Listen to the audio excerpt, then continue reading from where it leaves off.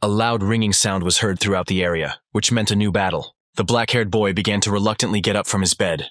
Our main character was named Encred, who was demoted due to constant failures. He didn't have any special powers or anything like that. Each of his achievements is due to the hard training that he went through every day. Daily grueling battles increased his experience, making him a commander. Well, and good comrades who occasionally helped out in difficult times. Constant fatigue and failures greatly increased morale. Time after time, our hero had to get up and once again enter into a difficult battle. He was not special in any way. All his dreams remained unfulfilled, but he sincerely hoped that if everyone would laugh at him, and to say that this will not happen. As long as he has a sword in his hands, he will be a knight. However, everything comes to an end, just like his dreams, which were not destined to come true. While bleeding on the battlefield, he tried to see the one who would save him. But the eyes stopped seeing clearly, the body became weak, and the hearing became dull. Never in his thoughts could he even imagine that he would die so easily. Feeling some strange feeling, he began to open his eyes. Not having seen the surrounding environment right away, the boy did not want to give up so easily. But it was all over. The body became light, and the world around disappeared, leaving only emptiness. Suddenly, the cry to get up was heard again. Could it really have been a dream? His comrade repeated the already familiar words about there being someone in his boots. It was a beetle that fell on him, frightening the long-haired one. Watching this, the black-haired protagonist was horrified, because this had all happened before. He was haunted by the thought that this might have been déjà vu. He didn't understand what it was, but everything happened absolutely precisely. He was completely sure that this had already happened to him. That same blade pierced his throat again, causing him to feel that same pain. Time after time, everything happened the same way. The second and third time, nothing changed. For the fourth time, this day again began with a cry to rise. The feeling of pain in his throat did not go away, but it was whole. Encred accepted the truth in horror. After all, the enemy strikes him in the neck. He feels a burning pain, choking on his own blood. Time after time, everything repeated itself. Absolutely nothing changed. The same knight with a blade in his hands killed our main character. Everything was repeated exactly according to the same pattern. Nothing changed. This sword tip flashed before his eyes for the 17th time already. And this meant the 17th death and the beginning of the 18th day. Time after time, the pain did not become easier, but on the contrary, only increased. Feelings of hopelessness consumed our hero. He could not understand what was happening. The only thought he had was that he had trained too little in his life. They made him feel his self-hatred, making him scream. Finding himself in a rather familiar place, he thought he could avoid death. Suddenly a voice was heard asking him if he really thought so. They forced our hero to open his eyes in order to look around. With the last of his strength, through pain, feeling disgust at himself, he tried to get up.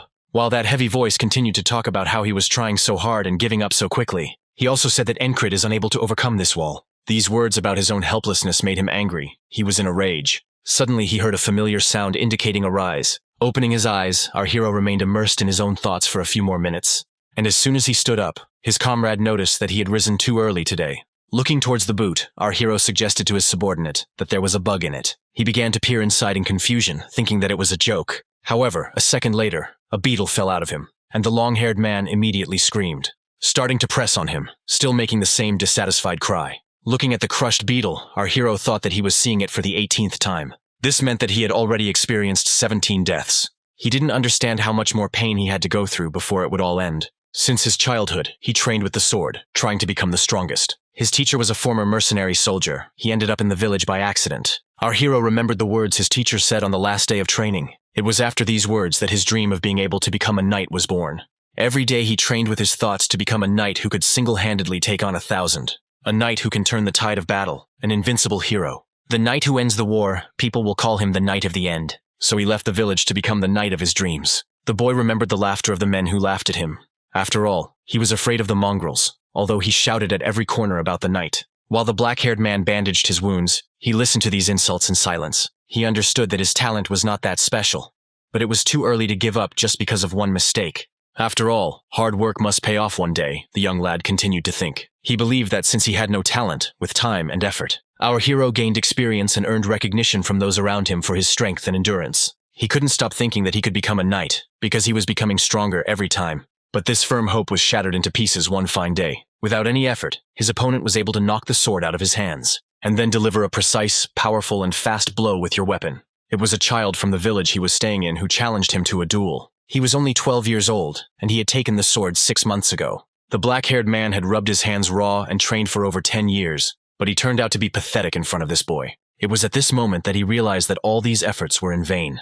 He was haunted by the thought that there was nothing that could be done about this. He couldn't let go of his dream of becoming a real knight. The guy thought that they could humiliate him and say that everything was pointless. But he sleeps and eats several times less than the others, so that he can have his free time. Train with all your might, over and over and over again, to one day become who you wanted to be. It was these thoughts that made him rise again and again and take up the sword. Thoughts about that loss to the boy did not leave him, making him angry. Each training session ended with trembling hands that could barely hold the sword, and sweat covered my entire face. My breathing was ragged. It was even hard to stand on my feet. The black-haired man trained almost all night after that loss, looking with exhausted eyes at the rising sun.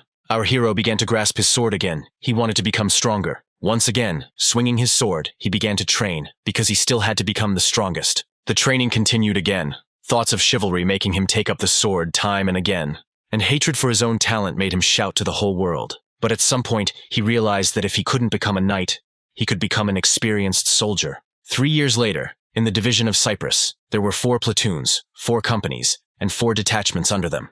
Our main character became the commander of the so-called second-rate detachment, the best he could get after endless training, but it was better to be a regular soldier than a wandering mercenary. Turning to one of his charges, he asked him to take his place on duty today. Reluctantly, the subordinate agreed, until the long-haired man said that this guy had the habits of a cat, and then Incurable told his comrade Rem that he wanted to try the beast's heart again. These words made the long-haired man think. Smiling, Ram asked if the boy had given up last time. The battle between Narulilia and Aspan began again in this battle. He died again. I came back to life, and now I live this day over and over again. Even though Rem taught him how to receive the beast's heart every time, he still couldn't get his eyes on the tip of the sword that would bring him death. But today, this time, on this battlefield, for the 21st time, our hero has learned absolutely everything, every incident that happens. After all, this was already the 21st battle. Even without wanting to, it was possible to learn. Even the smallest details that happened around him were imprinted in our hero's head. Those who killed him time after time, with a slight deviation from the script, dodged the spear from behind, then the guy's attack from in front using a shield, and one of the squad members who was about to die in battle, from a flying arrow from their opponents in this fierce battle. The guy would have died already, but our hero lives through this fight an infinite number of times. None of his comrades could believe that their commander was able to notice this arrow, but our black-haired man was able to protect the other members of his squad. It worked, even though he blocked the first arrow last time. He was dying because of the bastard behind him. The first goal for today was successfully accomplished, and now again. The same knight who kills him time and time again by piercing his neck. Cries of pain echoed throughout the battlefield, as did the smell of blood, which filled absolutely the entire area, looking in his direction. Our hero thought that every time it all ends with him. And then again, noticing our guy, he began to approach him. While Incurable stood there, replaying his attacks in his head, the thought that this knight had pierced his neck 21 times did not leave him. But today, our main character was sure that everything would be over. He was going to survive because Rem had trained with him. Our hero, when faced with danger, closed his eyes in fear, accepting his death. Swinging and attacking his commander with lightning speed, Ram was going to prove it to the guy. And so it happened. At the very last moment, our hero closed his eyes. The long-haired man told the boy to be braver and not to panic, because that was what was making him lose his head. He told the boy to become someone who has no idea what death is. The one who will be called the most real fearless beast. After all, this is exactly what the heart of a fearless beast is. Looking at the approaching blade, our boy wondered, is he afraid of death? Realizing that no, he was able to successfully dodge this attack. After all, with each death, he only became stronger. His heart began to beat faster. And the knight stopped in surprise, not understanding how his opponent had managed to dodge. Looking at this reaction, the black-haired man was glad, because on the 21st attempt he succeeded. He was able to dodge the very attack that killed him time and time again.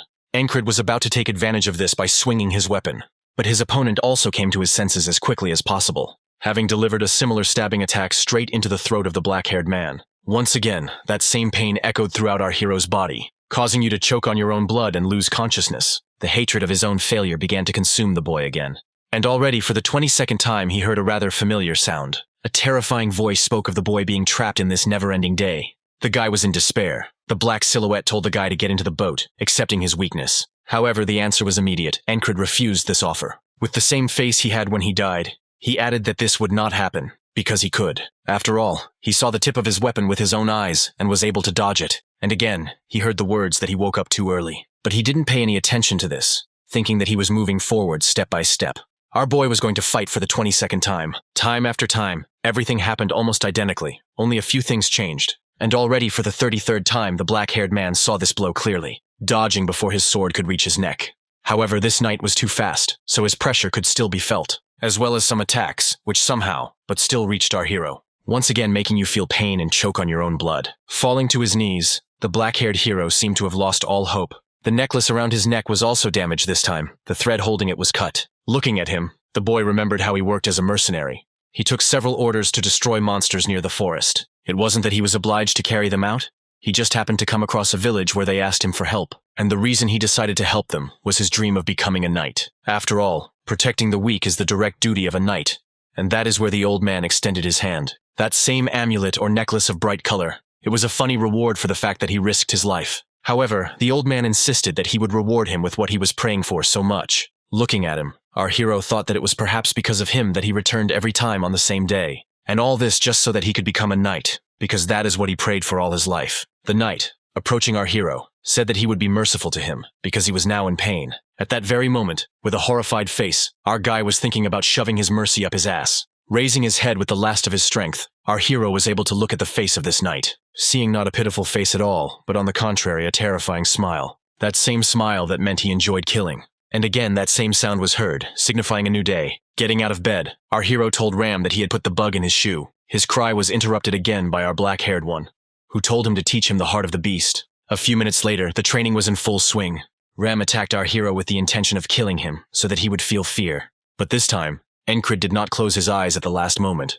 By looking at the blade, he was able to dodge the attack without closing his eyes. Seeing this, Rem was quite surprised, not understanding how this was possible, because just recently he was afraid. He asked the boy what he did to make his heart stronger. Our hero understood that the man was right, because by his standards, he learned it quickly. However, our hero had to die several times in order not to be afraid. Approaching the weapon, our hero found a sharp blade to take, and then he turned to his friend and asked to have another sparring session. Looking at this serious face, Rem began to smile, because it was interesting. Even if the beast's heart is simply killed while mastering it, it will not be able to strike back. Dodging blows was not enough, because to win a fight, you had to attack. Rem shouted, asking if his commander was afraid to attack. Hearing these taunts, the black-haired man's face changed dramatically. He understood that the only technique he currently possessed was the sword technique of the mercenary Valen. Ram continued to shout to his comrade to quickly go on the attack. No sooner said than done, our hero had only this technique, which many consider weak, but in his arsenal it was worthy. In order to win, having taken a swing, our hero went on the attack. Seeing this, Rem immediately stopped, feeling a terrifying aura. Our hero used the same technique that killed him several times. He thrust his sword forward and pushed off the ground with all his might. But the bare-chested man easily pushed his commander's weapon aside. Leaving him standing unarmed, our hero was surprised. After all, even if only for a moment, he was able to imitate that bastard's blow. Incurable suggested that since he had died from his blow several dozen times, his body remembered it. Embarrassed, Rem interrupted our hero's thoughts, saying that there should be a little blood from this. After all, among what he showed him, this blow was worthy. He also spoke about his hand being made to bleed. He also added that his commander doubts himself too much. After talking a little more with his comrade, the black-haired man thought that he had drawn some conclusions for himself. Because the difference between his punch and that bastard's punch is uncertainty, which, time after time, made me feel the taste of blood in my mouth. Lack of confidence in his own sword was what made our hero lose. Playing over the picture of what happened in my head, our hero knew perfectly well whether to kill or be killed. He must strike with the intent to kill in one attack. With a cry, he rushed forward again, intending to strike at Rem. However, this time too, his weapon was successfully thrown aside. The face of that bastard who spoke about mercy did not let go. Every time, everything was the same. With an insanely happy face, he said the same words. With each revival, our hero returned to training, with the thought that even if it's just a quarter of a step, he will move forward. Then the victory will be his. These are the thoughts that made him live through this day. But on the 111th day, nothing changed. Another death. Just like on the 223rd, Incurable heard all the same words about mercy. Each time his opponent's sword pierced his throat, causing him to choke on his own blood. The 124th day arrived, which meant the same amount of training. With the same attack, he attacked the attacking Rem, wanting to force him to retreat. And finally, everything worked out. Incurable managed to throw him aside. With pride, confidence, and without any fear, point the sword forward. Rem asked the commander if he had gone crazy. After all, his hands were exhausted, and blood began to cover the handle. He also didn't understand why he was laughing like crazy. In his head, he was only going through one thought. This one a little faster. And that you need to attack with the intent to kill. With the same thoughts, he rushed towards that very knight. The tip of his sword slid across his opponent's helmet, making a ringing sound. However, the knight immediately went on the attack and successfully pierced our main hero's neck once again. The first attempt at striking failed. Our hero tried not to blink. He didn't want to let go of his sword. All his thoughts were that there had to be a victory today. Everything that happened, from every strike of their swords to this maneuver. However, the black-haired hero was unable to stand on his feet. And again, the words he had heard 100 times came to him. Words about that very mercy with a terribly satisfied smile. But our hero interrupted him. These words made the knight think. After all, our hero said in a terrifying tone that he would kill him tomorrow. However, a few seconds later, a smile appeared on the knight's face again. With her, he said that the dead have no tomorrow, and then pierced the body with his sword. Again the amulet, that same dark room and that same dark silhouette. And here is that very disgusting buzzing of that very insect. Our hero immediately crushed it before it could fly into Ram's boot. The long-haired man looked at this in surprise, not understanding what had just happened. As Encred left the tent, he asked Rem to take over his security duties. He didn't understand why the black-haired man was ordering him around so habitually. The 125th day arrived. Our hero turned to the big-eyed one, telling his subordinate to get him armor, a shield, and a dagger. He also added that he would pay later. The red-haired man agreed to this only because he was his commander. Everyone around noticed the strange behavior of their commander. After all, the guy had never been as tense as he was today. Every time he feels incredible pain. Absolutely every time he dies. However, this same pain forced him to take his sword in his hands. He did not want to give up just like that. What if he can never win, even after 1,000 or tens of thousands of tries? What if he doesn't find a way to avoid the hit and survive? Maybe he should sleep. Now he is stronger than he was before. Isn't that a reason to rejoice? The guy continued to think. Suddenly he threw all these thoughts aside, saying that they were not about him. He had to overcome this huge wall that broke him every time. He had to learn to deliver a blow that would change the tide of battle. He didn't want to give up his dream of becoming a knight, because he had already done a lot. In order for it to be fulfilled, he considered these resurrections as blessings that would help him become stronger. As soon as they brought him the equipment, he immediately began to put it on, still playing the entire upcoming battle over in my head. The thought of moving forward forced him to once again go out onto the battlefield. And again, that same howl, signifying the beginning of a new battle, which before meant another death. However, today, Encred wasn't going to die. He was going to survive. He considered himself a man without skills who could survive this battle thanks to 3 things, namely, preparation, luck, and maximum calm in the midst of battle. On the 46th day, his shoulder was broken by a spiked mace, and on the 47th he turned to dodge the mace, but someone smashed his head. On the 71st day, a soldier cut off his head, so he couldn't do anything to the bastard. Each time he learned something new, consolidating it in a real fight, thus destroying opponents with incredible reactions, as his comrades believed. On the 89th day, his head was split open by someone throwing an axe. If he leaves him alive, he will interfere with his fight with that knight, so leaving this fighter alive is not an option. He had been practicing throwing weapons for countless days, so it wasn't difficult now, as well as helping comrades who also died in these endless battles. Moving at incredible speed, he saved his subordinates from death. And once again, the time has come to face that huge wall, which, during all this time, has never broken under him. With the terrifying looks of their commanders, the 2 opponents met eyes. At that very moment, they stopped noticing anyone, seeing only the target in front of them. A target that needs to be eliminated, otherwise the fight will end in their favor. Dodging and striking by themselves do not give any chance of winning. Our hero understood that this was an ordinary soldier, but even so, he was strong, almost at the level of a gifted one. It looked like he was attacking him, but instead he just blocked the blow. But he lacked experience in real fights, so our hero could easily surprise. The sword technique of the mercenary Valen, with its many variations, is effective against him, our guy continued to think. So, using his strong legs, he threw sand into his face. Intending to take advantage of this situation, Encred immediately rushed into attack. But his opponent immediately came to his senses and also went on the attack. The 2 fighters flew past each other without striking. This angered the knight in the helmet, causing him to immediately switch back to attack. But our hero was not going to stop, because now he knew absolutely everything about that very blow that killed him time and time again. Throwing his sword behind his back, he was about to kill him and end the day. And then the swords touched each other, and such a loud sound was heard that he flew across the entire battlefield, but the knight's sword broke. One of the archers noticed this situation and immediately switched to our main character, launching an arrow at him with incredible force, which flew through several hundred fighters, while the knight stood motionless, not understanding how he lost. Remembering all the suffering he had endured, it was not enough, so Encred swung. He already felt the taste of victory, because he was standing unarmed in front of him. Ram, as soon as he noticed the arrow approaching towards the commander, immediately launched his axe. Thus preventing the death of his commander, he broke it. And our hero at this time pierced the throat of his opponent, causing him to choke on blood this time.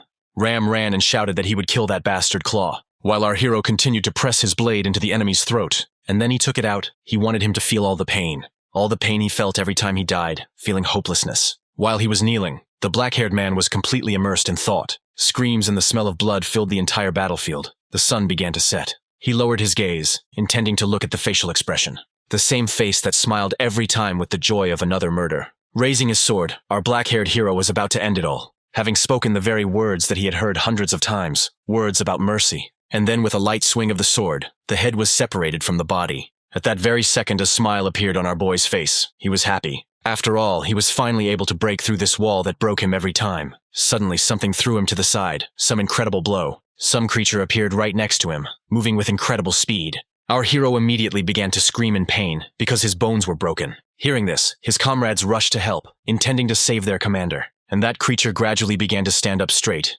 getting ready to finish off the black-haired one. It was a frog that had incredible physical strength. With just one blow, she was able to break several of our hero's bones. She said that she couldn't believe that his chick could be defeated. After all, he put much more effort into teaching him. Could this really be another death? Our dark-haired man thought. After all, the frog had already raised its hand, telling him to die faster. With incredible speed, she began to approach Encred. However, this time Rem managed to run up and save our hero. He was filled with anger and put all his strength into this blow. However, this creature managed to block it by thrusting its axe across it. But the long-haired man understood perfectly well that if they couldn't defeat him, they would lose. Just as the frog itself appreciated Ram's strength, it had no intention of leaving him alive. A real meat grinder began between the two fighters. At this time, one of the fighters ran towards our hero, intending to finish him off. However, this was not to be, because the red-haired man arrived at the last second, cutting off the enemy's head. Rem, seeing that his comrade was starting to catch up, exhaled. After all, he will be able to fully concentrate on the frog right now. The two of them looked at each other, waiting for each other to take action. Ram spoke first, smiling and saying that if he wanted his commander's head, he would have to kill him first. Hearing this, the frog was surprised that their commander was this weakling and not the long-haired one. At that very moment, Ram thought that the warrior race, the frogs, were born to kill. He was going to kill him. The frog itself did not understand why this long-haired warrior was here, since this was an insignificant battle. After all, if he wants to defeat him, he will have to put his life on the line. But the amphibian also understood that this battle was not worth it. After thinking a little more, he straightened up, raising his head proudly. Turning around, he began to walk away without looking back at Rem. Looking at the back of the departing frog, our hero's comrade only said that he was a coward. At this time, the red-haired man was already dragging our hero on his back across the entire battlefield. The freed Rem came running to them and began to chop down the regular fighters again. But the number of opponents exceeded them.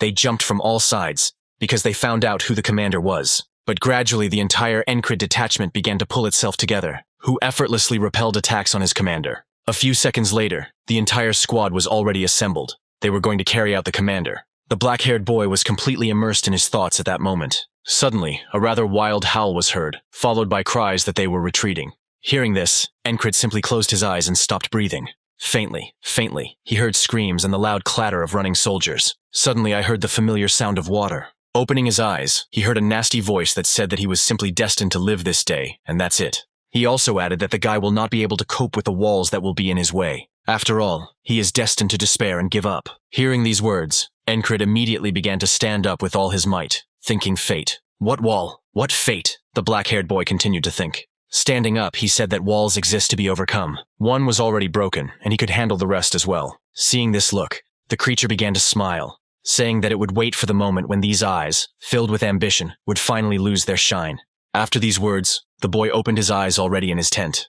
But looking around, he realized that he was not at home, but in the infirmary. Rem, who was sitting next to him, said with some displeasure that he had slept for 2 days. Casually, the long-haired man said that he saved him from the frog. At that very second, the black-haired man's chest began to hurt. He didn't understand how he managed to survive after that blow. After waiting a bit, Rem asked if he remembered him, his best friend. Turning away, Encred replied that he never told him they were friends. At that very second, he grabbed his mouth with his hand, saying quietly, and then he carefully looked around so that no one would hear.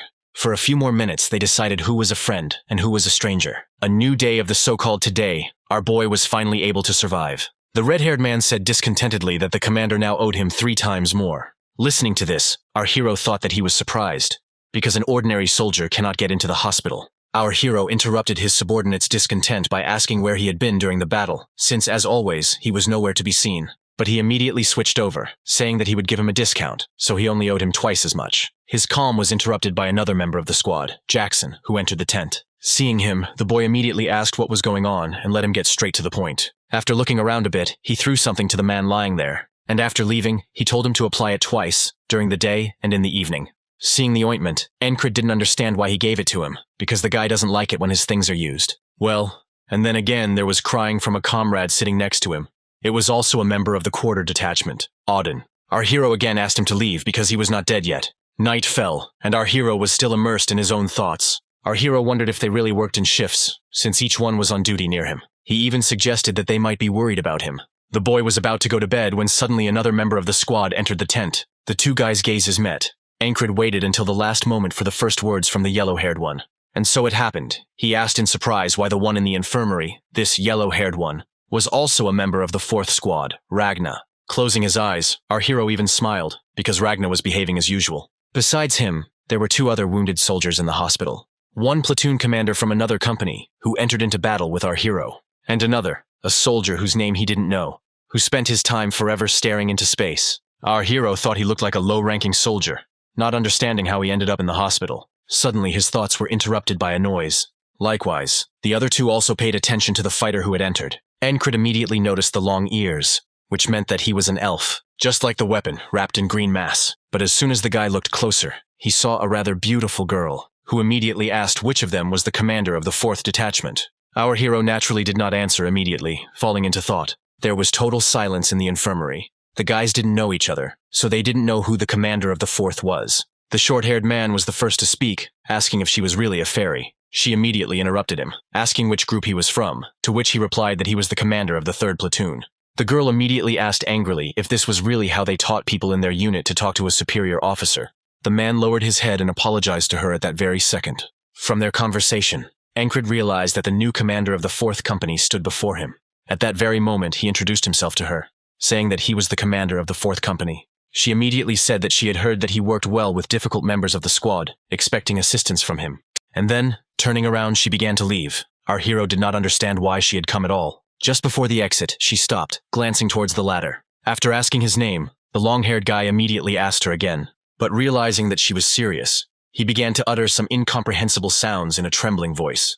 Observing this, our hero thought that the behavior in front of the commander was terrible. Assuming that he was a nobleman, she looked at the boy carefully for a few more seconds. And then, as if nothing had happened, she headed out again.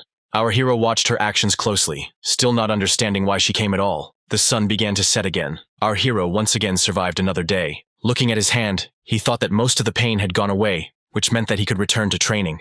The commander lying nearby asked where he was going, to which Incurable replied that he was going to the training area. In the back of the black-haired man, he only said that he was an idiot, because the guy was only a low-ranking soldier. Their third companion watched the whole situation in silence. Sometime later, the boy reached the training area. Raising his sword, he thought he needed to remember the last battle. After all, this is one of the most useful methods. He spent a lot of money to master it when he was young. Our hero did not understand where it was better to invest his efforts. The black-haired man began to remember the movements of his comrade, Rem. Suddenly, his thoughts were interrupted by a voice that said that he was working hard. Looking, he saw the same nobleman who continued to speak. He talked about how just recently his hands were shaking with pain, but now he was holding a sword. Our guy explained that it was to train his grip strength. He didn't understand why the guy was muttering something about a battle, to which our hero replied, so as not to screw up at the right moment. Exhaling heavily, the boy asked what the boy wanted to become while keeping his life. Hearing this question, Incurable immediately thought that as soon as he spoke about his dream, everyone would immediately collapse with laughter. However, our hero, proudly raising his sword, simply said, "Knight." Hearing this answer, the guy even got lost in his gaze for a second. Seeing such a reaction, Incurable was actually quite surprised too. He said that this was the first time he had seen such a reaction, because the guy didn't laugh after his words. Standing up, the yellow-haired boy exhaled heavily, saying that he simply forgot, because he remembered something. After looking at it, he realized what he needed to do. Looking in the direction of the guy leaving, our hero still did not understand what he meant. Our hero heard not laughter but support for the first time. It was his first time. The next day, the soldiers, who had already recovered, sang a song about the hero of the battle. The commander lying nearby was shouting something about how they still hadn't given him breakfast. Incurable took a short leisurely walk instead of going to the training area. Passing by Jackson, he thanked him for the ointment, because it worked. He only told the commander to return quickly. Another night has come. Our hero has lived through another one today. The long-haired boy even said goodnight to Incurable, which is what our hero did, also wishing the boy good night. On this day, our hero went to bed early, because tomorrow would be a new today. He considered the days spent in the hospital to be senseless days. Early in the morning, our hero was again awakened by the cries of the heroes of the battle. The commander sitting next to me again shouted that there was no breakfast, because everything was exactly the same as yesterday. And at that very moment, he realized something that horrified him. Sweating, he mentally begged for this not to be so. While he was going for a walk, Jackson stopped him again, who also asked about the commander's wounds. And then he asked him to return to them quickly. Now he was sure that this was the same day as yesterday. The dark silhouette spoke of another wall that would leave him here. At that moment, our hero realized that while he was sleeping, he had died without even noticing it. I died more hopelessly than when I was being hit by a sword. The feeling was shitty. But this makes him even more determined in his actions. After all, this is yet another new test, a new wall that must be overcome. And so, just like last time, night came. Even the candle was still burning. All day long, our hero thought about who killed him, because the enemies would have to get through all their defenses to get here. And this is only possible for knights, but it was unlikely. So the guy assumed that it was an assassin. The more he thought about it, the more he thought about the girl who came to see them. After all, the quiet and light step of a fairy is ideal for stealth murders, and the reason she came that day was to gather information.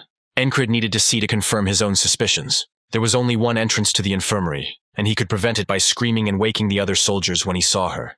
All that was required of him was to wait for the assassin. And literally a few seconds later, he felt a burning pain in his throat, assuming that it was a poison dart that was stuck into him. He didn't even notice how the killer entered their infirmary. He immediately began to toss and turn in pain. Having fallen out of bed, he realized that he could not move or speak. It was a powerful, paralyzing poison. Now he understood how he died. Turning his attention to Vergens, he saw that he was already dead. Therefore, he immediately turned his gaze to Krang, over whom the assassin was now standing. Clutching his throat and choking on his own blood, he tried with all his might to scream.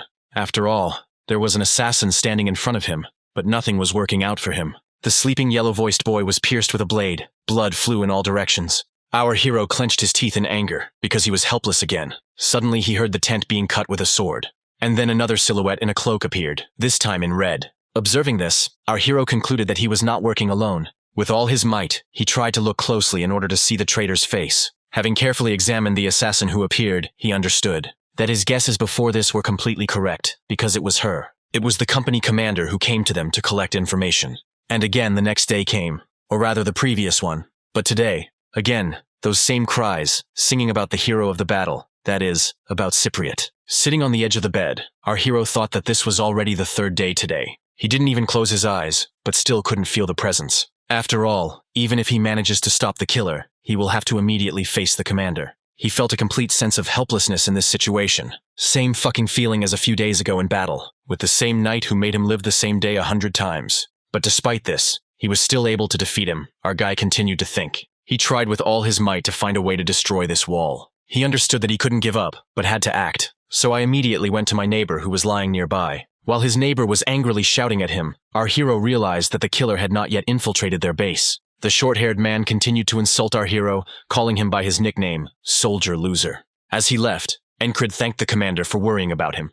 After these words, the man embarrassedly insulted the boy several more times. However, he didn't pay any attention to him until Krang asked if they were arguing again. Both of our heroes greeted each other while the short-haired one turned away. Looking towards the long-haired man, our hero thought that given how closely they were watching him, he was sure that he was their target. So our hero wondered who he really was. After all, the guy is behaving strangely, but he didn't want to pick on the person. He had no intention of acting like those crazy bastards, but thanks to him, he was drawn into the murder, so he had to ask. Turning to the guy, our hero immediately asked him who he was, to which he looked at him in fear, without answering him. Seeing that scared look, Encred thought that his communication skills were no different from Rem's. However, his thoughts were interrupted by Krang, who looked away, said something, but then fell silent. And then he added that he could not answer this question. Our hero asked again why, but he still reluctantly said that it was a very long story. Hearing this answer, the black-haired boy again fell into thought. Their awkward silence was interrupted by the commander of the 3rd platoon lying nearby, who shouted to Encred that if he was satisfied with such an answer, then there was no need to ask, and also assumed that the boy was a spy from a foreign country, because he had completely different manners. Hearing this, the long-haired man immediately glanced towards the short-haired man, saying that he had never betrayed and would never betray the kingdom. Watching this, our hero thought that it was clear from his eyes, as well as from his actions, as well as his aura. They were similar to a real knight. Having come to his senses, the man immediately began asking Krang how he spoke to a superior officer. Our hero immediately discarded the thought that he was a knight, because he was helpless in front of the killers. However, Encred was definitely sure that the guy was hiding something. And again, that same candle, Krang again wished goodnight to our hero, as did he to his so-called comrade, while the man grumbled discontentedly. However, the fact that he was not grumbling so much somehow puzzled our hero. He even thought that the man was afraid of Krang. Casting a glance at the entrance to the infirmary, our hero began to think again, that if the murderers had broken in here to them, they would all have died. After waiting for everyone to fall asleep, he got out of bed and took up his weapon. The commander of the third company woke up from the rustling sounds, asking what Encred was doing, to which our hero spoke about what was supposed to happen today. Hearing this, he looked a little more towards the black-haired guy. Turning away, the short-haired man said that he was crazy. At that moment, Krang was sleeping carefree, not paying attention to them. Our hero was generally expecting this reaction, but suddenly he was interrupted. He was horrified, heard a voice, and was about to react. However, nothing happened. Something flew right through the fabric and cut his throat. It began to fly apart in different directions while Encred tried to look back. He didn't understand when he managed to do this, but he noticed it right away. How the assassin had already attacked the commander of the third platoon, thrusting a spike into his throat, and a moment later he attacked Krang, plunging his sword into him. Falling to the ground, our hero could not believe that this had happened. And now the fourth day has come, and this meant the fourth attempt. Approaching one of the commanders, our hero tried to ask him for help, but nothing good came of it. In this case, he would have to fight alone. He hid better, waiting for the killer. He was going to try to do something that would help him. Realizing that everything would happen any second, the boy held his breath. But the attack came from where he didn't expect it. The sword pierced our main character's throat right through the wall. He didn't even have time to shout anything. The blood began to fly in all directions. And just a second later, that same assassin appeared again. They were too fast. The next day, our hero hid in another place, intending to catch them by surprise. However, as he generally expected, nothing came of it. Another attack, another death. Again, our hero was drowning in his own blood. Encred didn't understand how to fight an enemy he couldn't see. But they could see everything. He couldn't even guess their location. He had to learn to avoid poisoned darts. And so another morning came with cries about the hero of the battle. It was the 20th morning, but our hero still could not do anything with them. It was not just 20 days, but 20 deaths with hellish pain. Encred was completely lost in his own thoughts, his face depressed. However, just a second later, a joyful smile appeared on his face. The thought that this was only 20 times did not leave our hero, because this was a wild little thing. Compared to last time, he had to think of a way to dodge the darts first. These thoughts were interrupted by the sitting Jackson, who immediately caught the attention of the black-haired man. Looking at him, our hero immediately remembered a moment from the past, where I asked Ram why Jackson is called a perverted wildcat. Taking a break from his training, Ram asked again, to which the commander replied that that was what they called him. He immediately replied that the guy was acting like a fucking dirty pervert. After all, he never fights the enemy directly, preferring to strike in the back and run away. These memories were torn away by Jackson's voice, which addressed Encred. Looking at him, our hero thought that he should easily defeat the killers, but he still couldn't take him with him because the black-haired man didn't have enough authority. Even if he could, he would have to climb that wall himself. In that case, he just needed to become Jackson to attack as well. Turning to the guy, he asked, "If someone like you stabbed me in the back, what should I do?" He immediately thought about it, because the question was not easy, and a few seconds later, in a sullen voice, he replied that he didn't even know, because no one had ever survived. Hearing this, our main character immediately felt some strange panic that excited him. Several days passed, and at some point our hero managed to repel the attack. He even stumbled out of fear, falling to the ground, silently looking towards Encred. This time his face was far from fearful, he was terrified. After all, this time, our hero understood that he was no longer a faceless death for him. The assassin even spoke up, saying that our hero was a fucking rat. He rushed towards our hero, intending to kill him. Seeing these attacks, our hero understood that he was not as good as that knight. He knew he could handle it, but he was interested in the others. Looking first at Virgins, he saw that he was already dead. However, Krang was still alive. He woke up, grabbing his weapon. Encred understood that even with such a weak opponent, he could not let his guard down. After all, standing in front of him is a very experienced killer, a dark assassin. At this time, the assassin himself was fighting quite intensely. He felt hatred. One of the attacks still reached our main character. He was able to wound him, and then instantly switched to the boy, because he was the target. At that moment, the same company commander appeared, also moving quickly. Seeing her, the boy realized that he could die now, so he immediately rushed towards her. The girl stood silently in place, not quite understanding what was happening. While the assassin was attacking, he shouted asking if there were any guards here, launching several hundred poisoned darts in different directions. Krang's whole appearance showed that he would not be able to dodge. Our hero noticed this too, and he understood that he wouldn't make it in time. The company commander immediately jumped over our hero, rushing towards Krang. In an instant, she was next to Krang, blocking all the darts. Seeing this, our hero did not understand, because he thought that she was in cahoots with the killer, and she came to save them.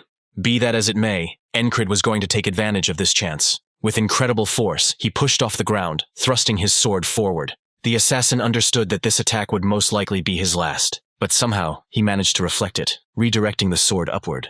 And then he immediately started running, realizing that he would not survive here. Looking in the direction of the fleeing man, Encred understood that he would not catch up with the assassin, but it was hard for him to accept the fact that he had missed it after so many deaths.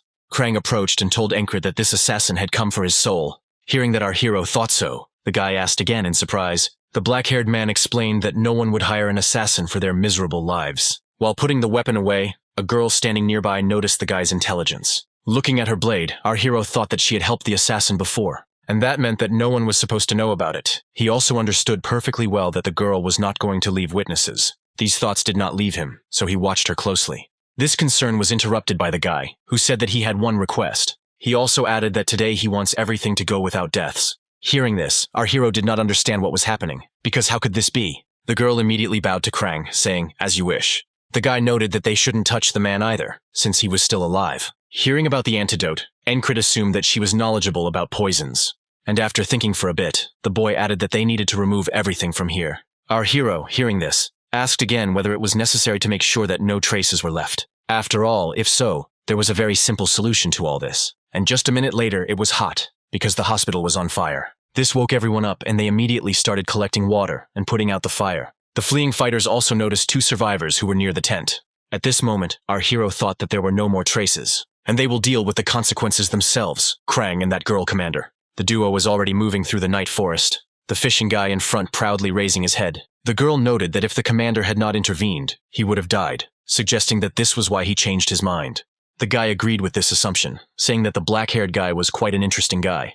Looking at the dark sky, the white-haired man thought that he was trying to avoid this. He recalled our main character's training, thinking that he had such a strong influence on him, changing him. These thoughts made the white-haired guy smile happily. He asked to meet again, but under appropriate conditions. And there our hero once again found himself in front of that same black silhouette, who said that they would meet him again. Encrid agreed with this, replying that it made no difference to him when. And so, the boy again encountered the same thing today. He survived a silent death and woke up in a new today. He felt the presence of almost everything around him, but he was unable to notice that fairy. And that meant a lot more training. He was also glad that he wasn't hurt. The commander of the 3rd Company interrupted him from these thoughts, asking why he saved him. As he was leaving, our boy didn't understand why he had offended him so much, but he replied that it was because they were comrades. Hearing this answer, the short-haired man looked away. He didn't understand how, after everything he had told him, he still decided to save him. Standing up, he turned to the black-haired man, embarrassed, asking if he was returning to the squad. And then he added that today was not his day, because the mood there was downright shitty. After all, there are rumors that this entire camp has been cursed for a long time. There was some kind of fight between the long-haired guy and the indifferent one. Rem was happy about this, so he immediately picked up the guy, intending to throw him. Everyone around was asking where their commander was, because no one could stop them. After all, as soon as he was gone, they started fighting again. Everyone was afraid to approach him. At some point, Rem, unable to bear it any longer, grabbed the axes, intending to chop the boy up. His opponent accepted this challenge and also took up arms. Our main character watched all this from the crowd, thinking that he didn't know. Whatever happened to the damned camp, these scumbags could well be considered its curse. As he approached, he immediately shouted for them to disperse, and they immediately scattered in different directions. And so 4 days have passed since he returned to his detachment. Suddenly our hero began to glare with his eyes because he felt something. Opening his eyes, he looked around carefully, seeing Jackson. Looking at his commander, he even seemed to smile, saying that he wanted to leave quietly, and also wriggling for waking him up. Standing up, Encrid replied that everything was fine, since he was going to get up for training anyway. Jackson noticed that the commander's hearing had improved significantly since their last conversation. Our hero replied that it was because of constant practice, to which Jackson smiled, because one day it would save his life. As winter approaches, battles become less frequent, and that means one thing. You need to make the most of your free time and exercise. Approaching one of his subordinates, he saw him lying under a huge boulder. Auden greeted his commander with a smile, and then, throwing off the stone, he began to get up, while Encrid watched him. The big man noted that one needs to train to withstand the frog's blow. He also noted that his commander was still too skinny, saying that he needed to work out more. In a cold voice, our hero noted that in this case, his interlocutor was overpumped. Afterwards, a dialogue began about the exercises that Auden had talked about. At this time, a new fight began between the long-haired man and the indifferent one. Rem was unhappy that his partner was sleeping, because it was his time to cook. He, in turn, silently crawled towards his sword, not paying attention to the long-haired man. And then, grabbing it, he was about to deliver a powerful blow. But Rem wasn't going to give in to him either, so he swung as well. At that moment, the commander and Auden entered their tent. He ordered them to calm down, to which Rem said that this bastard would starve them to death. Encrid immediately switched to Ragna, telling him to go and cook, who agreed with the commander's order. On the way, they deliberately bumped into each other. Ragna also noticed that Rem smelled, and he immediately began to sniff himself. Rem, smiling, asked if the commander noticed, because without a fight, everyone gets bored. Taking up the sword, the commander asked not to take it out on everyone, because he would help him. and just a few minutes later, there was a sparring session between them. Ram moved unpredictably, striking at his commander. He shouted that the commander needed to learn to take a punch, because without this, he will simply die before he enters the battle. Encred knew he had to keep calm with the help of the beast's heart, and use your hearing to block those powerful blows. And then, what he trained at the cost of hundreds of his deaths. It was that very lunge with which he was able to defeat that knight. But Rem was able to successfully dodge this attack by redirecting his body mass, and then grab the weapon of your commander, as well as the guy himself. By sending him straight into the ground, he was going to end it all with this. With incredible force, Encred slammed his entire body into the ground. While Rem was talking, he expected more, because lately he had started doing much better. Longhair was angry because his commander had become boring lately. Even though his comrade said so, our hero thought that he understood this time. After all, he changed on purpose. He became completely different on purpose. Now, in order to improve, he is able to repeat everything hundreds, no, even thousands of times. Turning to Rem, he asked again, because this time he was going to win. The long-haired man thought that the guy lacked skills, but he never got tired of that look. Raising his axe, he said proudly that the commander could be proud if he left at least a scratch on it. But their fight was interrupted by a fairly heavy downpour. A few minutes later, they were already in their tent. Rem, looking at his leg with displeasure, said something about mushrooms. Each of them was busy with his own business. Some were sleeping, some were praying. The red-haired man who arrived was chatting discontentedly about the cancelled fights. He also said something about a curse, which our hero noticed when he asked him again. It was at that moment that he remembered those very words, as Vengeance spoke of some kind of curse that reigns over them. Wiping his head, the boy said that they had a lot of strange things going on. However, he also noted that he doesn't think that this is it. It's just that the weather has gotten worse. He also asked the commander why he was stuck at the entrance, to which the black-haired man replied that he was training his senses. The red-haired man thought his commander was strange once again. Ram was not pleased with these actions, while Jackson encouraged the commander. Our hero silently watched into the distance, trying to concentrate. The rest of the squad also offered their assistance in training. At this time, the commanders-in-chief were deciding about filling the gaps in their ranks. The girl asked the others what about the commander of the 4th Company. The man sitting next to him was not particularly pleased with this proposal, because he considered our main character to be a bit dumb. However, she added that the guy could bring unexpected results. She was asked why she thought so, and she stood up and replied that it was just a fairy's intuition. Sometime later, Encred was already standing in her work tent, discontentedly asking why he was being sent to the scouts. The girl just looked at him silently, not immediately responding to this. Sometime later, already in their tent, preparations were in full swing. Comrade Encreda asked what he had done to anger the company commander, because he did not understand why he had been chosen. Remembering the face of the company commander, the black-haired man hoped that they didn't want to finish him off. Along the way, recalling the situation with Krang that happened, Longhair asked his commander if he really intended to obey. Along the way, he added that he could help get out of this mess. Laughing, our hero replied that, unlike him, he would not allow himself to raise an axe against a superior in rank. Looking towards the jock, he heard him reading a prayer so that he wouldn't die. Even Ragna intervened in their dialogue, interrupting their conversation. He said that he could go on this mission instead of his commander. Looking towards his comrade, our hero only smiled. The others were surprised by this proposal. The cat sitting behind asked if he had been told that he was going to explore the fields with tall grass. He also warned Encred to pay attention to changes in the noise in the grass. Rem immediately started shouting at him not to teach their commander unnecessary things. Our hero himself was breathing heavily at this time, thinking that as soon as he left, there would be no one to separate them. He was afraid to leave them alone. But he also understood that they would not find anyone better than him. After joining the service, due to his lack of skills, he was constantly transferred to fill gaps in units. The only thing it was useful for, as you've all guessed, this was to separate the members of the squad from the carnage they were constantly causing. At some point, Encred was appointed as the commander of one squad. Everyone around called this detachment a bunch of scum who didn't know how to obey. Every time he stood under sharp weapons, our hero somehow calmed down. Rem, every time asked the black-haired man whether he was a fool or a brave man. In turn, the other members of the squad continued their verbal altercation. However, Encred understood that although they were difficult in character, they were capable, because even his loss was not comparable to theirs. There is no need for these sudden thoughts, the main character continued to think. After all, he knew what his abilities were. Everyone around him knew about it. However, he also burned with a wild desire to become much stronger than the rest. The scouts are going to the front, so he can spend time training his senses. Our hero's thoughts were interrupted by a scream, so that he finally got his act together. One of the guys shouted that he was the commander of this detachment, suggesting that they settle everything with their fists. The others started laughing, because they understood that the black-haired man didn't have enough strength for this, because he was the commander of a squad of outcasts. Smiling, the commander of the current detachment insulted our hero several more times. But without waiting for any reaction from Encred, he gave the order to all his men to act decisively when meeting the enemy. Watching his actions, our hero thought that he was too loud for the scouts, assuming that he was completely green in this. Suddenly, one of his subordinates called Commander Gardner, because he noticed the tracks. Bending over them and examining them carefully, he said that these were the traces of Nu. He was pleased to see them, because it meant that they were going in the right direction.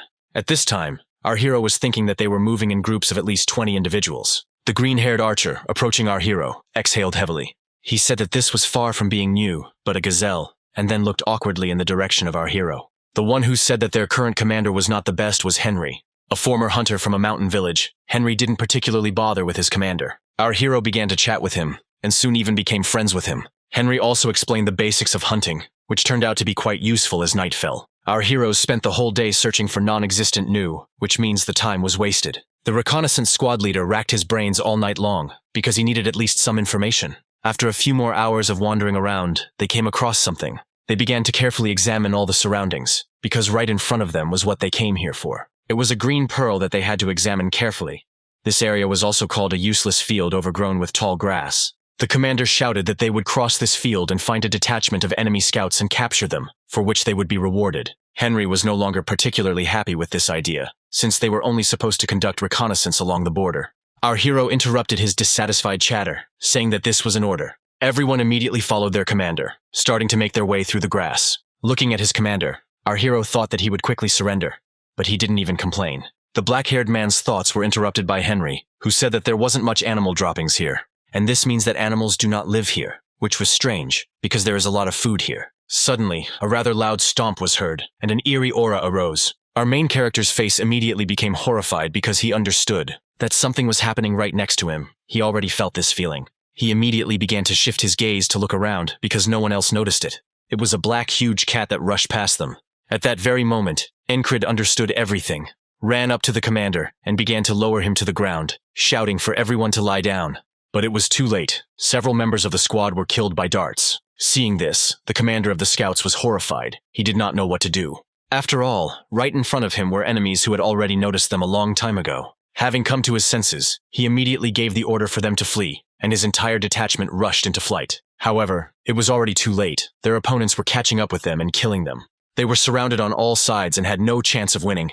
And here comes another death, but our hero was glad about it. After all, he understood that he could always find a way, because he had the repeating ones on his side today. He tried to hide in different ways, but his enemies stopped him every time. They didn't stop pursuing him even when he managed to escape from everyone. Incurable tried to remember any little details he could see. Their uniforms are painted green, as if they were already waiting for enemies. Our hero did not understand that it was possible to guard this field in order to prepare like this. Crawling on his last breath, he wanted to see what they were trying to protect. Parting the grass, he saw something he shouldn't have seen. His gaze immediately changed, because this changed absolutely everything. However, he was unable to take a closer look, because the sword pierced his throat. With his last breath, our hero asked himself what these Aspanese bastards were hiding. And here comes another day, another order from this green commander. Our hero at this time thought that they had already tried dozens of times, but they had never succeeded. He wanted to know what those Aspen bastards were hiding there. However, he also understood that if he gave up on this mission, he wouldn't have to die. But a second later, he pushed these thoughts aside. He did not want to retreat. His thoughts were also interrupted by the cry of the current commander. He asked why he stopped. One of the squad members asked Incurable to ignore him, saying that everyone had their own problems. But the black-haired man immediately rudely replied that there was a limit to the patience of shit, asking at the same time if he was tired of licking his ass. His face immediately changed, angrily asking him what he had said. Pushing his hand away, Incurable also said that he was not going to play these games anymore. The red-haired man began to take out his sword, shouting, asking if he was refusing to follow orders. And Incurable understood that he needed to radically change this situation. After all, he wouldn't survive alone. So he said that from now on, he would be the one giving the orders. Hearing this, the commander naturally became angry while our hero was thinking. He thought about how Andrew Harder, Henry, and that soldier with the scar were the ones who survived the longest. Especially the soldier with the scar, because he fought very powerfully. Most likely he is even the most capable in the squad. Drawing his sword, the commander shouted that if he defeated him, he could take command. For now, our hero assumed that this soldier with a scar was his bodyguard. After all, even though ordinary soldiers don't have security, judging by his stance, he can conclude that he was properly trained. Our hero assumed that he was the son of some rich lord. But he also dismissed these thoughts, because in that case, he would not have curried favor so much. Then he may be some nobleman from the house in Opal. While the boy continued to shout in displeasure, our hero clearly decided that following his order was pointless. Suddenly, the commander of the scouts shouted even louder about some kind of mission. However, Encred interrupted him, saying that he was talking too much. The words that he wouldn't need the sword angered the boy even more, and he immediately rushed towards him. Seeing this picture, our hero understood perfectly well that in a normal situation it would be difficult for him to cope with him, but now he underestimates him. After all, hasty actions lead to inattention, so everything will be simple. And inattention means only one thing: an easy victory. Encred was able to repel the commander's attack without any difficulty. The commander of the scouts did not understand how this had happened. Our hero took advantage of this moment and delivered a powerful blow, thus making the guy completely forget about the fight and fall to the ground without any strength, coughing from pain. Henry and the same soldier with the scar looked on in surprise, because he defeated their commander with just one blow. Everyone looked at our hero in surprise. Our hero asked the crowd standing in front of him if they had any objections, that from this moment on, he will be their commander. However, in response, there was only silence. Only the heavy sighs of the commander sitting on the ground could be heard. The dark-haired soldier with the scar exhaled heavily, agreeing, while our main character thought that this was just the first step. After a while, everyone was already following him, making their way through the tall grass. True, not everyone was happy that their commander was now Encred. However, our hero did not pay attention to this, asking what Henry was dreaming about. The green-haired man didn't understand what the question was about, so he asked again, and then he said that he wanted to marry a beauty with a flower shop. After asking another, he answered that he had recently had a daughter. The two standing behind replied that they just wanted to go home, and Andrew wanted to fulfill his mother's last wish. After all, his dream and mission is the revival of the Gardner house. Stopping, our hero answered them all that they were all alike, because in order for their dream to come true, they needed to survive today. Those standing behind didn't really understand what our hero meant. However, turning to them, he asked them to do it. He explained that he meant to survive, because each of them has a dream. He needed these guys to be proactive, and there is nothing more motivating than the desire to live. The enemies would soon appear, and he planned to break through their encirclement. Pointing to the side, he told Henry to shoot the arrow there, adding that he would not repeat it again. Seeing this look, the green-haired man immediately carried out this order. That arrow that was sent hit one of the enemies right in the head. A scream was heard, and our heroes realized that an ambush was being planned for them. He rushed forward, shouting for Andrew to follow him. But he, remembering that they had to survive, reluctantly began to take out his sword. Our hero understood that they needed an advantage in this fight, and to get it, they need to find their enemies faster than they do. He wanted to turn this situation in their favor by any means necessary. A real battle began between the enemies and our heroes. The enemies were scared because they were discovered, which ruined all their plans. And our hero was still planning to take advantage of the surprise and thin out their ranks as much as possible. Our hero understood that as soon as Andrew went after him, his bodyguard would also go after him. He was going to finish them off today, thus ending it today. Blood flew in all directions, and the sounds of cutting flesh were ear-piercing. In a field of such tall grass, it was also difficult for enemy soldiers to find anyone, but they came across them. One of the enemies noticed the dark animal and was about to kill it. However, our hero did not allow this to happen, plunging his sword into him. The last time they noticed them, because they were chasing this beast, which he noticed the first time. And this meant only one thing: they were noticed absolutely by accident. They don't know that they are here. Our main character looked closely at this dark-haired cat, thinking that they hadn't noticed the ambush this time because they were focused on chasing after her. Having finished off the last one, our hero thought that he would not let them die so easily. Immediately, Encred gave the order that they move on, while that same cat watched him closely. She seemed to be studying our protagonist, looking him over carefully. With one loss, there were 6 of them left, the most of them surviving this time. Therefore, the black-haired hero understood perfectly well that they needed to continue. This time, our scout squad attacked the enemies, and not the other way around. After all, our hero knew their location and number. He avoided those he couldn't handle. The spearmen who doggedly pursued him each time, he understood that they had to move quickly. He wanted to avoid unpleasant encounters, otherwise adopting hit-and-run tactics, gradually breaking out of the encirclement. Looking at his Andrew, the soldier with the scar, thought that the boy was already at the end of his rope. Besides, when night falls, getting out of this thicket will be much more difficult than it is now. However, Encred said that they needed to move on, an order the dark-haired man did not agree with, and also added that there should be no objections, since they just needed to follow him. Everyone was exhausted when suddenly they looked in horror towards the 2 arguing fighters. After all, the dark-haired man put his sword to our hero's throat, telling the commander to have a conscience. He also added that he would survive even if the commander died, because what followed was certain death. To which our hero interrupted him, saying that he himself should understand that it was too late to go back. After all, after everything they did there, the retreat route will be full of enemies. And then, grabbing his hand, Encred said that they needed to clarify something. He said that he wanted to survive more than anyone else. Andrew, looking at our hero, thought that he was a useless piece of trash, but everything turned out differently. The first time he saw him, he compared him to his father, who simply gave up and squandered the wealth of their house. But everything turned out completely differently, because Encred is completely different. He remembered his mother's words about their home being over. However, her words made him move on. She believed in her son. With the last of her strength, she asked him to become the one people would follow. She asked him to become a real leader and revive their family name. And our hero asked the soldier with the scar to trust him, assuring him that they would survive this hell. Their verbal altercation was interrupted by the former commander, who said that he believed in Encred. Everyone immediately looked towards our hero, without saying anything. The soldier with the scar tried to object, but Andrew interrupted him, saying that the commander was Encred now. And then he added that the detachment must follow the orders of its commander. His subordinate could not object to this. He saw confidence in his master's gaze. Crouching down, our hero told everyone to follow him at goose step until he gave the order. Everyone immediately sat down and began to follow their commander. The first step in overcoming today was seizing the initiative, as well as an attack on the enemy by surprise and a consistent breakthrough of the encirclement. But now the moment has come for the second stage of this survival. This is a critical point that Encred discovered after many repetitions. Every few minutes, all the members of the squad looked back, all except Encred. After all, the sun was already setting, and this was precisely the second stage. It is at this time, in this situation, that they will be able to do this, namely to hide from enemies and avoid combat. Everyone silently followed their commander, completely trusting him. Each of them tried to understand what he was thinking, because his gaze was frightening, and the black-haired boy himself thought that everything was going according to plan. After all, now there is only one stage left. The sun is setting, and darkness follows. The reason they never managed to get out of this field is simple. As soon as our heroes said that they had arrived, everyone was horrified. After all this time they were heading straight towards the enemy camp, and our hero continued to think that Aspen's soldiers were killing everyone to silence them, because there is something hidden in this field that no one should know about. So our hero thought that they might have something more important than catching them. After looking around for a bit, Encred gave the order for them to move out. After all, if the enemies have that same mission that must be accomplished, they will definitely survive. There was a few more minutes of bickering between Mac and Encred, but in the end he listened.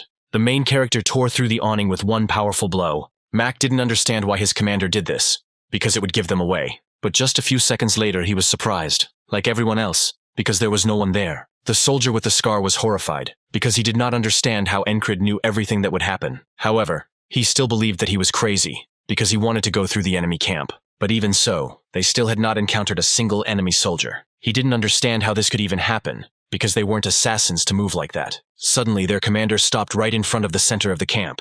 Looking sternly at his comrades, he ordered them to wait for him here. Looking into the distance, he thought about how he had entered this camp dozens of times already, and had even managed to touch that flag once. However, the entire army focused its attention on him at that moment. Sometime later, our hero said that the task of the Aspen soldiers was to protect that flag. Everyone immediately began to look into the distance in order to see what this huge army had gathered here for. While our hero was asking his comrades what they thought would happen if the flag was set on fire, Max still didn't understand what was going on. He assumed that the company commander told him this, and that it was she who assigned him to their unit. Our hero said that the Aspen soldiers would be too busy defending the flag. While Mac was horrified, he thought that Encred was on some kind of secret mission, and Encred continued to tell his plan.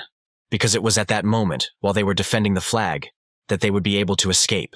They were supposed to split into two groups. One would act as bait, and the other would start the fire. At this point, Mac interrupted Encred, saying that he would be bait. Having heard this proposal, our main character was even surprised. After all, Mac had been expressing his dissatisfaction all the time, and then suddenly decided to cooperate. Our hero has led a squad to the Aspen camp many times already, but he never had as many people left with him as he did today. This is the best of today that he has experienced so far in many attempts. It was today that he felt that very feeling, the feeling of victory. Mac had already acted as bait, and most of the soldiers had reacted to him. They immediately rushed in pursuit, shouting to catch them. At this moment, our hero rushed towards the torch, intending to grab it. He was going to finish this day and survive, because so far everything was going perfectly. He wanted to wake up tomorrow and start a new today and save these guys. But the very second he took the torch, he felt a terrifying, powerful aura. With one powerful yet swift movement, the man cut down the torch. Our black-haired hero stood in horror. His face completely changed. After all, he didn't even hear this huge approaching body. It was an enemy warrior, whom our main character had never seen before. He began to examine it carefully, trying to understand what was happening. After all, our hero didn't understand where such a strong man came from. Bowing his head down, the black-haired protagonist said, "They're late." Hearing this, the huge man in armor did not understand anything. As a huge flame rose right next to them, screams began to be heard. Aspen's soldiers screamed that they were burning and they needed to start putting out the fire immediately. Others shouted that their rights had been violated, and that they too needed to be eliminated.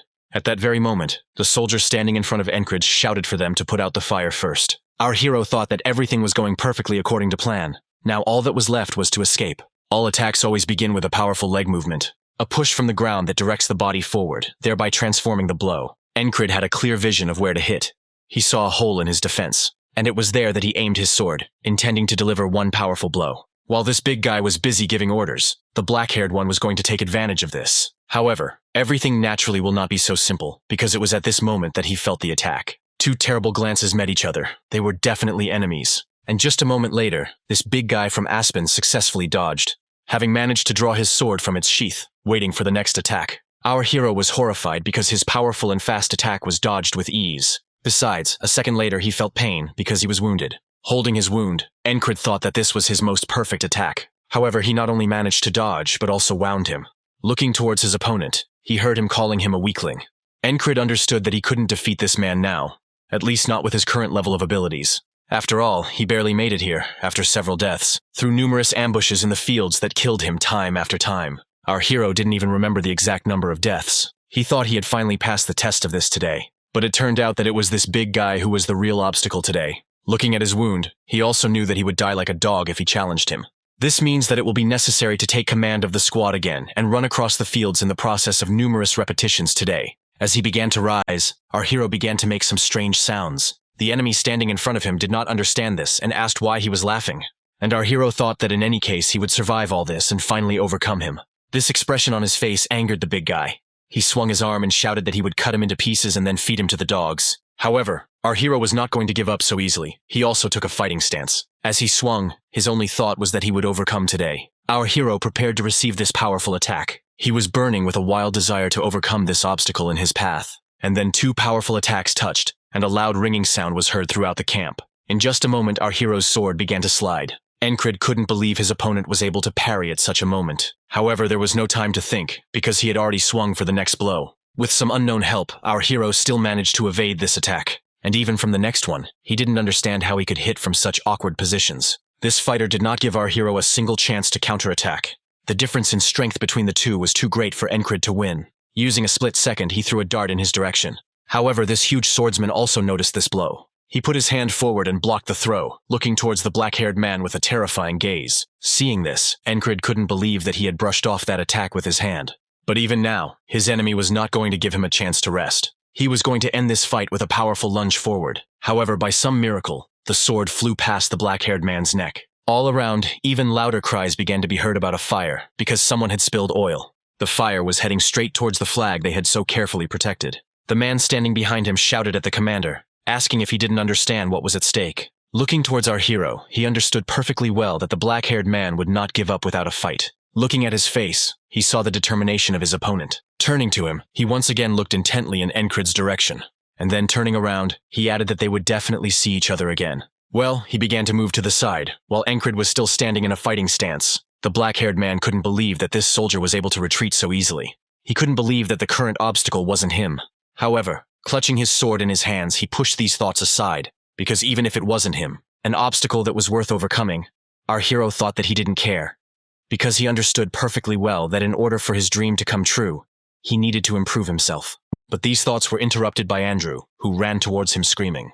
He shouted to his commander that they needed to leave here immediately. Our main character found himself between two fires, not knowing what to choose today. After all, this soldier had his chance to become much stronger than he is now. Feeling a close gaze on himself, the Aspen fighter glanced towards the black-haired man, and again their gazes met. Our protagonist was completely immersed in his own thoughts. But in the end, he made up his mind and put his sword back in its sheath, giving a loud order to his allies that they should retreat immediately. Not a single enemy paid attention to them. Everyone was busy with the fire, while Encrid and his subordinates ran towards the tall grass. Turning his attention to everyone, Encrid noticed that there were 5 of them left. Max shouted to the commander, asking if they would send a large force after them, to which I received an immediate negative response from Encrid. Behind them, the green-haired archer stopped, clutching his arm.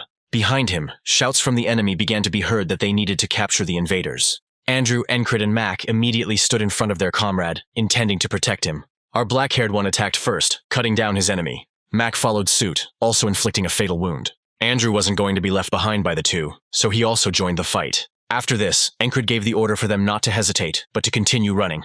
One of the comrades grabbed the green-haired man and shouted that it would be difficult for the enemies to move in that direction, but it would be difficult for them too. However, the archer interrupted him, saying that he knew a safe way, because it was a hunting trail. Incurable immediately said that he had hopes for him, asking him to lead everyone. The footsteps of the enemies who were pursuing them could no longer be heard. The only sounds were the footsteps of our heroes, who were running as fast as they could. With the last of their strength, they still managed to get out of the tall grass. Thanks to Mac and Andrew's efforts, they were able to easily break away from them.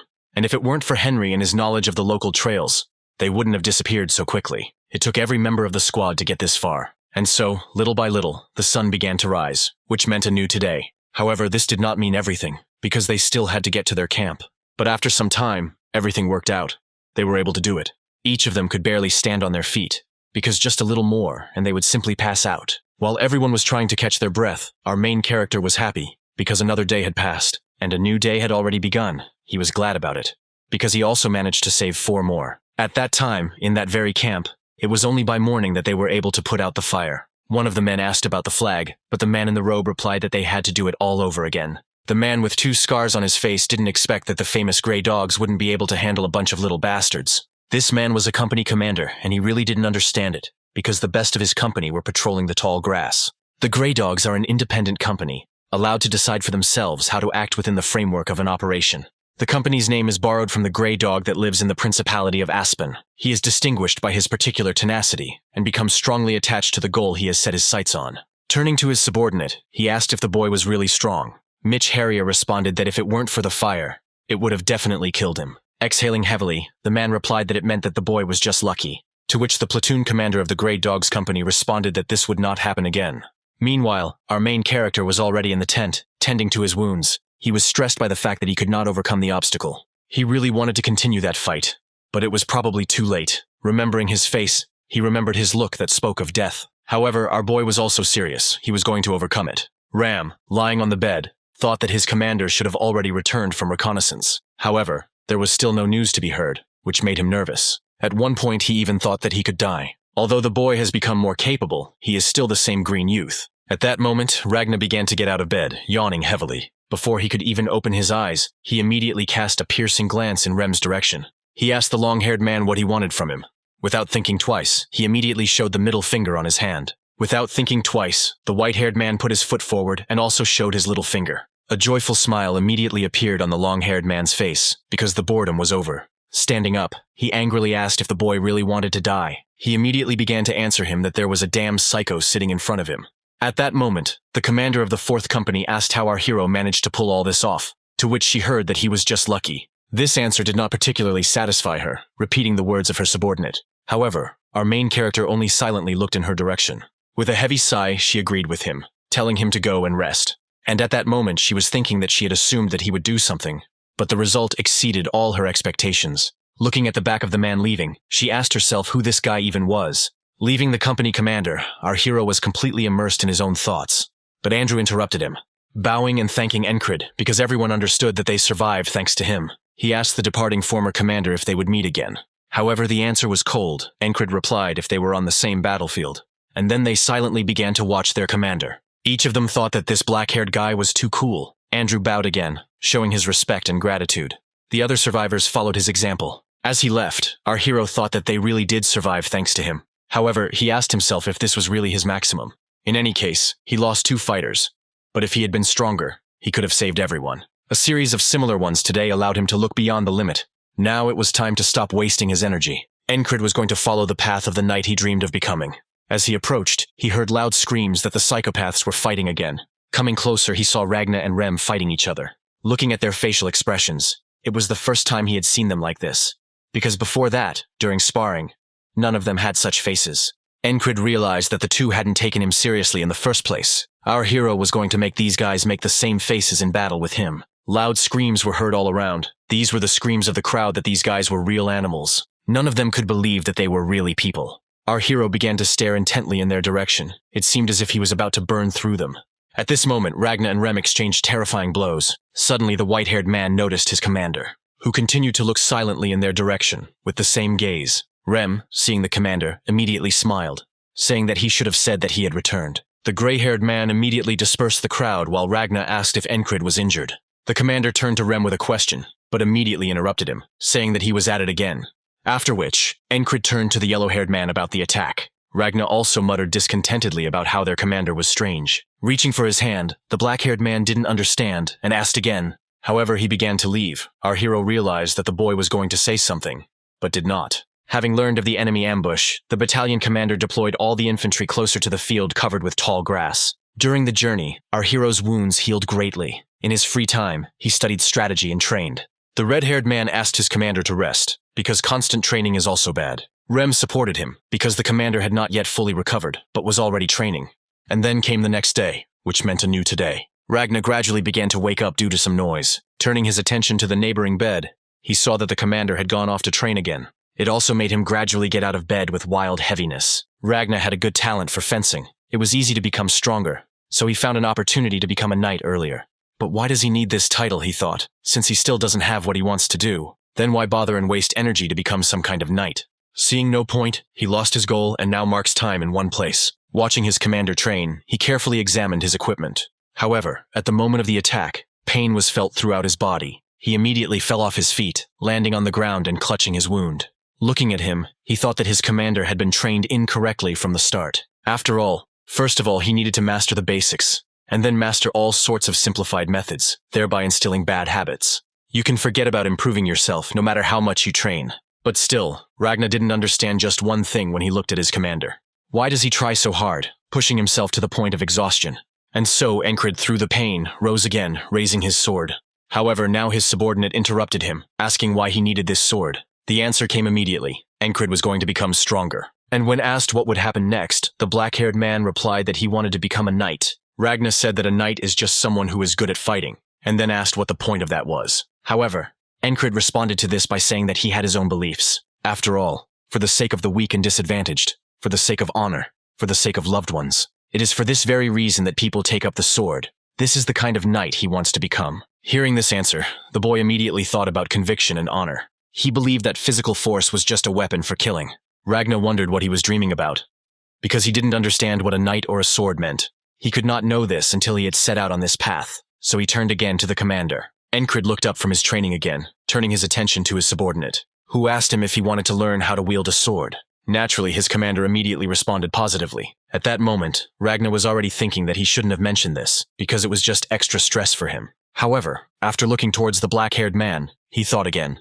It was this look that promised him that it would not be boring at all. Asking about the beast's heart, the fair-haired man replied that this was the problem. He said he would have to forget about everything else. Hearing this, Encred asked if it was about the mercenary Valen's sword technique too, to which he also received a positive answer. Ragna explained that if he didn't forget, then when it came time to use a new technique, he would use whatever was more convenient out of habit. In this case, it's all pointless. He said that his commander was choosing right now whether to renounce everything and receive a completely new rank, or continue to live the same way. Encred, without even thinking, replied that he wanted to get a new one. This wild intensity in his gaze surprised Ragna very much. He could not believe whether he was speaking seriously. But Encred had already turned around and was asking him where they should start. Taking a closer look at his commander, he did not understand what kind of person he was, because he could not be called normal. Ragna said that his commander is strong, so there is no need to use light weapons, because a 1.5-handed sword like his will do as a main weapon, offering his own. Taking it, Encred asked if he could definitely take it, but Ragna was serious, and began to explain how to take it correctly. Seeing Encred take it, he asked why he was holding onto it so tightly, to which the boy replied that Rem had taught him this. Ragna immediately looked away with displeasure, but literally a moment later, with a terrifying aura, he swung, preparing to attack. At the last moment, our hero was able to block this powerful attack. Looking at his trembling hands, goosebumps ran all over Encred's body. The black-haired man said that it was very painful, to which Ragna smiled. The fair-haired man explained that he would break everything if he stood there like a statue, relying only on strength. Listening to this, our hero understood that all members of his squad, as one, were not very eloquent. However, if his comrade means that he is straining his body a lot, this means he needs to be more flexible if he doesn't want to break anything. And now a training fight has begun between our two heroes. Our hero repelled Ragna's attacks, who was dissatisfied with something every time. Either the center of gravity is wrong, or the direction of the legs is wrong, or you are too tense. Every single time, the blonde was unhappy with something. And now Encred was already sitting on the ground, breathing heavily and exhausted. At that moment, Ragna was thinking that he couldn't even imagine that his commander was so incapable, because he didn't even know the basics of fencing. He understood perfectly well that training would most likely not help here. He looked closely at his commander, expecting him to surrender. After all, he couldn't even get up and stand up again. However, Incurable stood up, saying that they needed to try again. Exhaling heavily, Ragnar drew his sword again, saying that they need to relearn not only how to hold a sword, but even how to walk. At some point, they were interrupted by Rem's voice, who was laughing. He asked about food, because they even missed it while playing friends. Turning to the commander, Rem asked if Ragnar was making fun of him, intending to deal with him.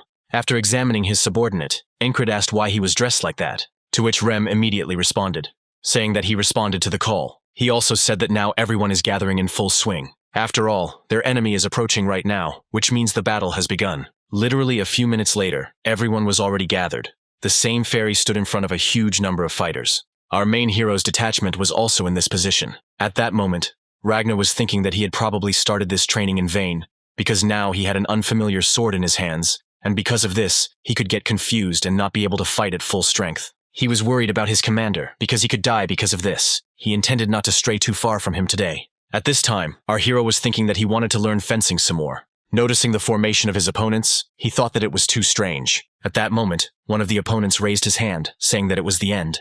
At that very moment, a thick fog began to rise. The company commander of our main character could not believe that this was witchcraft. After all, a second later, the entire battlefield was covered in thick fog. Visibility was absolutely zero, nothing could be seen. Looking ahead, our hero thought that he couldn't even see those who were standing in front of him. He wasn't the only one who started to worry, because the whole army was scared.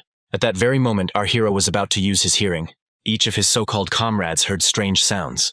Listening closely, our hero shouted loudly that these were arrows. However, it was already too late. A huge number of arrows were flying straight at them.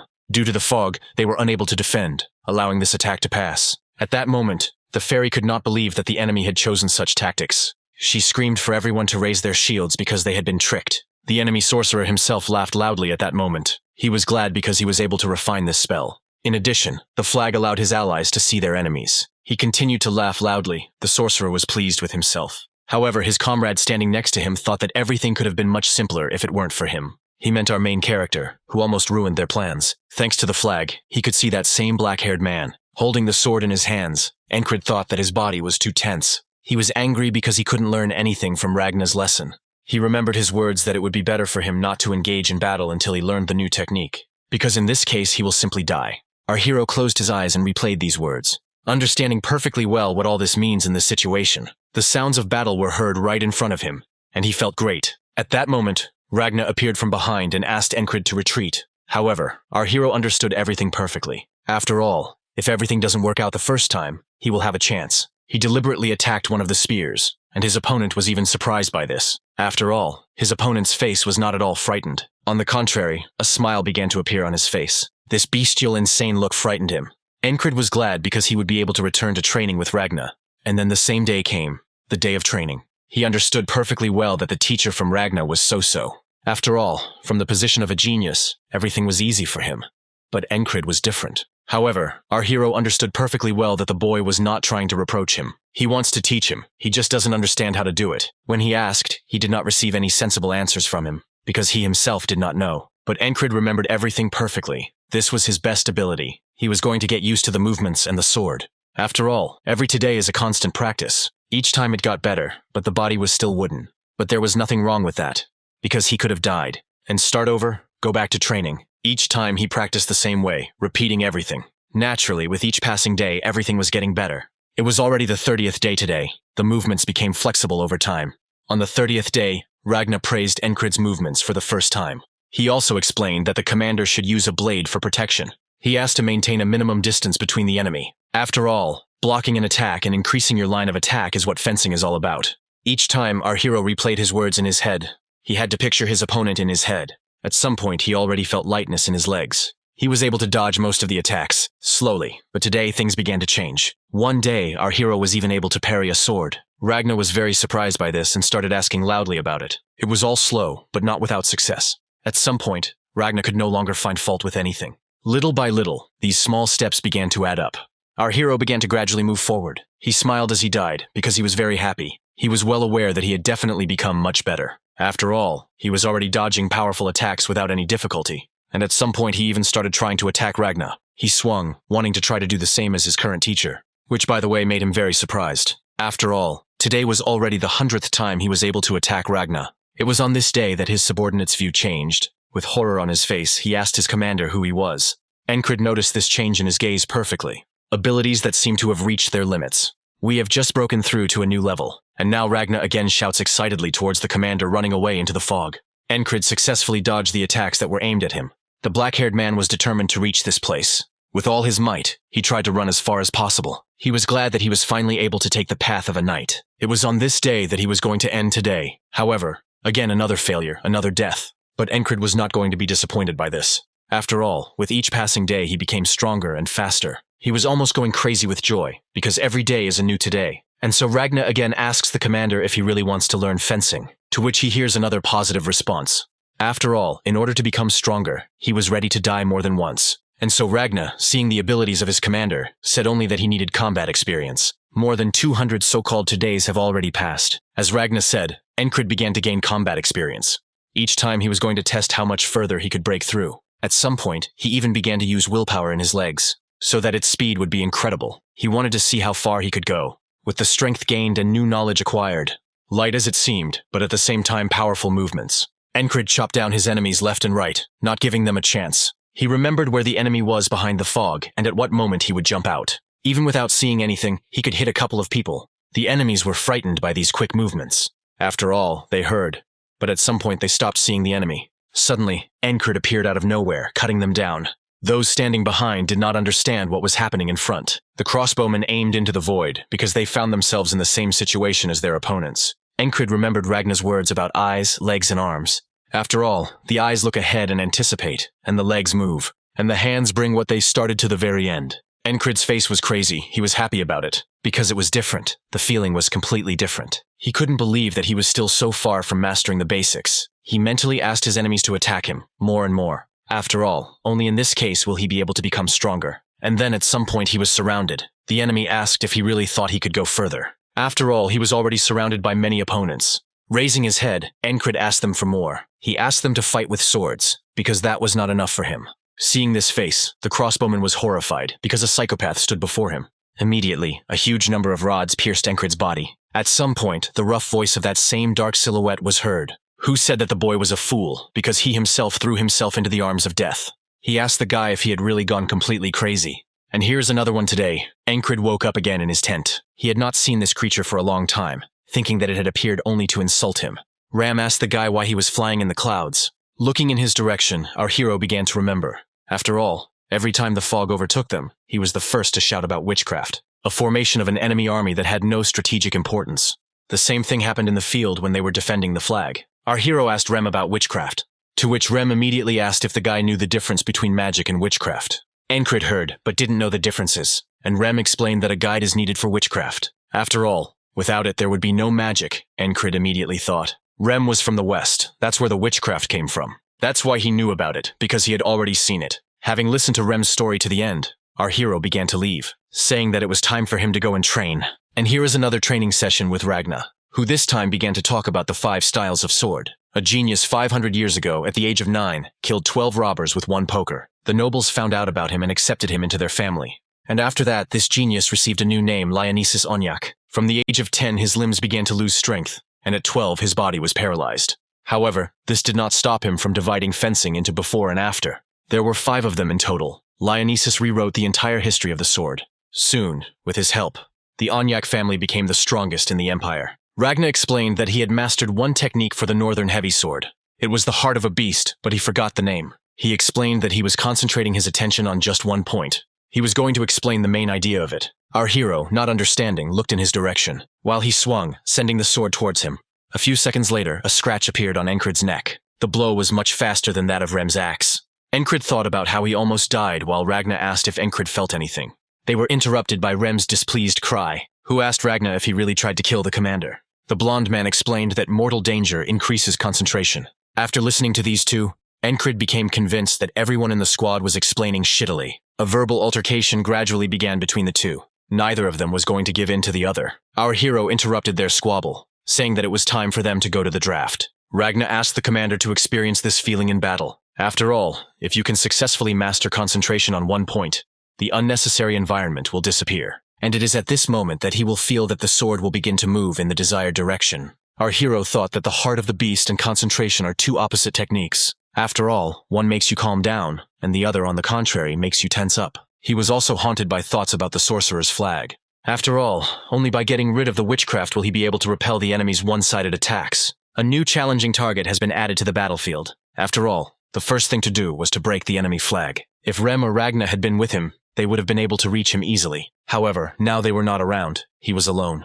Encrid was going to try to go that far, as soon as he can. Concentration on one point was impossible. Encrid died over and over again without ever knowing her essence. Hearing training is necessary to avoid dying at the hands of an assassin. Heart of the beast to chop and maneuver during combat. But concentrating on one point was still not clear. Ragna tried to explain to our hero in his own way. However, the black-haired man did not understand anything, assuming that the heart of the beast was hindering him. But it didn't seem like it. He didn't understand why it wasn't coming out. Encrid asked Ragna how he learned to concentrate, to which he replied that he succeeded once. At that moment, Encrid exhaled heavily, thinking that he needed to understand everything himself. He decided to continue training his concentration, while trying to break the flag. He wanted to minimize the losses of his comrades and penetrate into the enemy rear. So one day today, he shouted loudly for everyone to duck. The comrades immediately bowed their heads in fear. Following this, Encrid shouted for everyone to raise their shields. Ragna didn't realize it as arrows flew towards them. And so, everything worked out. We managed to repel the first attack. This was already the 300th count today. This time, Encrid could already tell with his eyes closed at what moment the attack would take place. He also knew the location of the enemies. Every day he managed to go further and further. The opponents shouted that they were being attacked by only one. However, they did not understand how this was even possible. After all, just one person kills crowds of people. Without pity or fear, he rushed only forward. The commanders shouted to stop this madman immediately. However, our main character was not going to stop. After all, he had already gone through this day 100 times. He knew even the smallest details that were happening. Either the location of the fighters and the flag will happen. On the 10th attempt to cut down the flag, he finally succeeded. His face was crazy, he was glad about it. However, looking back, he understood absolutely nothing. After all, the fog did not clear, even though it broke the flag. Suddenly, spears pierced him from all sides. The soldier standing behind him laughed at him, saying that he had bought it. At that moment, our main character understood everything. After all, there were 5 flags and only one of them was real. He was going to find the one among them. He was going to cut down a real one, which meant 1 in 5. His comrades shouted at his back for him to stop. However, our hero did not listen to them, shouting for them all to duck. And also, to get their shields out, they didn't understand. Seeing his comrades hesitate, Encrid stopped. Raising his shield, he realized it was too late. Painful cries of pain began to be heard. Seeing this, he did not understand why it did not work out like last time. And so, it took him 3 today to get to the second flag. However, this time it was not real. The 3rd flag he spotted he achieved, spending 5 today. It took 7 today to get to 4th. However, he too was bait. There were only 2 flags left, and that meant only one thing. The probability has increased several times. After all, this time it is 2 to 1. Looking in their direction, our hero chose where it would be better to go. He chose the one that was in the very middle. And so he shouted again for everyone to duck. And after about the shields, everyone immediately obeyed him. The first attack was successfully blocked. This time Encrid shouted for Rem to follow him. Shouting about suicide, he nevertheless rushed after the commander. As he ran, Encrid realized that the center was far away, so he needed help. On their way, they killed one after another. Encrid was going to try out for the flag, while Rem will be distracted by the enemy, without even realizing it. The enemies only had time to shout that they were being attacked by monsters. The number of times today that he died in the fog has exceeded 1 year. And so he reached the central flag, swinging it. He was going to end this fog today. However, his attack was parried by someone's sword. The same soldier from the enemy camp appeared, who said that God had heard his prayers. After all, the man asked to give him another chance to kill the black-haired man. He asked him to do it with his own hands. The 2 soldiers' terrifying gazes met. Our hero asked him, not understanding who he was, to which he angrily replied that a couple of days had passed, and he had already forgotten about him. Encrid still looked at him without understanding. Taking a fighting stance, he said that the guy would remember everything now. He was going to use this attack to cut up our main character. However, Encrid was already much stronger and was able to dodge, getting ready to immediately counterattack his opponent, this time forcing the soldier in armor to defend himself. Seeing this attack, the soldier Aspen was very surprised, not understanding how this even happened. He didn't understand if he had really seen him last time. He thought that the guy standing in front of him had changed too much. He was angered by the fact that the black-haired man planned to grab him in just one step. And now, once again, a powerful attack was blocked, and a loud ringing of blades was heard. Soldier Aspen thought that his opponent was basically a strict adherent of the slashing sword. However, in his attacks he used a smooth flowing sword style. Due to his experience and strength, our main hero's opponent still managed to fight back. However, Encrid parried every attempt he made. The man thought that he could lose if he made a mistake. Encrid rushed forward with absolutely all the strength he had, and he completely forgot about what he was supposed to do. He forgot about the flag, and about the outcome of the battle, and about fencing, only concentrating on the enemy. The entire surroundings disappeared completely. There was only one sword left, which was in front of his face, and also an opponent who produced powerful attacks. Encrid saw something he had not noticed before. This feeling made him tremble, because he had never felt like this before. However, one of his opponent's attacks still reached our hero, making the black-haired man spit blood and groan in pain. Having fallen silent, Encrid began to make some strange sounds, and then, raising his head, he said that he remembered him. At that moment, Aspen's soldier introduced himself. His name was Mitch Harrier. He was the platoon commander of the Grey Dogs Company. In response, our main character introduced himself as the commander of the detachment of the Kingdom of Norilia. Mitch's allies, who had fled, could not believe that someone had managed to get in here. One of his allies also noted that he looked annoyed, and he, looking towards the defeated enemy, grimaced. He asked Encrid why he was smiling. Our hero at this time thought that Ragnar was a damn psycho, because he didn't need the power of concentration that comes from the fear of dying. He needed a worthy opponent who would inspire him to put everything on the line, to fight, risking his life. Mitch interrupted his thoughts, asking if he was just crazy, and then he took out his sword, thereby killing our main character. And here's another one today. Ragnar again talked about concentration. Seeing the commander's disinterest, Ragnar assumed that the commander had decided to surrender. At that moment, Ram interrupted them, telling them to wrap it up. Looking towards his teacher, our hero said that it was time for them to go. He, seeing this look, did not understand anything. He saw determination in his gaze, repeating again that their commander was too strange. At one point, Ragnar even thought about planning a tough training session. And here again, that same fog where you can't see anything. Another order from our hero for them to raise their shields. The first volley of arrows that flew in their direction, and Encrid's order for Rem to follow him. However, this time Ragnar was going to go with his comrades. Rem, seeing these actions, asked if he had accidentally hit his head, and so our heroes found themselves among a crowd of soldiers of their opponents. Our hero broke through the same way as last time to meet Mitch. Seeing him, this time our hero greeted him, even saying that he was his friend. Mitch angrily asked the black-haired man if he had really come for his soul, to which Encrid replied that he fell in love with him at first sight. Mitch was surprised by this, saying that it was the first time that he had been found before he was. And so another battle began, where our hero concentrated on the sword. Another death of our main character. Mitch was not happy this time, because our hero lost to him easily. Wincing in pain, Encrid realized that he had made the wrong decision, because he didn't have to do it on purpose. He must succumb to the charm of his opponent's sword. Reliving the moment over and over again, he was determined to find that feeling. He wanted to feel it again, to consolidate it, and now, on the 18th time, he finally succeeded. On the 28th time, he could already enter it at will. And so the 58th day of meeting with Mitch arrived. Ragnar showed the same blow that had wounded his neck last time. However, this time everything changed. Our hero saw the attack. He looked at the tip of the sword, not looking away, concentrating. And as it seemed to Ragnar, with a slight movement he was able to dodge the attack.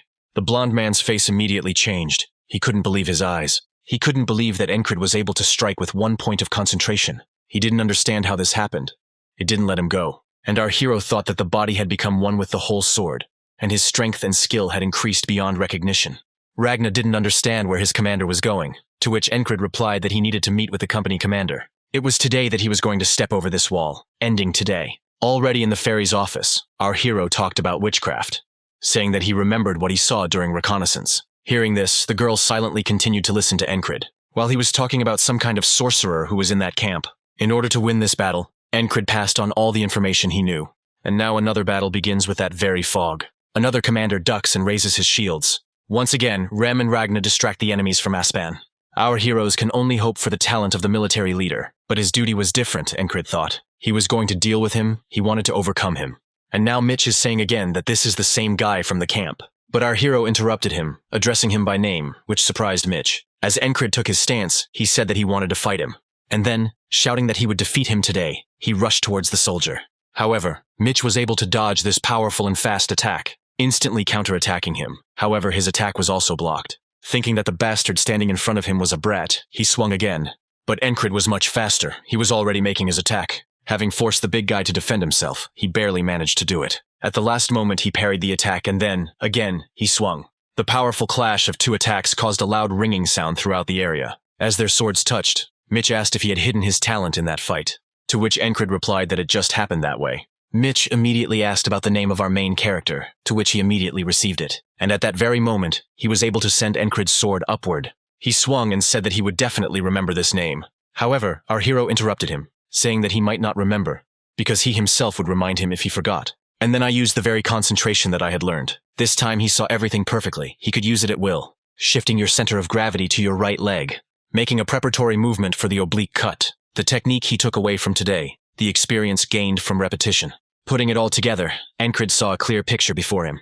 And now the attack reached the enemy's neck. He was able to do it. However, the man immediately began to remove his head, dodging a deadly attack at the last moment. Mitch didn't believe he was fighting on equal terms with some scum.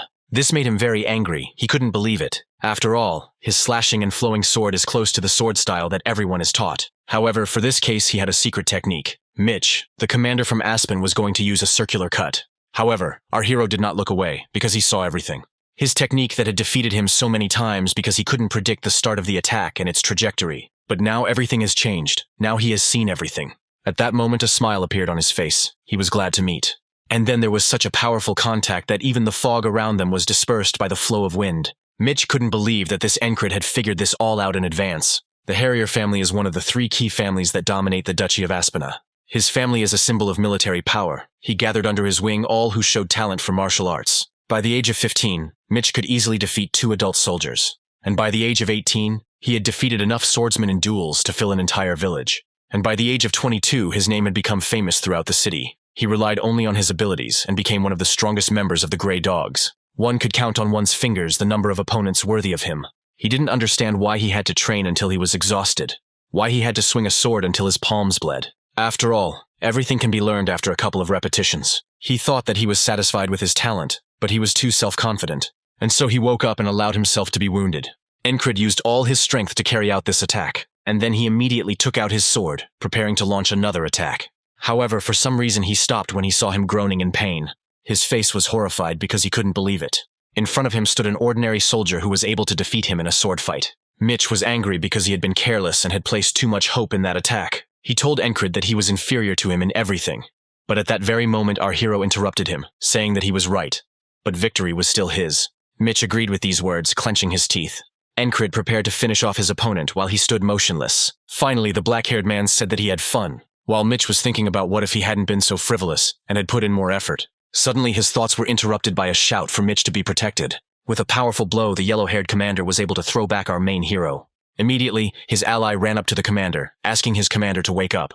The Grey Dog commander gave the order to immediately take Mitch to a safe place, and he himself was going to deal with this black-haired guy. He shouted that the boy should not even hope to leave here alive. At this moment, our hero remembered that it was absolutely impossible to forget. After all, right now he is in enemy territory, until the flag is broken and a path of retreat is paved. Today wouldn't end. He needed to break down this wall. Encrid's expression changed at that very moment, while his opponent commanded them to shoot faster. At this moment, our hero had already taken a fighting stance. He immediately rushed towards the opponents, intending to destroy the flag. He understood that he wouldn't be able to dodge all the attacks, but he had to be patient. At that moment, the commander of the dogs himself had already swung his weapon, preparing to attack. However, Encrid blocked his blow. Seeing the crack on the sword, our hero realized that he was dealing with a master of the heavy sword style. He'll have to die a couple more times to break through to the front. However, the current goal was to win this battle. He needed to destroy the flag. The conductor of witchcraft becomes useless even from the slightest crack. Encrid wanted to break through if he wanted to get to the flag. However, the yellow-haired man was not going to let him pass, continuing to attack. Throwing daggers, Encrid tried with all his might to hit. He wanted to hit the connecting part of the flag and the flagpole. And he did it. On the second try, he was able to do it. He thought that even with what he owed, the command did nothing. This kingdom is rotten because they sent a sprouted potato instead of a human being to command a battalion on the front lines. And at this rate, complete destruction is only a matter of time. When suddenly the fog began to clear, the fairy was the first to notice it. The opponents were frightened because they did not understand how this happened. But it was impossible to relax because the commander of the 4th company was already here, cutting down your enemies left and right. She then gave the order for everyone to go on the attack. After all, this was their chance to turn the tide of the battle, and the entire army immediately rushed forward. She did not understand who was able to destroy the spell. Who was that strong soldier? Looking to the side, she immediately thought about it, because she had this assumption. This could have been the same commander of the scum squad. Our hero himself, at this time bleeding, thought that he had miscalculated. After all, he had expected that if he ran towards their camp, he would meet either Rem or Ragna. However, there was no one nearby. Rem stood surrounded, telling his enemies to bring the spellcaster to him immediately. Like Ragna himself, he was also behind enemy lines fighting. They didn't understand how he ended up there. Ragnar didn't expect this outcome, because he was hiding in the fog, just walking forward. However, upon closer inspection, he realized that he was next to his allies. Our main hero's sword was already broken while his enemies were laughing at him. One of them swung and shouted that that was all. However, at that very moment, that same dark cat appeared. Taking a closer look, our hero couldn't believe it. After all, this was the panther he had seen last time in the field. The enemy soldiers were frightened when they saw her and started shouting that it was a beast. And this dark cat continued to move across the battlefield, dealing fairly powerful attacks to the black-haired man's enemies. Looking closely, the crossbowman saw that she had broken the bowstring, and then she stood right in front of Incurable, starting to growl loudly. With his last strength, Incurable asked her to run away, because he was not going to survive. After all, that same yellow-haired man had already appeared in front of him, which was a completely different bird. He was too strong. At that moment, someone appeared, telling Incurable to step back. It was Commander Vergens who said that he would save him. He swung and immediately rushed forward, preparing to attack. However, it was easily blocked, sending his sword flying upward. Because of this, he couldn't even stand on his feet and fell to the ground. Vergens immediately gave the order for the crossbowman to open fire. However, he was already running towards them, repelling this attack. Right behind him, a panther appeared, about to tear him apart. However, even here it was a miss. The yellow-haired man was able to push the cat back. As she fell, she only made a sound of pain. At that moment, Incurable used concentration again. Because if he doesn't repel this attack right now, he will die again. He had a clear view of the trajectory of his attack. He understood that he couldn't block this two-handed sword by force, so he was going to just slide and save himself, just like Mitch Harrier did in their duel. Everything turned out exactly as our hero had planned. Seeing these movements and this fighting style, the yellow-haired man was surprised. After all, the black-haired man had just used Mitch's sliding technique. Our hero's face began to gradually change. With a smile on his face, he said that it worked. At this point, Vergens attempted to attack again, but it was unsuccessful. Starting to peer into the distance, the yellow-haired man began to think. After all, right in front of him, a huge crowd of soldiers was approaching them. Literally a second later, he smacked his lips in displeasure, saying that he would never forget the black-haired boy from the kingdom. Our hero only said that he has every right to do so. Afterwards, the commander of the Grey Dogs shouted loudly that they were retreating. Bending over the panther, he asked Vergens to take it away. He picked up Incurable, who was shouting with displeasure that the guy needed to take care of himself first. Well, and then he also gave the order to his third platoon that they too were retreating. The commander of the third platoon understood that Incurable had lost a lot of blood. He asked not to close his eyes. However, our main character no longer heard him. His eyes closed on their own. A rough voice was heard, saying that he had once again achieved his wish. The dark silhouette asked Incurable what was forcing him to do all this. Until the last moment, Vergens did not let go of Incurable, dragging him along with him. When our hero woke up, he felt something in his hand. Looking to the side, he saw a dark panther, and next to his bed sat his entire squad, waiting. Standing up, Incurable asked them what was going on. The first one to hand him a cup of water was the same cat from the detachment. The red-haired man said that luck was on Incurable's side. The black-haired man himself, having drunk, thought about how he had passed out on the way back. Our hero was surprised, because the day had been successfully survived. Rem looked closely at our main character. Noticing this, Incurable asked if he really wanted to pet him, but Rem immediately replied that he was not interested in the animal. His gaze was serious. He asked how the commander managed to recognize the witchcraft. Incurable immediately began to be tormented by doubts about whether he should tell the truth. However, he decided to lie, saying that he knew a fellow immigrant like him, who told him about witchcraft. Well, how can I lie? It's probably not true because Rem told him about it himself. Standing up, Rem told the commander that he could lie as much as he wanted, but asked him not to get carried away with witchcraft. Incurable asked Rem, who was already leaving, where he had gone in the middle of the battle, to which the gray-haired man replied that he had gone to see the one who had planted the flag, but he didn't like him, so he had to kill him. While our hero was thinking about how Rem dealt with the spellcaster, the red-haired one tried to take the panther's paw. However, she did not react very friendly towards him. The red-haired man said that he couldn't refuse 10,000 crowns, so he wasn't afraid that she would tear him apart. After asking for more details, he explained that it was a black panther, called a lake panther because of its blue eyes that resembled lakes, a spiritual beast that feeds on the energies of the earth. One of her claws was worth 10,000 moles. He was going to wait for the moment, because they shed them from time to time.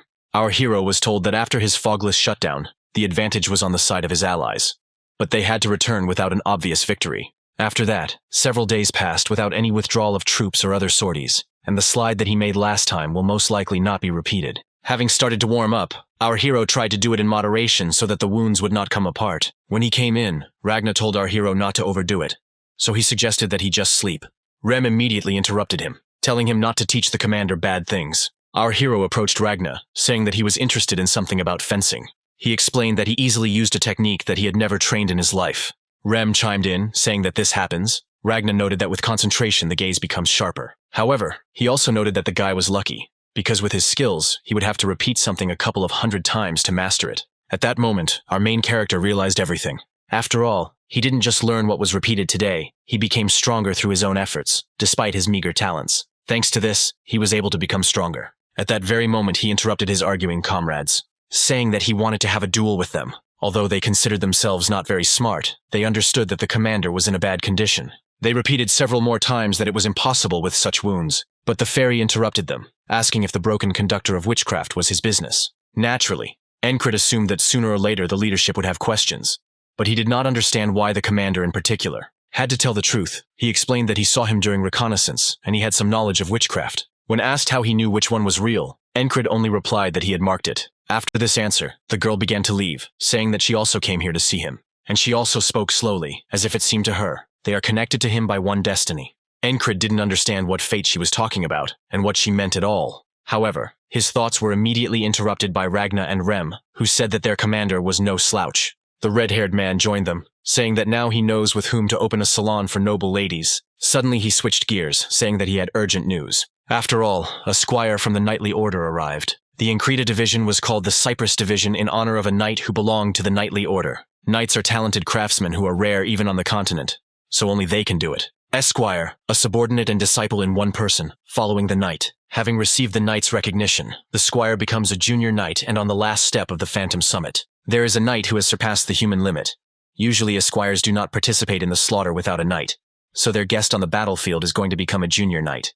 Rem, turning to the commander, said that it wouldn't hurt for him to rest. However, all he could think about was that he wanted to see it. Rem looked towards his commander, as his face changed with every second. He realized that the commander wanted to get out of here, so he told him to decide. Ideals, achievements only in dreams, are now part of these ideals. Right before the eyes of our main character, what he wants to become is standing in front of him right now. With slow steps, a man in armor with a huge cloak moved across the battlefield, moving forward first, alone, straight towards the enemy. They were already preparing to kill the upstart, aiming at him. They didn't understand what kind of suicide was coming towards them. Although his appearance was frightening, the aura he emitted was indescribable. The enemy commander immediately gave the order for them to shoot. A huge barrage of arrows was released, while the man in armor continued to walk slowly. 100 arrows were approaching him, although no, there were a whole 1,000 of them.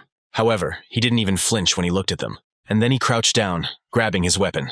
Gathering strength in his legs, it seemed that even the air around the dog was distorted. Ragnar commented that he was using the will in his legs right now. Gradually, the air around his entire body began to distort, and just a moment later, he disappeared, because he rushed away with incredible speed. Seeing this, our main character did not take his eyes off it. He did not even blink. He wanted to see absolutely everything and remember it. A second later, the first line was completely destroyed. Those who were not hit by the sword were thrown aside by a strong gust of wind. Seeing this, Incurable's gaze changed. The enemy commander also could not believe his eyes. You see, right at this second, his soldiers are being carried in different directions. Without giving them a chance to even get close, he did not understand how this could even be possible. There were screams. They didn't understand how to fight him. Already in fear, their commander shouted for them to somehow deal with him.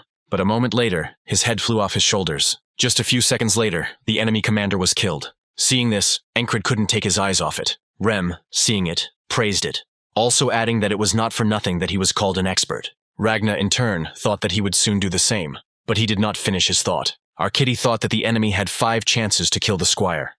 But the enemy commander-in-chief turned out to be an idiot.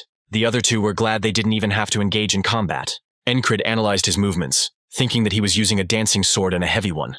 After all, the slashing sword is a straight and precise style that draws the enemy into the attack radius, and the heavy sword destroys everything in its path with force, delivering slashing attacks. An illusory sword, a power that clouds the mind, suddenly attacks, wrapping the enemy around its fingers. Dancing sword, fast style, attacks with lightning speed. Flowing sword, soft style, evades the enemy's attack, striking back. A heavy, weighty sword and a fast, dancing, strong one are different from each other, but Incurable felt both styles at the same time.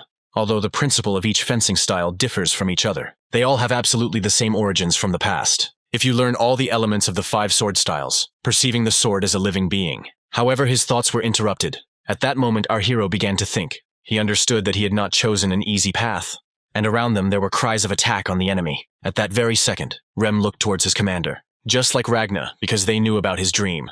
They knew about his goals, which he was pursuing. With a smile on his face, Ram turned to the rest of the squad, saying that their leader was about to shed his shell. No one should have stopped him from doing this. Incurable himself thought that even having achieved knowledge, he would not say that something had changed. After all, knowledge is only what he has seen many times already. It only indicates how long the path he has to travel is. At that moment, the entire squad surrounded their commander, intending to protect him. Huge crowds of soldiers ran past them, shouting. However, Incurable did not hear them, thinking about what he was going to do. He wanted to check what was on top. He wanted to see it. The fight began, screams were heard, and the smell of blood rose. While Incurable was mentally getting ready to go to that very top of the wall, there were cries that they would redraw the state borders tonight. However, our hero did not hear this, gathering himself higher and higher. And then, a few minutes later, there was silence. And after her, joyful cries began to be heard, because they had won. The war was drawing to a close, and the coming winter and spring promised to be busy. And then night came, and the soldiers came to their master. Aspen is a duchy founded by 3 families. Duke Aspena shouted in displeasure, because their opponents had violated the unspoken rule of not involving the forces of the knightly order in the battle. The country's armed forces were the Harrier.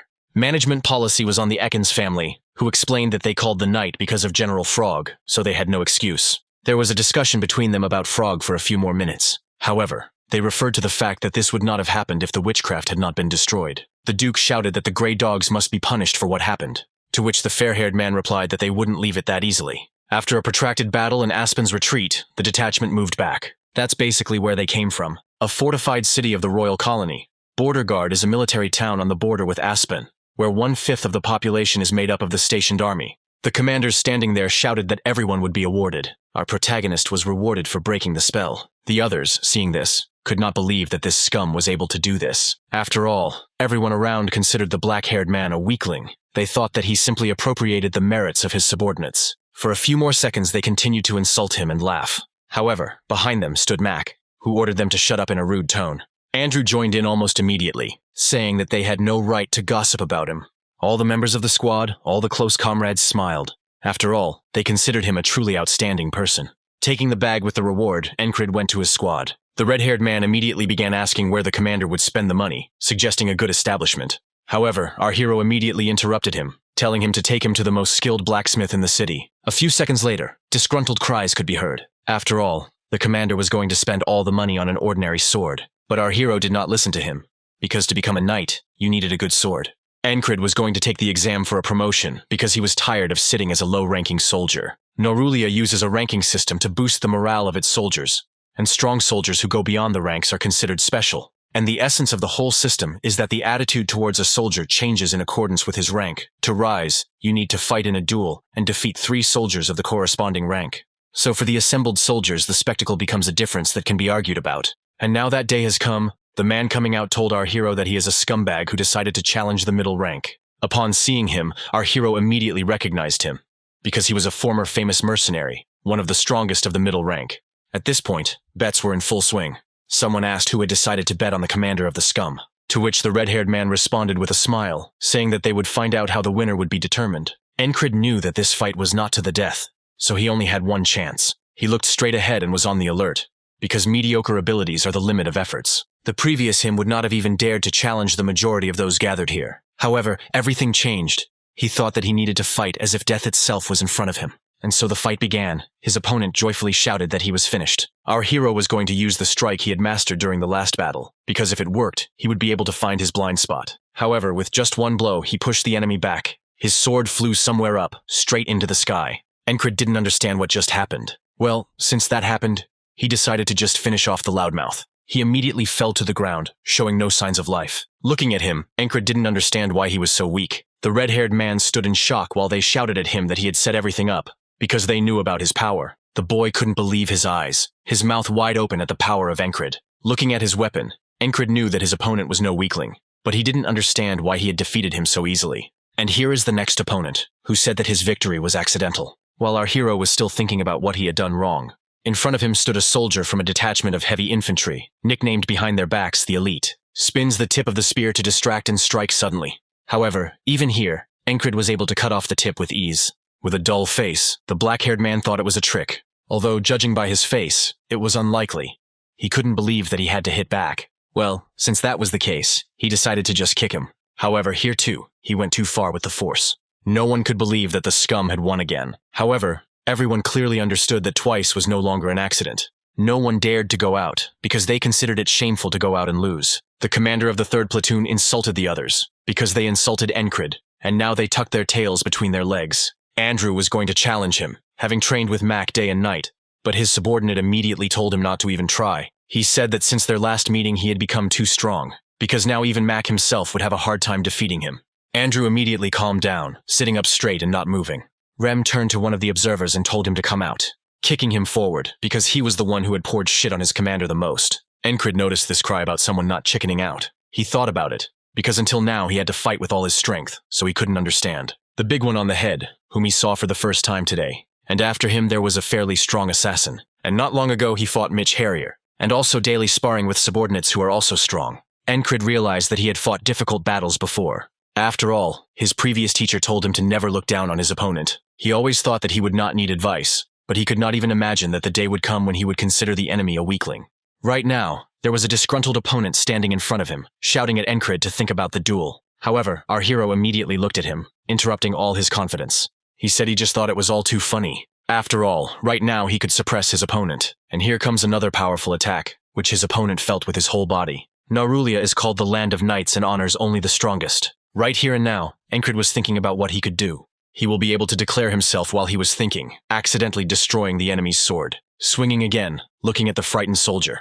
At the last moment before contact, Encred stopped. Immediately he began to wag from side to side. After all, he lost consciousness from fear and this powerful pressure. Looking at yet another defeated enemy, he did not understand how he should act, as did the rest of the crowd, because no one expected such an outcome. Each of them came to watch the scum being beaten. However, everything turned out differently. Now everyone understood that it was Encred who destroyed the flag of sorcery, and not his subordinates. Andrew began to stand up slowly as the crowd whispered among themselves. He chanted loudly, "Destroyer of witchcraft," until our hero understood what he wanted to do. Turning to those seated, he shouted for them to repeat, because if it weren't for Encred, they would all have died. Everyone immediately began to repeat after Andrew, chanting, "Destroyer of witchcraft." Gradually, they even began to shout in one voice, creating wild cries. Watching all this, Encred thought that Andrew had done even well. He liked it. The red-haired subordinate ran up and congratulated his commander on his middle rank. However, Encred replied that it was too early to congratulate, since there was a high rank ahead. Hearing this, he was surprised, because he was about to continue. Suddenly, their conversation was interrupted by someone shouting that it was funny. Looking at this fighter, everyone immediately recognized him. After all, he had eagle epaulets on his shoulders, a detachment of border guards under direct subordination to the kingdom. It was a small elite unit, consisting of soldiers of high rank and above. This elite fighter immediately turned to Encred, asking to fight him right now. There was a wild silence as everyone waited for Encred's answer. Rem, seeing this fighter, immediately realized that their commander would not be in an easy situation. Upon seeing him, our hero immediately realized that the border guard detachment was comparable to Aspen's Grey Dogs.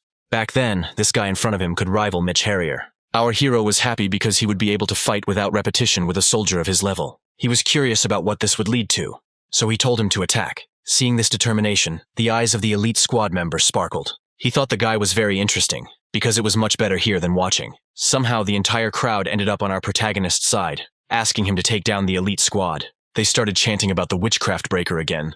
After hearing this, the member of the elite squad was not particularly happy about it, because he considered them scum. He was going to quickly knock them out of this mood. That's why he immediately rushed towards our main character. At that very second, the black-haired man used concentration, seeing the trajectory of his opponent's weapon, and so his attack was successfully blocked. The elite squad member was surprised by this amazing concentration and balanced movements, kept to a minimum. However, this was not enough, so he immediately grabbed him by the neck. He was still going to knock him off his pedestal by silencing this crowd.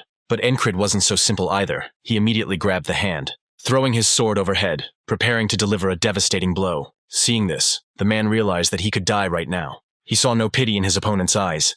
At some point, either he managed to dodge, or Encred missed on purpose, but the sword hit the ground. These actions angered the man. He lost the essence of a friendly duel, immediately rushing forward to strike the torso. However, the black-haired man ducked at the last moment.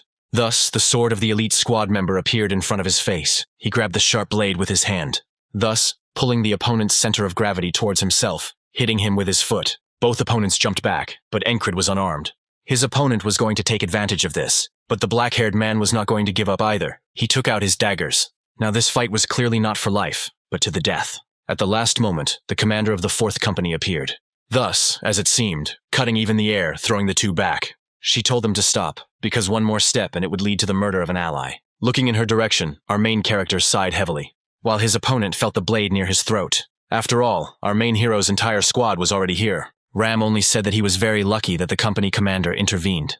The member of the excellent squad himself replied that if he took a step, he would have a few extra holes. While Encred was thinking about how he had missed a step in the middle of the fight and almost lost his life, having put his sword back into its sheath, the gray-haired man turned to Encred, introducing himself as the junior commander of the border guard detachment, Torres. Following this, our main character introduced himself as the commander of the 4th detachment. The crowd immediately began to shout, because Encred fought on equal terms with a special rank soldier. They shouted that he had to rise to a high rank. Hearing this, Encred himself only sighed with displeasure. At some point, even trying to cover my ears, Torres himself laughed, saying that he liked how Encred enjoyed the crowd's screams. At one point, he even called the main character a high-ranking soldier. Our hero himself thought only that he had taken only one step forward. Already in the evening, the commander of the 1st company, namely the heavy infantry, suggested joining them. This was already the 3rd proposal to change companies, including the 2nd and 3rd. However, our hero refused this offer. The man immediately began to persuade him, but seeing his gaze, he immediately fell silent. Saying he was very upset, Encred offered Ram in return, but Graham refused. As he left, the commander of the 1st company thanked Encred for saving him in the previous battle. The red-haired man overheard this conversation, asking if he should pack his things. He didn't understand why Encred refused everyone, because with his current reputation, he would be accepted everywhere. Our hero bowed down and fell into thought. He started to say something, but his words were interrupted. After all, Torres arrived, and everyone immediately paid attention to him. He immediately asked Encred about his affairs and condition.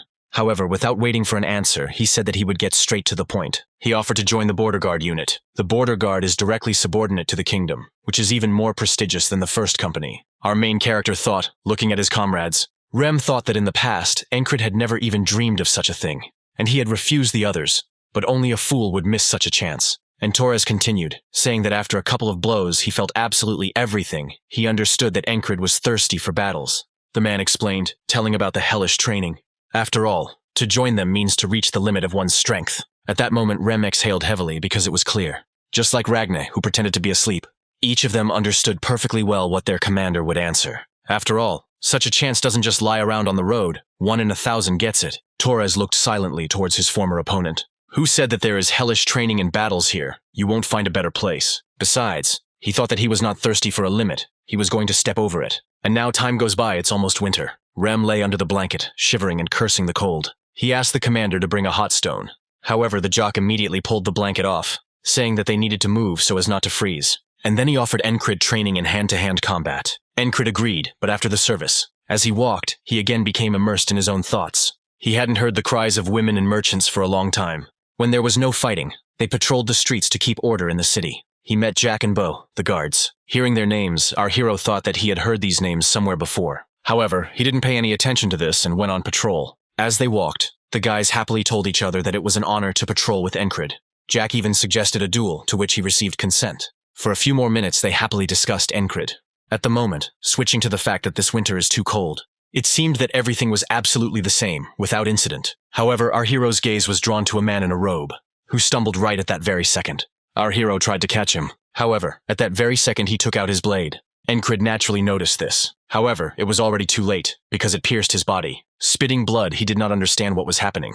Jack and Bo began to gag Encred, citing his drunkenness. Encred realized that they were deliberately blocking the view. They were all in one accord until this man asked, or was surprised by Encred. He said that a persistent lover never forgets his prey, and at that moment our hero realized everything.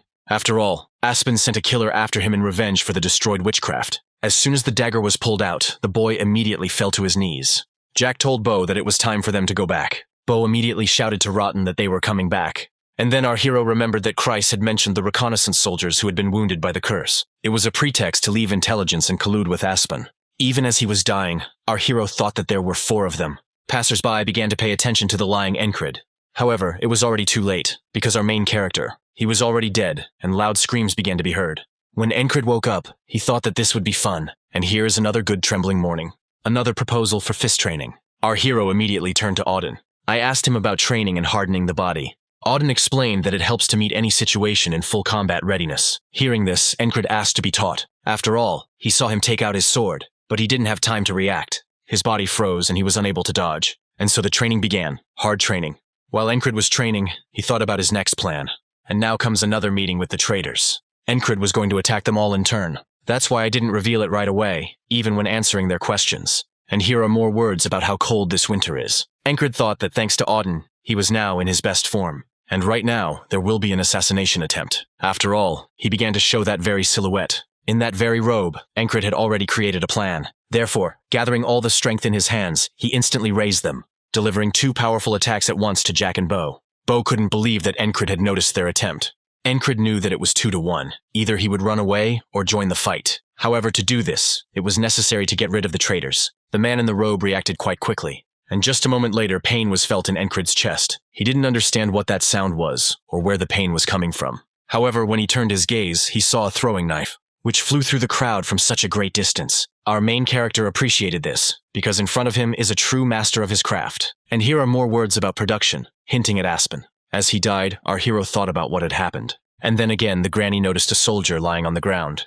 Who died right now? Loud screams were heard. However, our hero's face was joyful, because this was a new test in which he had to fight both in long range and close combat. Every fight option was not suitable. However, this wall seemed simple to Encred. While training with Auden, our hero felt like he was about to die. Watching this, Rem and Ragna thought that Encred was preparing to be tortured. Having entered, the squad's cat wanted to say something. However, a strange picture appeared before him.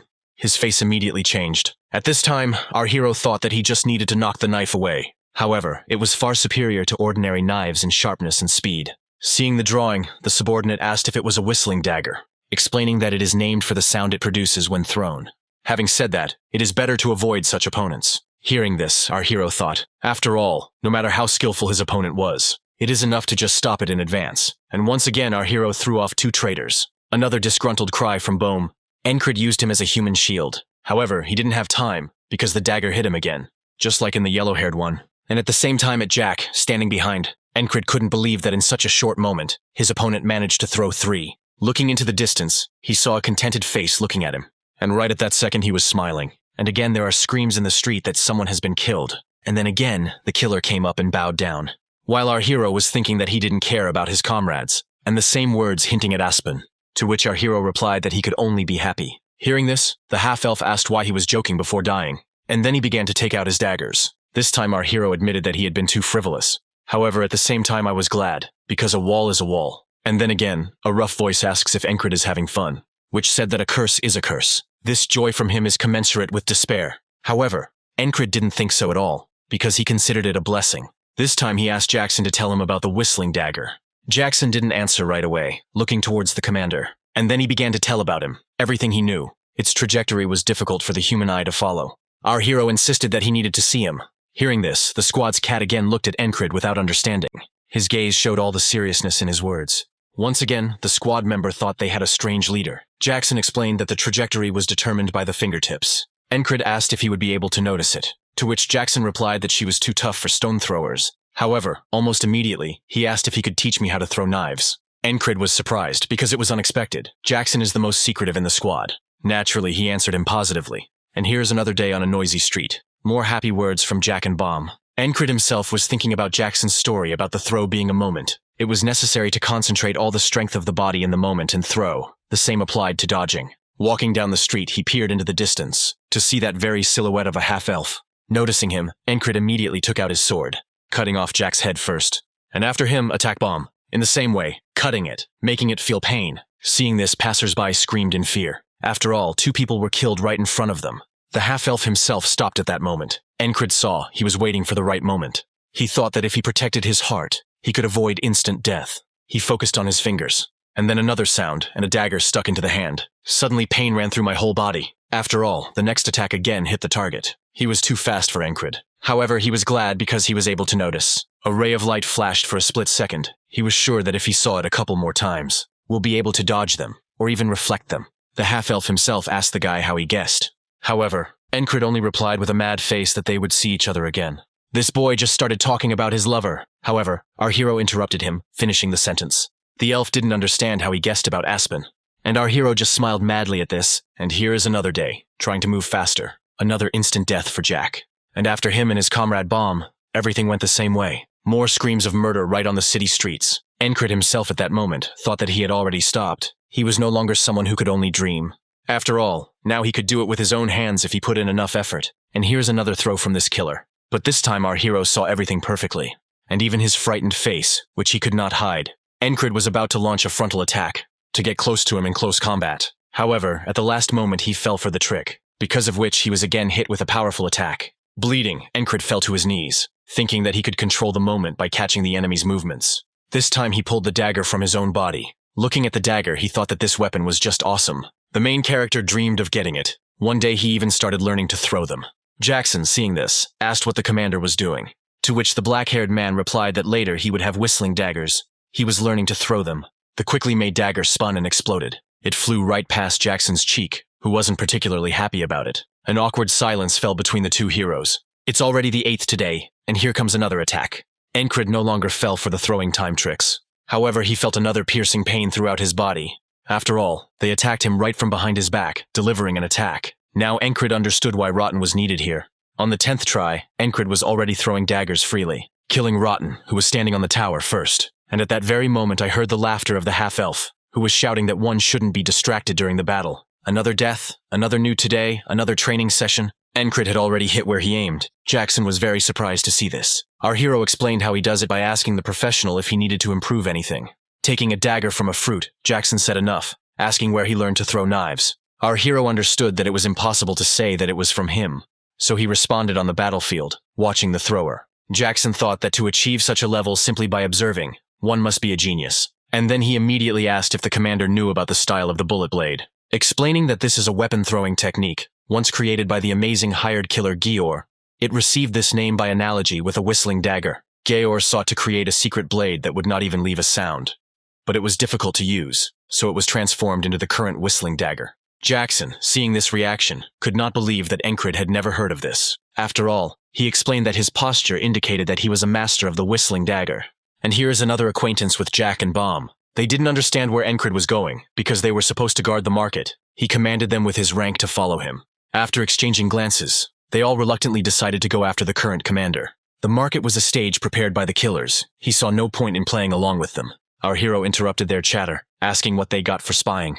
Hearing this, their faces immediately changed. They were scared. And then, shouting that they had been exposed, they grabbed their swords. They were going to kill Incurable, but everything turned out the other way around. Without any effort, our hero undressed the two. Literally a second later, 2 corpses were lying next to him. Feeling the approach, our protagonist's face changed. After all, right at that very second, that same killer was approaching him. By the way, he was not alone, but with that same Torres, who was already taking aim. Torres was very scared as our hero looked in their direction with a terrifying gaze. Their whole plan was ruined, and their enemy's confidence was frightening. The half-elf immediately sent several whistling daggers towards our main hero. However, this time he fought them off without any effort. It didn't matter how many people there were against him. He just needed to see the movement of his fingers. Moving at incredible speed, he didn't give Torres a chance to shoot. And then he threw a dagger in his direction, thereby killing him. And here again the half-elf cries out that one must not be distracted from the enemy in battle. However, the whistling dagger pierced the protection worn on the arm. Seeing this, the boy's face changed again. He was scared. Even without turning to the side, Incurable was able to block this attack. The daggers were blocked as the black-haired man looked towards his opponent with a terrifying gaze. With a trembling voice, the half-elf asked who the hell he was. However, our hero replied that it was none of his business, taking out his daggers. He was going to end it all today, because there were no new lessons to be learned from this today. With a wild look, he asked his opponent how many of these he had in total. Looking towards the main character, the killer thought that they were birds of a feather, since they both knew how to throw knives. Not very happy, our hero said that he had one. He envied him. This confidence infuriated the killer, and he said that he would kill the black-haired man. However, our hero immediately interrupted him, saying that the outcome of the battle could only be known when it was over. And at that moment, he himself thought that he couldn't let the enemy out of his sight. However, he now understood perfectly well what throwing instinct meant. And so, the enemy began to twist the knives at incredible speed. This time he spun 2 at once instead of the usual one. And then the first enemy of our hero attacked, attacking with 2 at once, but Incurable successfully dodged them. In response, he threw his whistling knife towards the enemy. However, naturally he dodged it. Plus, he had extra knives that he was going to throw. This time our hero took out his homemade knife, which looked like a whistling knife. Seeing this, the smile on the enemy's face disappeared, replaced by horror. And so our hero threw his knife in his direction. Having forced him to dodge, he managed to do so surprisingly barely. Taking out his sword, he was angry because the main character had lied to him. Incurable followed suit and raised his blade, thinking that he had never seen him carry a weapon before. However, he immediately dismissed these thoughts, because the status of an assassin does not guarantee attacks only from a distance. Unusual low stance, rapid movements. To go so far only to face another attack, our protagonist thought. However, he didn't care how far this would go. At this moment, fear began to appear on the killer's face, because his hand was grabbed so easily. He tried to break free from this grip, but he was unable to do so. Incurable was saying at that moment that this would be the end. And then, with a powerful swing, he began to hit the assassin straight in the head, thrusting his sword straight into his head while he was kneeling. And almost immediately he took it out, splashing his blood all over the area. Looking at the sky, our hero thought about what he had to do 10 times. That's how many times it took him to challenge himself to get over that wall. Fight, suffer defeats, become stronger again and win. Our black-haired boy liked this madly. At that moment, he noticed the corpse of the lying assassin. He noticed those very whistling daggers that were hidden right on his chest. He immediately fell into thought, wondering what he should do. And then some time passed, and shouts began to be heard that Incurable was almost killed, and because of this, he decided to change the route. However, our boy denied everything, saying that it was an accident. The company commander didn't believe it, because he had fought 4 and only received a scratch. However, Incurable responded to this by saying that the goddess of luck had helped him. The girl began to peer intently towards Incurable, while he showed with his whole appearance that he was absolutely indifferent to this situation. Exhaling, the white-haired girl agreed with him, saying that he could come back. And so, entering his hut, he was going to say that he had returned. But at that very second, he was interrupted by an axe flying towards him, from which our hero dodged as if nothing had happened. At that very second, Rem cried out in surprise, as if the commander had become stronger. In response, our hero threw a hot stone in his direction, which he had asked for in the morning. Taking it in his hands, Rem shouted joyfully, because he had been waiting for it all day. Taking hold of his hair, Incurable realized that his hair was already long enough. It was time to cut it. Turning to Kreis, our hero began to bargain with him, agreeing on 5 coppers. And now, already on the street, Kreis was putting his commander's head in order. Incurable said that although haircuts had become more expensive, there was no better hairdresser in the city than his subordinate. He, in turn, raised his head and noticed that the first snow had begun to fall. A few minutes later, the entire squad was already standing around our hero. Our hero himself was thinking about the current situation at this time, assuming that someone was definitely behind this. Turning to Kreis, Incurable asked the 3 dead men. After thinking for a bit, he remembered that Jack had been caught stealing and Bo had slandered an aristocrat. Rotten was a guard for a failed trade guild, and all 3 of them had joined the service exactly a year ago. Incurable immediately thought about it, because there was one place where at that time the composition had just changed. The Thieves' Guild. The guild was just a name, but in reality it was a lair of bandits, which was a pretty decent option, considering that they knew all the loopholes in the city. Turning to Jackson, our hero asked if he had any acquaintances there, to which his subordinate thought that the commander had become more impudent. He replied that after the Reformation he had cut all ties with the guild, so he didn't know anything. Their conversation was interrupted by Kreis, who had already finished. Rem, laughing, said that at least their commander now looked like a human being. Our hero didn't react to this in any way, changing the subject to the fact that it had started snowing. Jackson turned to Incurable and said that he needed to step away. Then Ram started shouting, saying that the cat just didn't want to clear the snow. Their argument was interrupted by Incurable, who asked how about making a strategic sortie, adding that if they agreed he would free them from clearing snow. Ram and Jackson immediately agreed. Kreis took out his cloak and sword in an instant, saying that he was ready. Ragna was also ready. Our hero said that he needed to get permission from the company commander. The running Auden wished the commander luck, saying that he was also in the business. Incurable was glad, because at such a moment they became surprisingly unanimous. And now, at the company commander's, they were talking about an attempt to kill the entire Thieves' Guild. The girl began to stare intently towards Incurable again, while he looked in her direction with the same gaze. Unperturbed, she asked if it was definitely not about snow removal, to which our hero responded with the same look, saying, "Not at all." And so the whole squad could not believe that they had suddenly destroyed the Thieves' Guild. Incurable said that they would collect information now, telling Jackson to find out where their base was. He asked how, to which Incurable told him to use several methods. Hearing this, Kreis thought it sounded like complete nonsense. However, our squad's cat understood everything, to which Kreis was even more surprised, thinking that he was strange. And here is the inn, Vanessa's pumpkin soup. Our squad listened to Incurable while eating, saying that even if they weren't connected to the assassination attempt, they were still criminals. Kreis thought about it at that moment, while the waitress approached them. He addressed her as Lisa, asking her to stand. He leaned down and whispered something in her ear, while Incurable looked at them in confusion. Looking out the window, Incurable thought Jackson was late. I even began to think that I had given too thoughtless an order. Jackson himself was on the roof of a building at that moment, intently, without moving at all, observing the surroundings. Suddenly, his gaze was drawn to a group of people who were moving rather suspiciously. The rest of the squad at this time was discussing Lisa and Kreis, who said that all the beauties were his future clients.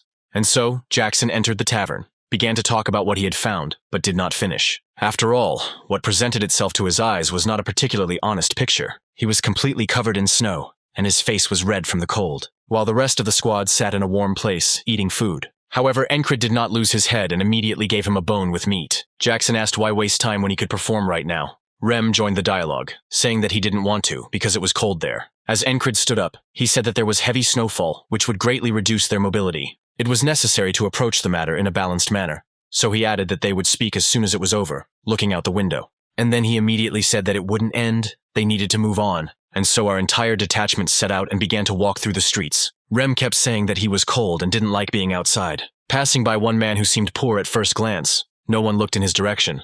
But a moment later, he pulled the blade straight from his cloak. He rushed towards our detachment, and his comrade joined him. At that moment, Rem threw off his cape, as if he had been expecting this, delivering a precise blow with his axe right on the attacker's head. The second one was hit with a fist right in his face. Holding one, Rem asked with displeasure if he was really the stray cat's brother, since he attacked from behind. Jackson himself interrupted their conversation, saying that they needed to go here, because this was the path to their lair. The door was locked. Auden asked Jackson to move over, saying he would knock. He swung with a satisfied cry, making a knocking sound.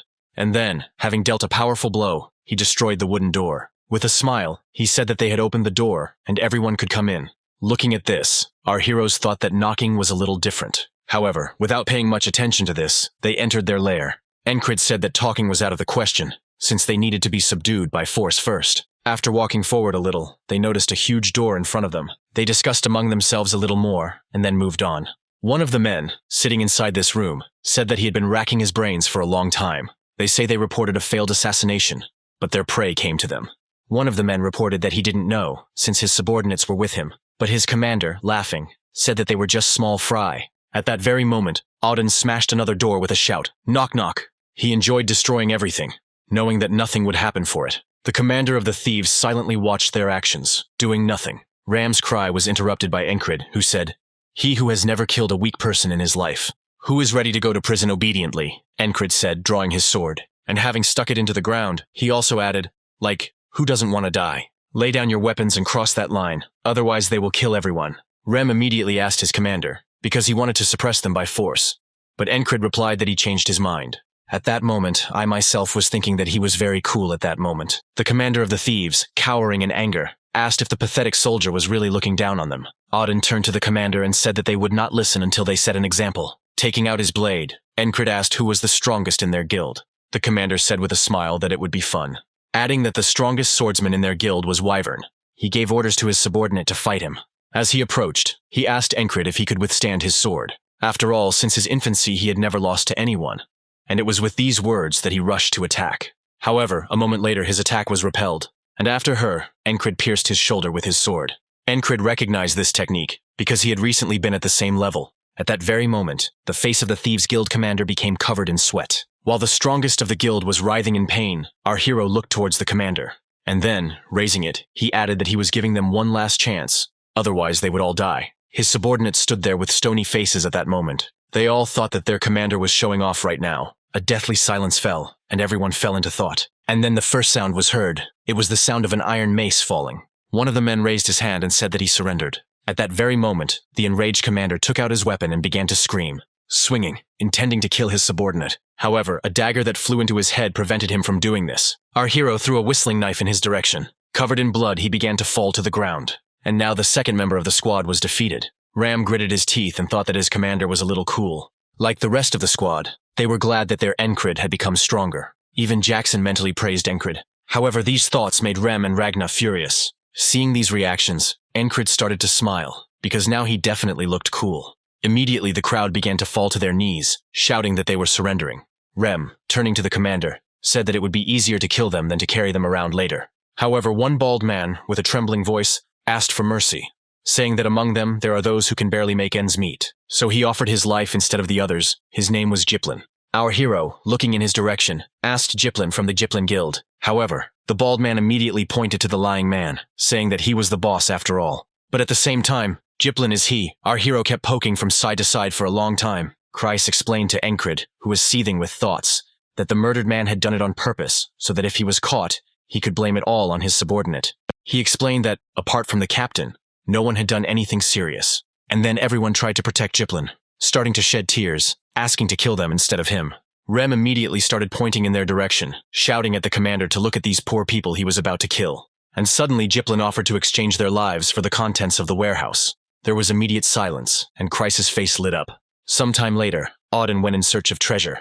When the door was torn down, the jewels began to fall out. Immediately, the squad members began to run up to the treasury. Everyone chose something valuable for themselves. Even our main character went to see what was there. Noticing the armor made of strong and elastic leather, he thought, well, he'll take it. At this point, Kreis turned to his commander, offering to appropriate this guild for himself. Our hero did not understand what he meant, to which Kreis immediately began to explain that they could become thieves who don't kill people. He also explained that if they destroy this guild, in a month or two, someone will organize the same one. However, they can put this good guy in charge and take all the power into their own hands. Our hero assumed that the baby had planned this from the start. Encrid immediately asked him if he had leaked the information to the waitress. Kreis only smiled in response. He also added that if he gives the go-ahead, he will receive a ransom in crowns every month, and he himself will leak the information. Encrid thought that he didn't need money, but he felt calmer when he had a lot of it. He gave his approval. Kreis immediately switched to Giplin, starting to shout that they were no longer a killing guild. The red-haired man also said that they would carry out a reorganization in the future. However, the bald man interrupted him, saying that if the guild was not disbanded, they would all die. After all, the dead leader received money from Aspas, carrying out their orders. And then, starting to tremble, he shouted several more times about the mad beast from Aspen. However, Kreis asked not to worry, because they have a much worse beast. Approaching Rem, our main character said that if they took everything, they could return. And then the whole squad froze, because everyone was thinking about the same thing. Rem was the first to ask if all the snow had been cleared away yet. The main character began to look towards the window where it was snowing. Ragna interrupted everyone, saying that they still had much work to do here. Auden agreed with this, saying that he could communicate with God here. Jackson, leaving, said that he still had things to do. He would return in the morning. Our hero, in response, exhaled heavily and said that he sees everything. They are all pretty busy guys, so he will help them. Staying with their squad, they decided to sleep and wait until morning. The next day, he reported to the commander about the return of the entire detachment, as well as the destruction of the Thieves' Guild. She immediately asked threateningly if he enjoyed shirking snow removal. Making a confident face, Encrid said that everything was wrong, thinking that she was still a smart girl. They interrupted this awkward conversation, asking if she had heard that he never refused anyone a sparring match. Hearing this as it was, she took out her blade, telling him to fight her. Taking out his sword, Encrid replied, with joy only. And with the first attack, she knocked down the black-haired man's leg, because of which our main character fell to the ground. Standing behind him, she told him to get up faster. Reaching for his sword, he wanted to take it in his hands. However, the company commander did not allow this to happen, throwing him back again. Encrid didn't understand whether the company commander's sword had always been so light. He tried to see how this could happen at all, and now enough time has passed. Our hero has not been able to rise from the ground even once. The fairy herself thought that she had managed to see how he reacted deftly, as if he were peering into the future.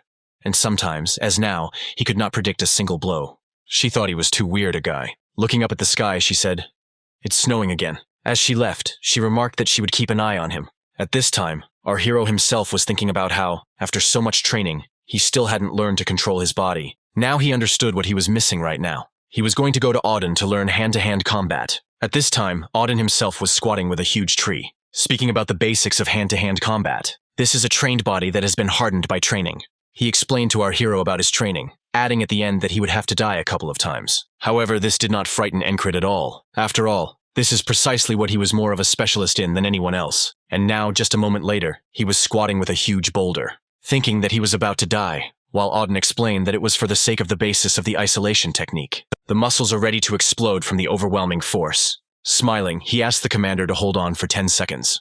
And after that, he kept asking if he regretted not having started training his muscles earlier. However, our hero interrupted him, saying that he didn't want to waste time on regrets. He understood that otherwise he still wouldn't have been able to free himself from the first one today. That's why he immediately switched over, telling Auden that it would be better if he showed the next exercises instead of wagging his tongue. Looking towards his commander, the big guy thought that since their first meeting, the commander's passion for training had not faded for a moment. Smiling, he was glad that he was his commander, so he immediately said that they were moving on to the next exercise. Today, Encrid will crawl to the guard bridge and return back. And then rather painful screams and groans began to be heard. The panther watched all this without taking her eyes off. Seeing Encrid training with all his might, she looked at the black-haired man carefully. And so, at night, Encrid didn't even make it to the bed, falling down in the threshold. Rem asked if someone was really making fun of the commander. Barely reaching the bed, Encrid replied that it was just training. At that moment, a panther ran up to him. Ram told the commander to give this beast a name. Our main character began to go through the names, the fireplace, the blue-eyed one, but she only growled angrily in response. Ram noted that she clearly didn't like these names. Having covered himself, he said that he would definitely think about a name, if she stays with him further, because he is not holding her back. And so gradually Encred began to fall asleep with these thoughts. Feeling a rather pleasant breeze, he began to open his eyes, noticing that it is in a certain place. Standing up, he tried to understand what was happening. And as soon as I stood up, I saw a rather beautiful place. He immediately assumed that it might be a dream. And also that there is no dark boatman here, even though I thought that this was not the place to listen to his dismal whining. Feeling a cool breeze behind him, he began to turn, seeing a rather beautiful girl right behind him, who stood without any movements, looking in his direction. He looked at her carefully, waiting for her to speak. He couldn't take his eyes off her because he felt a familiar feeling, and she, in a pleasant voice, said, "Esther." Seeing that the black-haired man did not understand, she added that it was her name. And then a moment later, our main character opened his eyes, feeling some pleasant feeling with myself. Next to him lay the same girl from the dream that he was hugging. She looked towards Encred with fear. There was silence all around. It was already deep night, just like inside the building of our 4th detachment. The blue-eyed girl began to blush. She was embarrassed. However, our hero did not attach any importance to this, wishing Esther good night. And then he hugged her, pressing her to himself. She did not resist, feeling the pleasant warmth from our hero. And then came another morning, very early morning. Rem, barely sitting on the bed, asked where their commander was, to which Encred replied, "To training." Encred was surprised to notice that he felt lightness in his body, although yesterday he had barely made it to the building. Esther herself at that moment thought that it was all because she used magic. She also thought that she needed Encred to break the curse, and it would be bad if he died due to carelessness. Encred said that he dreamed of some girl. He immediately began asking what kind of person she was, to which our hero noted that she was quite beautiful. At this time, the Panther thought, well, of course, and also that the guy's eyes were in the right place. Studying spells and mysticism and mages at the instinct level, she was cursed due to her obsession with spells, turning into a beast and losing all her powers. And then one day, when she was wandering aimlessly through the field, she was attracted by the smell of a curse, where she met this man. Auden laughed and said that she should have gone into recovery, but the commander was back in action. Barely rising, our hero heard a displeased roar, having asked Esther how long she had been watching them. But before that, she tried to look at the blue-eyed one. Esther herself thought that in the world of spells, a name has its influence, and if he carelessly called her by someone else's name, he would strike a blow to her world. So she gathered the rest of her strength to come to him in a dream and call him by name. But she made a mistake due to her unstable strength. At some point, I was even glad that Encred wasn't that far away, but she was sure that the boy was cursed. She didn't understand what it was yet, but it was definitely stronger than her. The powerful curse gradually absorbs weaker curses nearby, so staying close to it will allow her to regain her power. Quite loud sounds were heard throughout the area. It was a sparring match between our protagonist and Auden. Seeing the approach of a huge knee, our hero immediately began to lean back, and then he dodged to the side to avoid the attack. However, his current coach was not going to stop there, grabbing the black-haired man by the head and then slamming him into the ground. Removing his hand from his head, Auden explained that hand-to-hand combat was similar to fencing at a distance. Namely, the basis is endurance, but everything loses its meaning if he is clumsy. That is, even though the main character is moving at a snail's pace now, there are still changes. Encred's subordinate also noted that he truly doesn't know what it means to surrender. The month flew by in the blink of an eye, and the time came when sprouts began to break through the ground. Encred spent every day without exception in training. Absolutely every day was filled with something new. Rem was happy, because now it was fun to fight with the commander. There could be several training sessions per day with different teachers. Lazy Ragnar was no exception, because at the request of the commander, even when he took a break from eating and went to train, Ragnar noticed that the commander was making slow progress in practice. However, he saw no need to teach Encred the basics any further, since now he needed to drill the knowledge into muscle memory. He also warned our hero that it would be very difficult, to which the black-haired man exhaled heavily. And then he smiled and said that for him it was the easiest thing. And then another night came, but the dark period of the day was no longer so cold. Looking at his sword, our hero understood that sparring was good, but he wanted to take part in real battles. Suddenly he felt approaching. He felt death. Reacting instantly, he grabbed the dagger in Jackson's hands, who even seemed to happily say that the commander would not die from a knife in a blind spot. He considered this to be great progress. Kreis interrupted them, telling them to get out into the street and not raise dust here. Our hero asked him why he went to bed so early, however, as soon as the Panther got up. The red-haired man completely forgot about everyone, starting to rustle the bed where Esther was lying in order to find the claw. Suddenly there was a rather rude knock on their door, and everyone immediately fell silent. And then the company commander appeared and said that she would steal the commander for a minute. Coming out, Encred immediately said that all the snow had already melted, but the girl told him to forget about it. After all, there was a new mission. Encred needed to deal with an order that had come through the soldier recruitment system. The soldier recruitment system is one of the two major policies in force, along with the soldier ranking system. It exists so that city dwellers can give orders to soldiers during training. The cost is lower than that of a mercenary, and the higher quality of execution and outstanding craftsmanship made it highly sought after. A tortured soldier walked past our heroes, barely opening his eyes from fatigue. Suddenly his attention was drawn to the fairy and Encred. At this moment our hero asked about the squad. The fairy answered that there would be only 3 of them, he and one of his squad. And the third one will be herself, who immediately after this will begin to stare intently at the guy, who at that moment thought that the company commander personally deals with orders. This is too strange. The soldier was walking as slowly as possible at this point, assuming that Encred and the company commander were meeting in secret. At the same moment, the white-haired girl asked Encred if being with her was really a burden to him. The soldier, hearing this, froze in place, his face wincing. And that same night, rumors began to spread throughout the area about the elf commander and the destroyer of witchcraft. It even got to the point that some people talked about their common children. And so the next morning arrived, which meant the beginning of training. People passing by Encred did not hesitate to discuss him and the elf. Whether this irritated the black-haired man or not, no one knows, but he clearly didn't like it. As soon as I entered my room, I heard a cry that the young daddy had returned. Rem, laughing, asked how many months the baby was, adding that they say he was born recently. With a straight face, Encred said that some idiot had spread stupid rumors while the others giggled. Even Ragna and Auden supported it, saying there was nothing wrong with it. After hearing this, our main character decided that his subordinates had decided to organize a collective persecution. His thoughts were interrupted by Rem, who asked about the mission, but Encred immediately replied that he was not going to take him along. The gray-haired man's smile immediately disappeared, and in a rough voice he asked who would go instead of him. Jackson didn't let him speak, saying that he was ready to move out.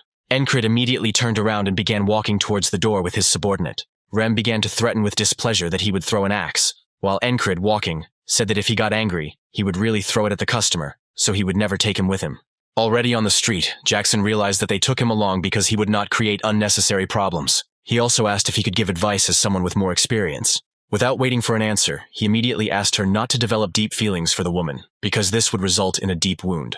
At that very moment, our hero's face changed, and in a low tone he said that he did not need such advice. And so, sometime later, our heroes were already standing on the street. Averting his gaze as they waited for the customer, Encred hoped that word hadn't reached the company commander. Suddenly she broke the silence by asking if they had ever done anything that resulted in children. Jackson, barely holding back, immediately turned away, while our hero, with an unperturbed look, waved his hand in negation, and then turning towards his subordinate, he asked if he found it funny. But the elf continued, asking what our hero liked most. He didn't understand why she was even asking him this. Their awkward conversation was interrupted by Jackson, who said that the customer was here. Elf clicked her tongue in displeasure and said that her fun had been interrupted. Hearing this, our hero could not believe that she was joking with a straight face. The essence of this order is to protect the heir of the trade guild. Now it is being decided which of the 2 heirs will become the next head of the Lockfried Trading Guild. In connection with this, an order was placed for security, so that they would not harm each other, and at the same time to help them reconcile. At this time, our hero imagined that something like a greedy toad would appear. However, the girl who came out did not look like a toad at all. She immediately greeted the security, introducing herself as Leona and adding that she relies on them. And now the huge crowd that accompanied Leona was moving somewhere. Encred, walking behind, thought about how after greeting her she didn't even say a word. She even conveyed her thoughts through her nanny, who at that moment was saying that first she needed to rent a room, and then wait for the second heir, not far from the inn. Our hero recalled the words of Auden, who spoke about age, posture, choice of location, because this is all information, that is, an assessment of the opponent's strength. Encred thought about what he needed to observe and analyze. The girl from the guard was left-handed, had a squat step and heavy armor. She was in good physical shape. But still, she was below special rank. Jackson interrupted his thoughts by suggesting they play a simple game. The game was also called simply, Guess the Sound. And now, while walking, they began to discuss the sounds, who was where. The point of the game is to quickly and accurately determine the source of the sound, which was much more difficult than it seems. The girl from Leona's personal security said that their room was upstairs and asked her to wait. Sitting down, the elf noted that this was quite an interesting game. She wanted to join in. And then Jackson started. The girl interrupted our main character, without even giving him a chance to intervene in their conversation. Our hero, for some time, thought that there were fewer and fewer sounds. Suddenly Jackson fell silent, saying, secretly looking around. And then the elf answered, like, behind you. In an instant they killed both attackers at once. The cat of the 4th squad assumed that this was an attack, to which the commander of the 4th company agreed. The men grabbed each other in fear, because they were hired killers. One of them pounced on Encred, who was already sitting motionless. However, it was not to be. With the lightest movements he killed the attacker. Hearing the scream from above, he thought that the customer's safety came first. So without any hesitation, I rushed to the second floor. At that moment, daggers were thrown at him from behind his back, intending to stop him. But Jackson arrived in time to protect his commander. Just like the company commander, the girl took out the killers without any problems. The killers have already started talking among themselves, asking who they are, because they are very strong. The elf herself was watching Jackson at that moment, thinking that he is a private, although significantly superior in strength to the squad leader. Nevertheless, they all follow Incurable with unwavering faith. She didn't understand what made them like that towards him. She smiled and thought it was funny. And then she killed the attacker who tried to take advantage of the moment. Incurable kept up with the duo, also killing enemies. He recalled his past skirmishes, thinking that such raids would not kill him. In addition, recent training in physical strength, hand-to-hand combat. Even though Auden told him he was still slow and clumsy, he still felt it, that he began to move in a completely different way than before. And so, having reached Leona's room, he saw someone fly out of there. Having run inside, he immediately began to look around. Seeing the killer, shouting in the name of Aspen, he attacked the girls. The maid tried to cover her mistress with her body. Our hero at this time thought that it was too dangerous to use a whistling dagger. With the current level, it definitely wouldn't hit him. He didn't know if he would be able to reach it in time. He had already seen it once. How to cover such a distance in one moment. He understood that he would not be able to copy that knight's movements exactly. But if you imitate something remotely similar, everything should work out. And so the killer deliberately hit the young lady. At that moment, our hero was already right in front of them, putting his back under this glancing blow. The killer couldn't believe his eyes, bulging them forward. After all, there was a trace of the knife blow, but there was no wound. With a terrifying voice, Incurable turned to him, asking if he wanted to talk. And then he grabbed it and started running to the side straight to the window. Having broken it, our hero flew out of the second floor holding the killer. Pressing him straight into the ground, a loud crunch was heard. The killer's whole face twisted in pain and he began to scream, while our main character slowly got up, thinking that everything went great. After all, he softened the blow of the fall by using this killer as a pillow. There were no more enemies on the second floor, but this one is here. He was astonished by his endurance, as he took the entire impact of the fall on himself. He asked our hero if he was from the border guard. Hearing the denial, he immediately began to rejoice, because then he wouldn't have to worry. At this moment, our hero noticed two swords of different lengths, but the enemy's balance was not disturbed. Incurable didn't understand why he needed two swords while he was threatening to kill him. His chatter was interrupted by the black-haired man's words to make him attack faster. Hearing this, he immediately threw an angry glance towards the black-haired man. While Incurable was thinking about how it had been a long time since he had fought seriously, the enemy also seemed to be of impressive strength. However, naturally our hero was happy about this fight. He didn't know which technique would be best for him to try out in a real fight. He looked at the expression on his opponent's trembling face, which was about to hit him in the leg. However, our hero immediately dodged it. Raising his blade, he was happy. He enjoyed fighting. Incurable watched his movements closely, gathering information. Two swords of different amplitudes. This is a duet in the style of Valen. Incurable recognized these movements, having seen them before. He dodged the attack again without any problems, as with the next one, bending down and then striking. Then he stood up, while gradually the killer's face began to change. He couldn't believe that a simple private had dodged all the attacks. Incurable said that he was jealous, because he didn't have enough talent to master this technique. With a cry of anger, the killer rushed towards our hero again. Incurable started using concentration here. At that very second, the entire entourage disappeared, leaving behind swords. Looking at them, he was going to see his line of attack in order to avoid it. Raising his sword, Incurable immediately swung his sword. However, he was not happy with this result. Even though he managed to dodge and attack at the same time, he was aiming straight at the heart. The killer immediately began to scream in pain, while our hero mentally chose who would be best to train with. Looking at the fallen enemy, our hero heard some screams. The killers shouted that they should retreat. Jackson noted that the commander was fighting too noisily.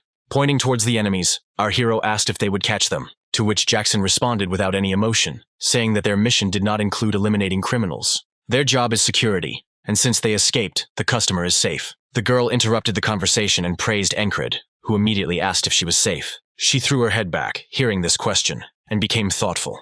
And then she calmly asked if he was really worried about his beloved, adding that she was now very worried about this. Our hero's face immediately changed. Their conversation was interrupted by Leona, who asked if they were dating, to which Incurable immediately replied, no. And the company commander calmly said, played with her, and left. Our hero's face changed again, thinking that it was with the elf.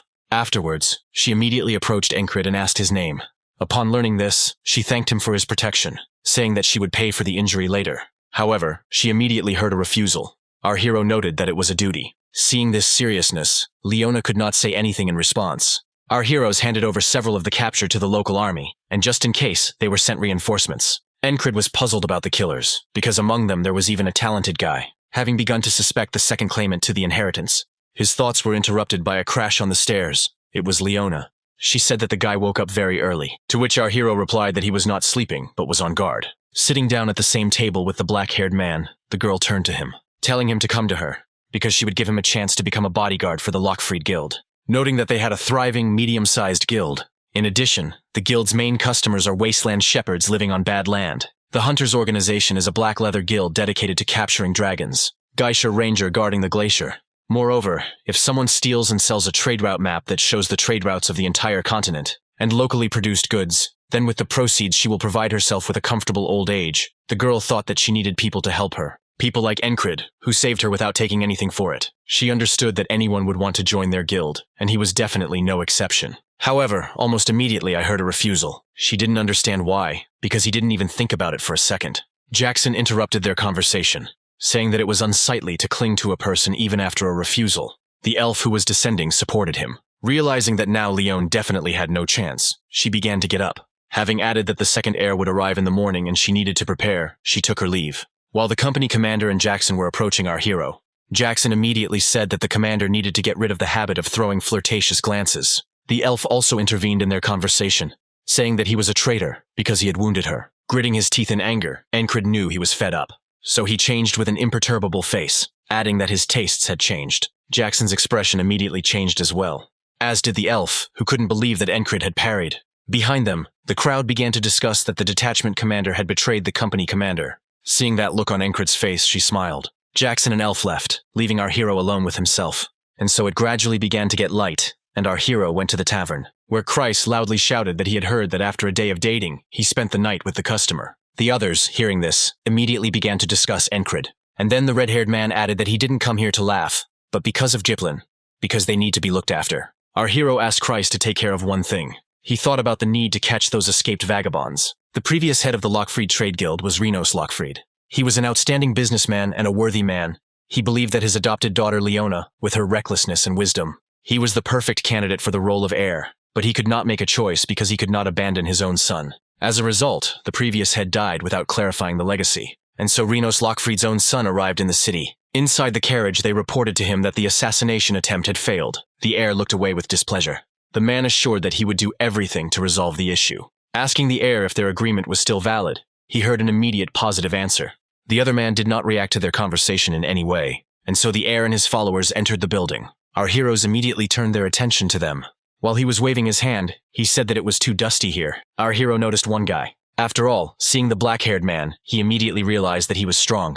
Like him, he immediately cast his gaze towards Encrid, but he didn't pay any attention to it, immediately looking away. The heir shouted and pointed at Jackson, telling him to call Leona immediately. At this time, our hero was thinking that it was good that he took Jackson, because if only there had been Ram, it would clearly be a dramatic picture with a fatal outcome. However, he noticed Jackson taking out a dagger at that moment. Encrid immediately grabbed his hand as the heir continued to insult Jackson. His scream was interrupted by Leona, who asked why he was screaming, and also adding that they were late, so she asked them not to embarrass themselves. The boy immediately approached her, attacking her because she hadn't taught the security guards any manners. His disgruntled cry was silenced by one slap. Exhaling, Encrid thought that there was not a single adequate person here except him. Holding his cheek, he shouted, asking what she was doing, until Leona said that the boy was out of his mind. She said they were from the regular army, asking if he really wanted to spend his life rotting in prison. The boy's ardor immediately died down, because he didn't know this. A man coughed behind him, causing the entire air to shudder. He immediately started shouting again that she was trying to slander him. The boy started poking and shouting that Leona had picked him up on the street, and that she had no right to shout at him. She responded calmly that he was her own son, who was incapable of deciphering a map or calculating a budget. The boy said in a trembling voice that the butler could do it. Leona only sighed heavily in response. Encrid at this moment thought that Leona was better suited to be the next chapter. Leona said that the only reason he should become the next head is because of his blood. However, she also added that he is not at all like the previous head. Squeezing his cheeks, she asked the boy from whom he inherited his ignorance and terrible face. Jumping back, he immediately grabbed the sword, insulting the girl. Following this, our hero immediately began to approach, grabbing his weapon. However, he stopped almost immediately. After all, I felt the terrifying aura that emanated from the man. But after that, he still continued to move forward. Standing directly in front of Leona, the others also approached the customer, while our hero looked away with a menacing gaze. Frightened, he stepped back while the boy's companion covered his master. but Encred didn't pay attention to him, looking into the depths of the crowd. Because this pose, fast style, dancing sword, he couldn't even imagine how fast he was. He mentally asked to attack him. All our hero's thoughts were only about this, so that he would attack. Seeing the enemy approaching, he immediately began to rejoice. Suddenly a loud voice was heard telling everyone to stay in their places. This was an acquaintance of our hero, who said that if they did not lower their swords, they would be accused of rebellion. Seeing him, the boy immediately shut up, scared. Just like our hero, whose smile disappeared from his face. He let go of the sword, clicking his tongue in displeasure as Jackson looked in his direction with displeasure.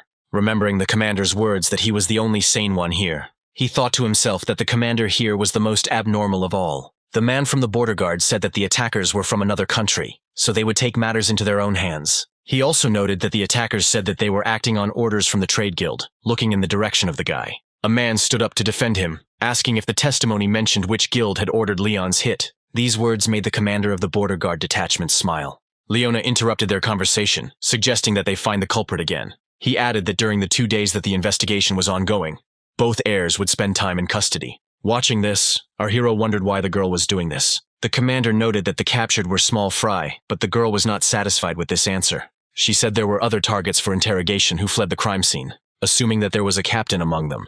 The man looked towards the girl silently, while she was talking about the fact that if the captain was not there, they would return to the guild's hometown, with the condition that they would come when called. Our hero thought that the army would not be able to protect her outside border guard, and with the level of her security, if you don't defeat this guy with a rapier, he was sure that as soon as she left the city, she would die. Encred didn't understand what she was up to as the girl continued. She said that she would give 1 piece as a reward for catching it. Seeing this, Jackson's eyes immediately lit up, and this was the 4th masterpiece from the Carmen collection, the Carmen Stiletto. Leona assured that she would give it to whoever caught the killers. Jackson immediately turned to our hero. He said that he would personally deal with it. Turning our attention back to this masterpiece, our hero wondered what it was because Jackson fell for it. The boy immediately joined in and started shouting that Leona had gone crazy. After all, it was worth a fortune. He couldn't believe she was going to give it away as a prize. At that moment, our hero asked Jackson what a dagger it was. He was surprised that the boy had not heard of it, since it was made by Carmen, a famous gunsmith. A former slave, Carmen became an assassin to exact his revenge using 7 blades he himself had crafted.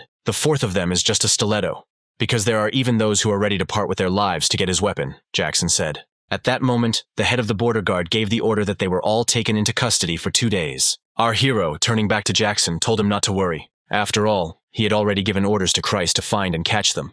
The boy was shaking with anger, muttering something while his subordinate looked around the area. He couldn't take his eyes off our protagonist, who, noticing this, immediately began to look in his direction as well. And again their gazes met. And just like last time, the long-haired one was the first to look away, starting to leave. Night fell, and conversations could be heard from the boy's room. He was worried that if they were caught, the tale might lead to them.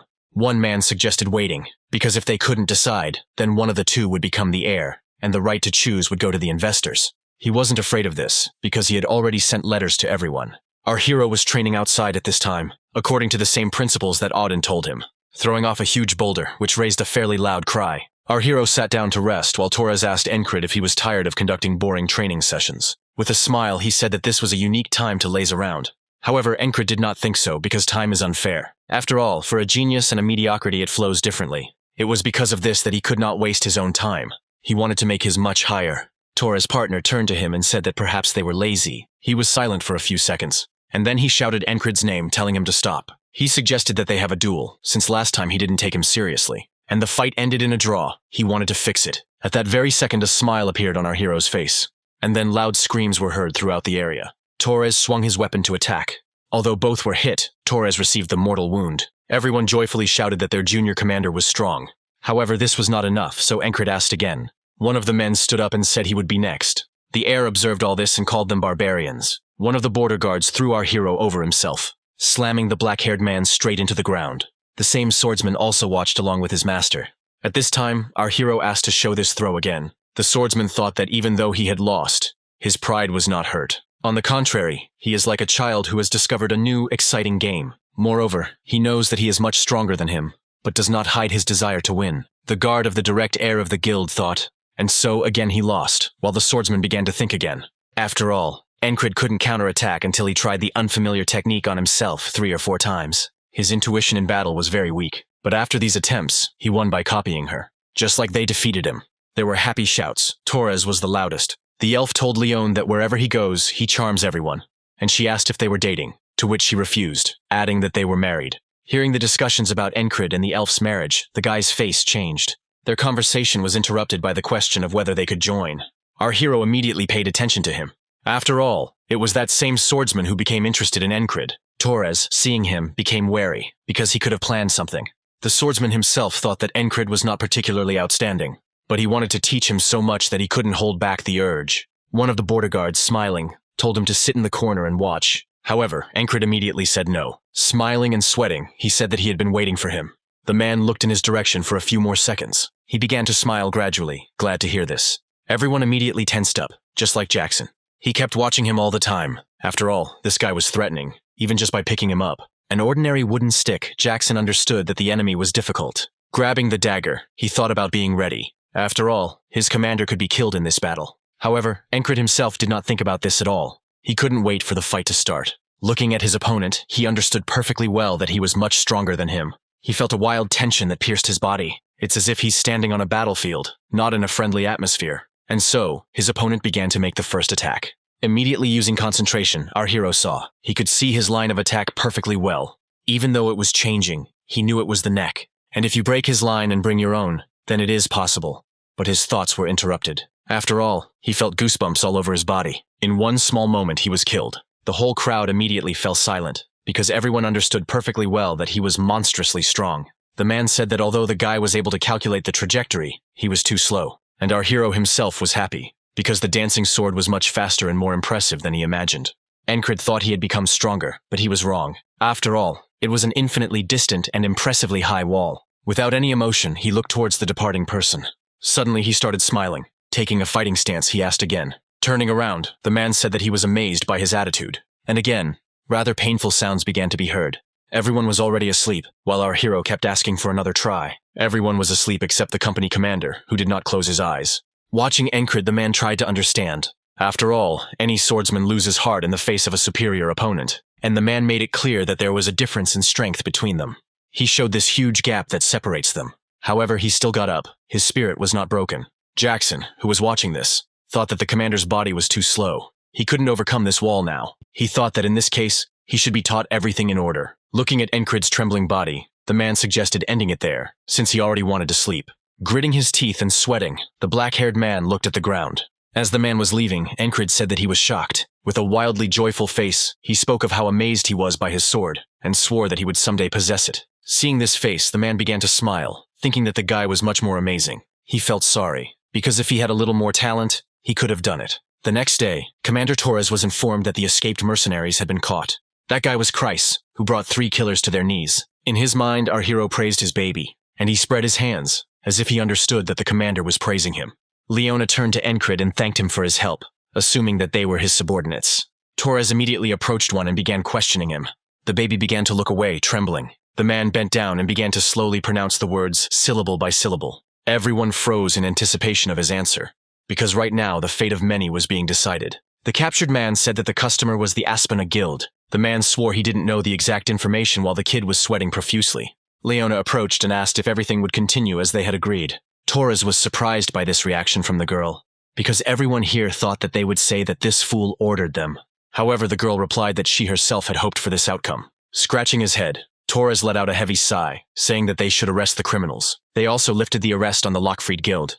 Leona handed over the dagger. Our main character handed it over to Jackson as he promised. Encred asked him not to take out the knife just anywhere, but he immediately hid it. Kreis, at the same time, encouraged Encred to take notice of Leona. However, he abruptly changed the subject to the fact that he knew that the killers were hired by this bastard.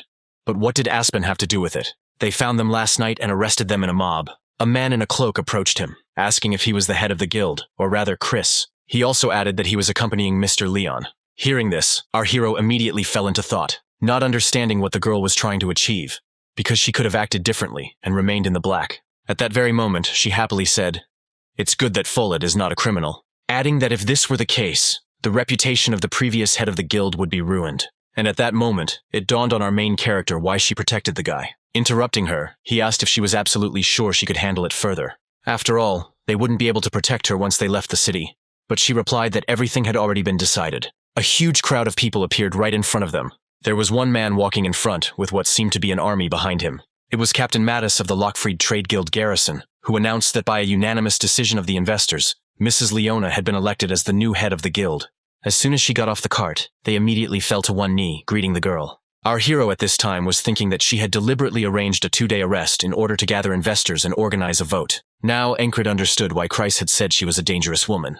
At that moment, she turned to Encred, saying that she would not ask him to follow her, and she also noticed that he has a strength that makes one support him. With a smile, she added that she hoped that someday they would be useful to each other as friends, extending his hand straight towards our hero, who, having said this with joy, shook it. At the same time, the dissatisfied former heir was calling Martinez names because he had betrayed him. The man cowered and told the boy to never again tarnish the name of the former leader. Feeling such wild fear, the baby almost lost consciousness. One of the men said that the plan had failed, but the black-haired swordsman noted that everything had gone well since the guilds were in good hands. Besides, his gaze was again drawn to that same young man. After all, now they knew about a very unusual soldier. He remembered telling Encred to leave his sword behind. After all, the guy had absolutely no talent. At this time, our hero himself was thinking that he had not heard such words for a long time. However, he is here because he never listened to them. Seeing the smile on the black-haired man's face, the man turned around, immediately starting to move to the side. And now our hero was already inside the house of his detachment. Our hero tried in every way to wake up the sleeping ram,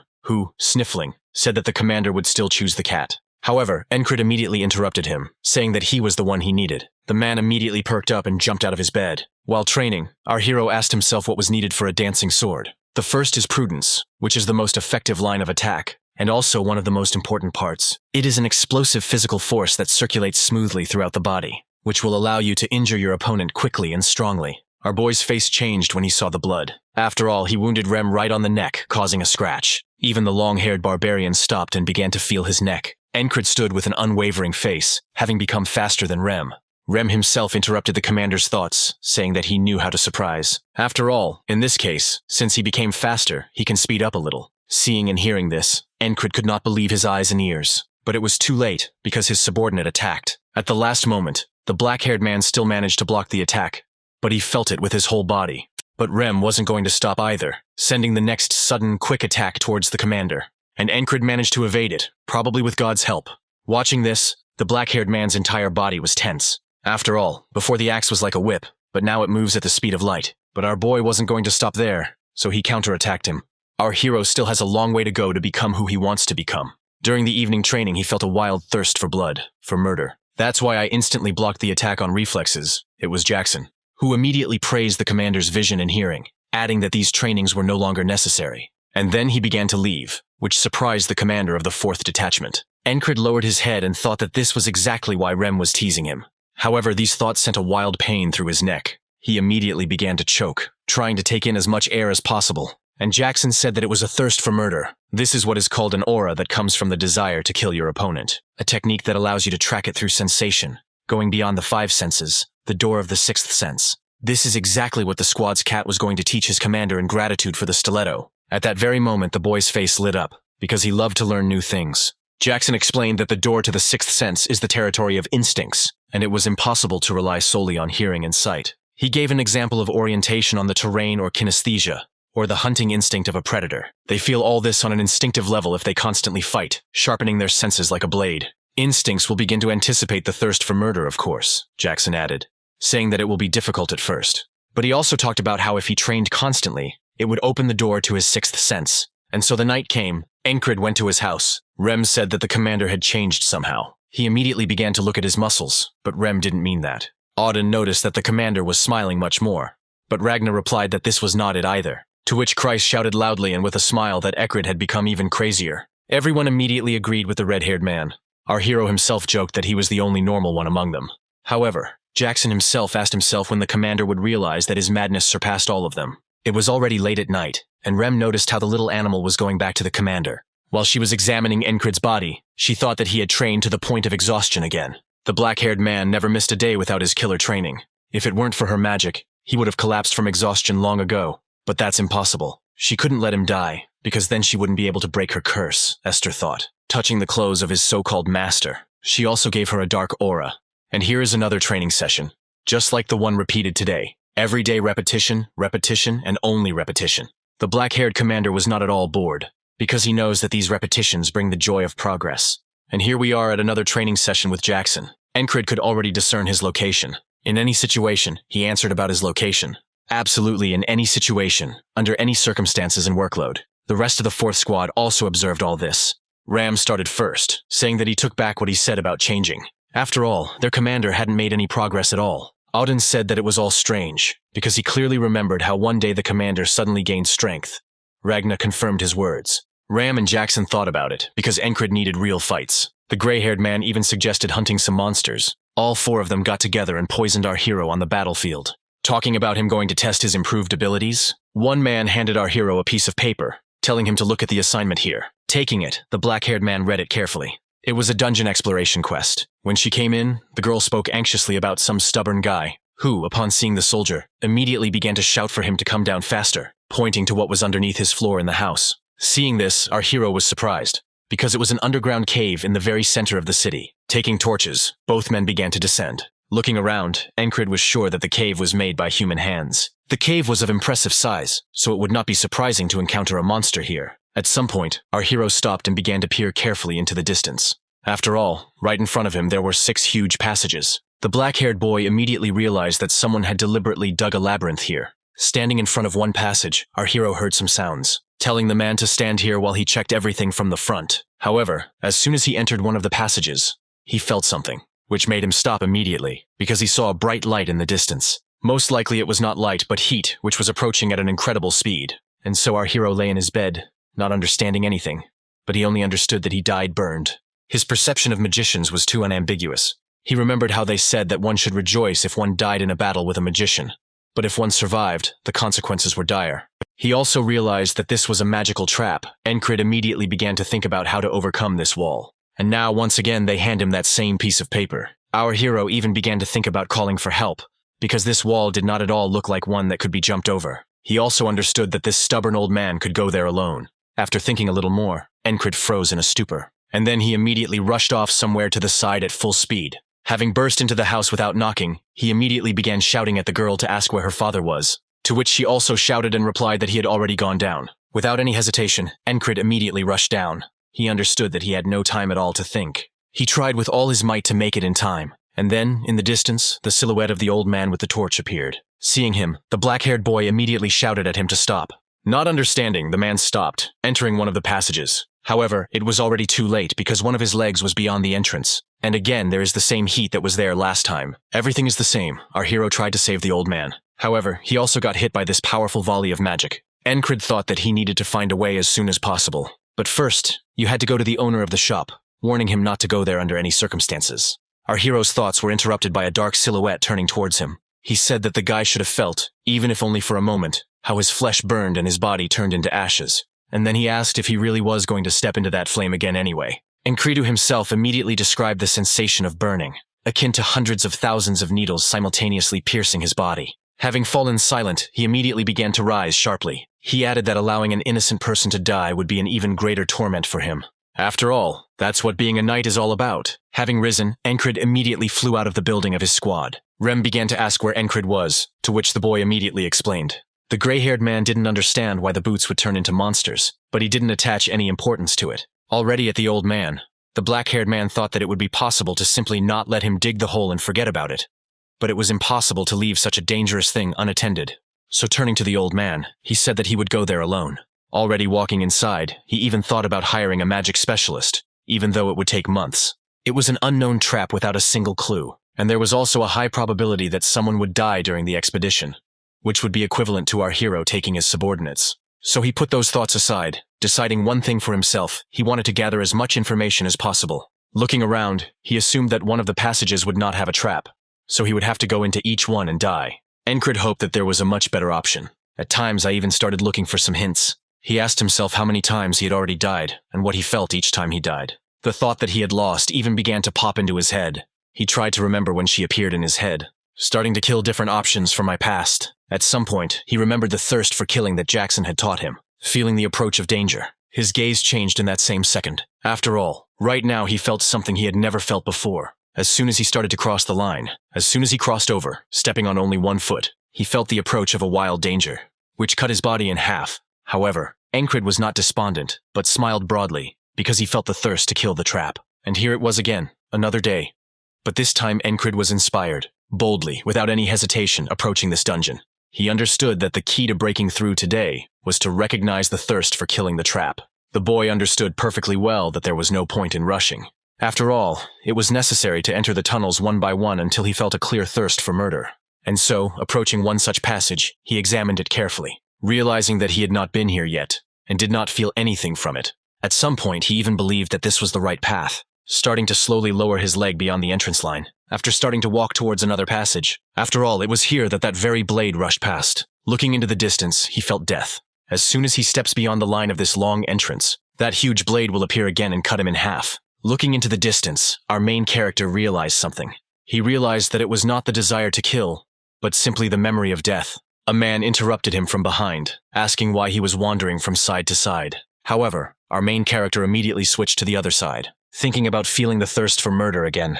And so it was quite late at night. Coming out of the dungeon, the old man asked Encrid what the guy was doing there for so long. Our hero asked the old man not to go down, saying that he would come there tomorrow. Encrid asked if he had any clues regarding his wife's disappearance. The only clue was a wedding ring, exactly like the one on his finger. Having looked at him carefully, our hero nodded positively with a tired look, and then he headed towards his squad's house. Already sitting on his bed, our main character was meditating. Feeling the approach of danger, he immediately glanced to the side. Rem immediately attacked the commander, saying that it was because he didn't listen to them and went off to have fun with leather boots. The gray-haired man said that it was time to sleep, and Encrid was tormented by the question of what would happen when this day ended. After all, he successfully lived through this day and did not die today. He didn't know if tomorrow would come, and he was going to check it out. And then the early sun rose, and the town came to life again. Today it happened again. Rem started talking about his experience in real combat again. Walking through the cave, our hero was also interested in what would happen if he didn't go to bed at all. He wanted to test this theory, so he stayed outside, waiting for the sun to appear, trying with all my might not to fall asleep. And so the sun began to rise, higher and higher. This meant the beginning of a new day. The city began to come to life again. However, a moment later, Encrid found himself back in bed. He remembered closing his eyes briefly, but found himself back in bed. And again those same words from Rem about experience in real combat. Now Encrid was sure that until he got past the wall, he would not be able to free himself from this today. But still the boy was not discouraged, because he still did not plan to meet tomorrow until he overcame the wall. And now about 20 days have passed. Every day was different from the other, becoming more and more terrible. With all his thoughts, our hero tried to feel again. The same thing I already felt. The feeling of death, but nothing came of it. Nothing worked on the 40th day either. Likewise, Encrid felt nothing on the 50th day. On the 60th day, he seemed to no longer feel pain. On the 70th, he ended up with some zombies, who grabbed him and began to pull him underground, and then tearing the black-haired guy's body into small pieces. However, every time he entered this cave, our hero did not feel despair. He, on the contrary, smiled. He liked that it was so difficult here. Besides this, he trained with Jackson every day, even having already begun to dodge his sudden attacks. After another attack, the stray cat of the 4th squad stopped in a stupor, not understanding how the commander managed to master the door of the 6th sense in just a couple of days. And so the 72nd day arrived. Encrid prepared carefully. Rem didn't understand why his commander was going to a shoe store as if he were going to war. The Dark Panther watched Encrid silently, and for a moment it even seemed that she was worried. 6 tunnels, one of them a normal passage without a trap, as our hero thought. He didn't know that he had created this cave, but he was absolutely sure that it was a terrible person. After all, he placed traps in all 6 passages. There was no safe exit from the beginning, but this does not mean that there was no passage at all. In the end, you just need to not step on it, because it's the very first tunnel. One wrong step, and you will instantly turn to ashes under the enormous heat. So now, before every step, our hero used the 6th door, feeling the desire of the trap to kill him. He finally managed to understand how to use and feel the thirst for killing. And so Encrid gradually began to move deeper into the tunnel, monitoring absolutely every step you take. He understood perfectly well that if he entered incorrectly, he would die. Therefore, every meter was given with maximum weight. Encrid thought only about the need to think. Think about where you can join and where it is strictly forbidden. Feeling the door of the 6th sense, Encrid moved deeper. It seemed to him that he was following in someone's footsteps, walking step by step along the already trampled path. At some point, he didn't even use his sight at all, going by sensation. And then his foot, taking a step, felt warmth. And after him, bright rays began to penetrate his face, which made the boy immediately begin to open his eyes. He was able to get out of that dark cave by crossing to the other side. And now, once again, he was able to overcome the wall. What our hero thought while the zombie was attacking him. However, it was not to be because Encrid had already drawn his sword, cutting the attacker in half with a powerful blow. With a crazy face, our hero spoke words of gratitude. He thanked for the congratulatory gift, because right now a huge crowd of zombies was running towards him. Our hero recognized them. They were ghouls. Their claws contain a powerful poison. From one touch, a person dies. It usually takes several soldiers to kill one ghoul. However, our hero has not been a private soldier in the army for a long time. Now his strength was much greater than it had been a few months ago. He became several times stronger than an ordinary private soldier. While cutting down these monsters, at some point he even began to laugh. After all, he understood that he had become a little stronger. Just recently, he couldn't even handle one, but now he's chopping them down left and right. As soon as the roars ended, our hero fell to the ground, drenched in sweat, and thinking that even by his standards, he was fighting pretty well right now. Even regretting that his squad members didn't see it. Suddenly another screaming sound was heard. Some monsters have started approaching Encred again. In appearance, he looked like a devil wolf, but he was not. He was a mixture of all the animals. Pouncing on him, the protagonist wondered what was standing in front of him. At this time, Esther was jumping around the night city, on the roofs. She thought that her man was acting strange today. After all, this is just a shoe shop and he is fully armed. She thought that it would be bad if he died because of his recklessness. As she approached that very shoe shop, she felt the most powerful energy. She felt the smell of the spell, instantly realizing that something was wrong here. Our hero had already finished with the last creature at this time, trying to catch his breath as quickly as possible, because he didn't know what to expect next. Suddenly he heard some kind of breathing coming from the depths of the cave. So weak that it was about to break, he didn't know who was waiting for him. However, just a couple of seconds later, he was horrified by what he saw. What appeared before his eyes was not the most pleasant picture. The smell was disgusting. There was a huge number of human corpses around him. After spending a lot of time on the battlefield, he stopped reacting to corpses. However, this was something completely different. At some point he heard something, raising his head. The woman in the cage asked to end her suffering and kill her. Our hero immediately noticed her hand with the ring.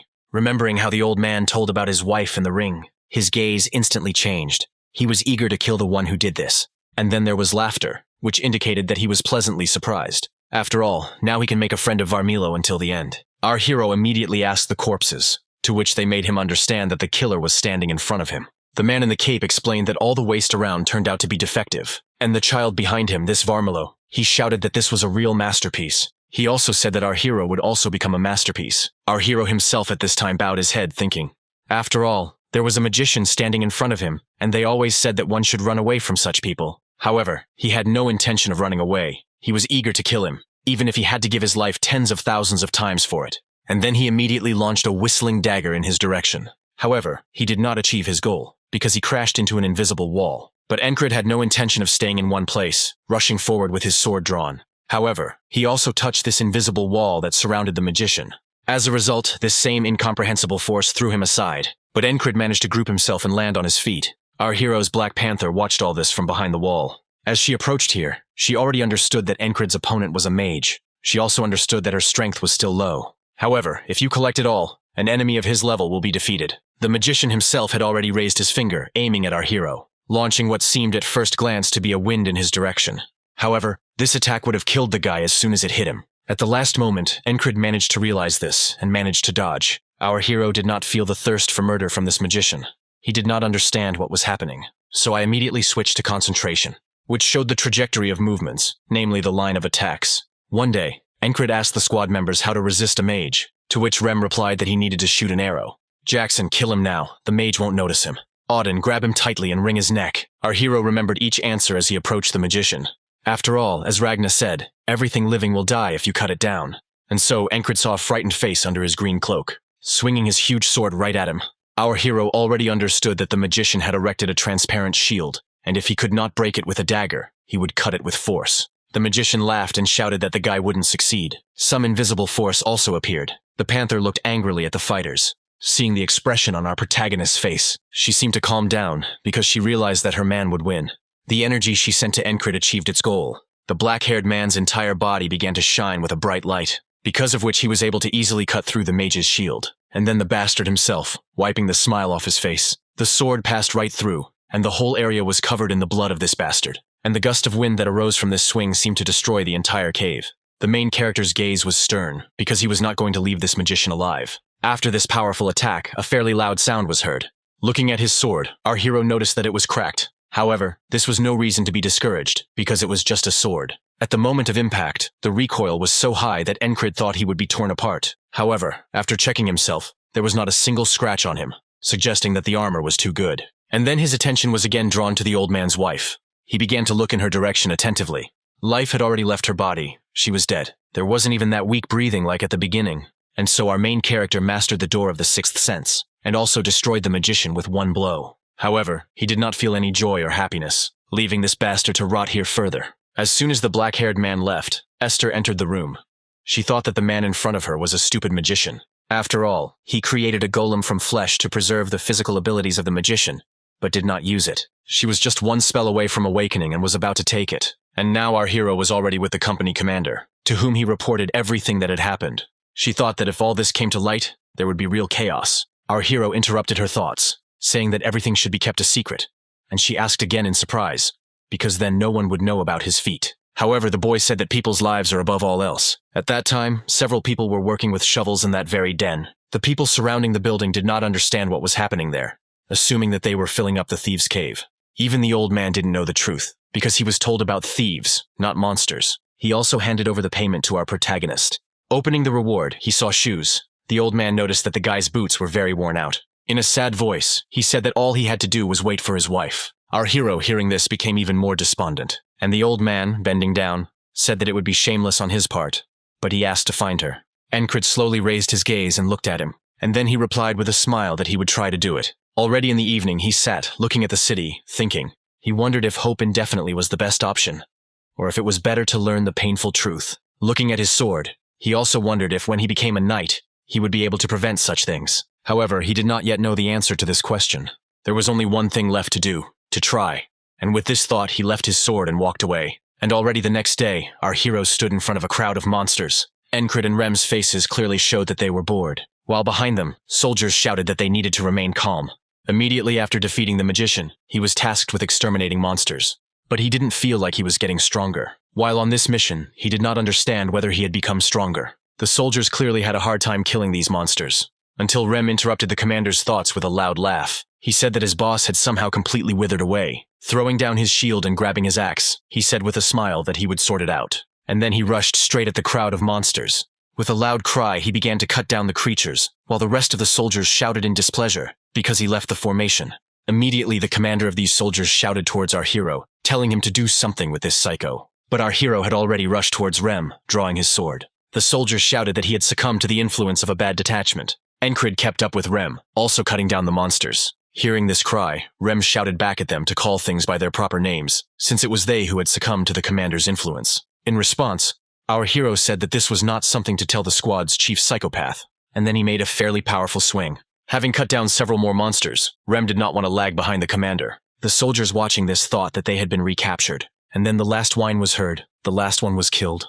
Behind them, the commander, who had been shouting at them with displeasure, praised them, because they had destroyed everyone together. However, Rem noticed that the commander was still not satisfied. The commander of the soldiers approached and said that if they were still in the mood to fight, they could go to the heavy artillery detachment. Our hero asked if the monsters there were difficult, but did not receive a specific answer. The squad of soldiers was clearly not coping. They were shouting that they just needed to hold out until reinforcements arrived. They came here to get rid of some monsters, but completely different, winged monsters arrived, who grabbed the soldiers and began lifting them into the air while they fought off the ground troops. And then they threw them down from a high height, thereby destroying the formation and killing them.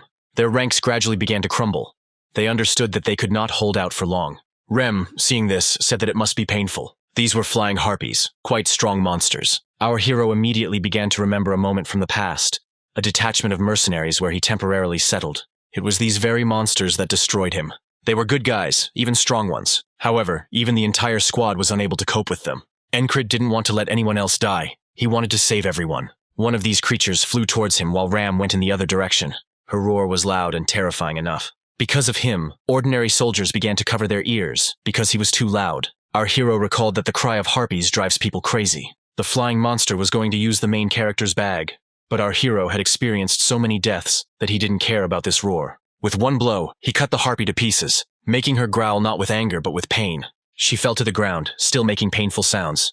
Rem himself, holding one by the paw, joyfully shouted that his commander had gotten carried away by proposing a bet. "Whoever catches more of these creatures," said Ram, killing one. At this time, a bird attacked Incurable from behind, already prepared to grab from behind. At this point, Incurable responded to Rem that he didn't come here to have fun.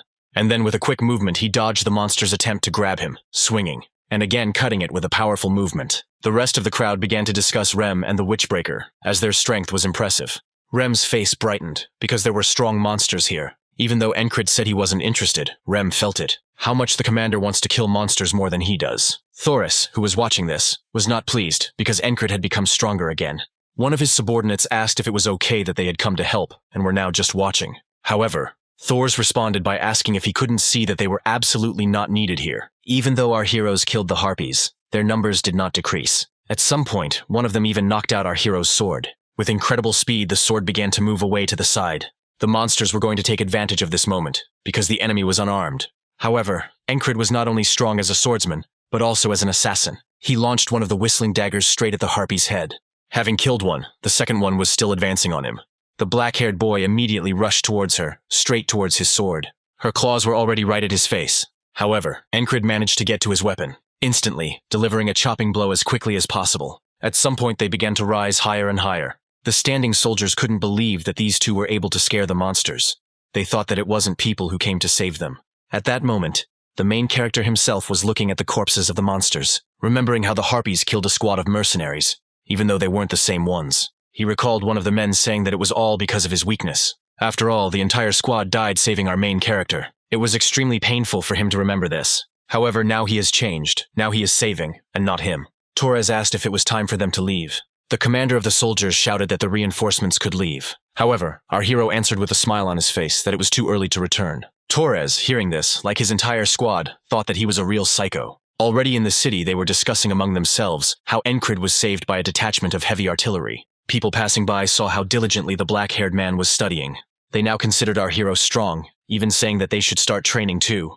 The next day, our hero took another task, saying that he would take another one in the evening. Everyone was surprised by this. After all, no one took on the task like Encrid. Everyone saw him taking on assignments during the day and training at night, without missing a day. Those passing by did not understand what was so funny about such a life. One of them even decided to try it and also started to practice. And then the next day came, nothing had changed. However, at night, instead of 1, 2 were already engaged. The next day, even more rumors began to spread, and a whole crowd of them has already started to get involved. A company commander passing by noticed this. She thought that the atmosphere in the army had completely changed recently. Her companion said that it had become fashionable for everyone to repeat after the destroyer of witchcraft. She let out a heavy sigh and thought that she couldn't ignore this any longer. Sometime later, she told Encrid that there had been a long meeting about him, and it was his duty to obey. From this moment on, the 4th squad, the squad of our main hero, he is promoted to an independent platoon, reporting to the 4th company, and Encrid himself is now the commander of an independent platoon. At that very moment,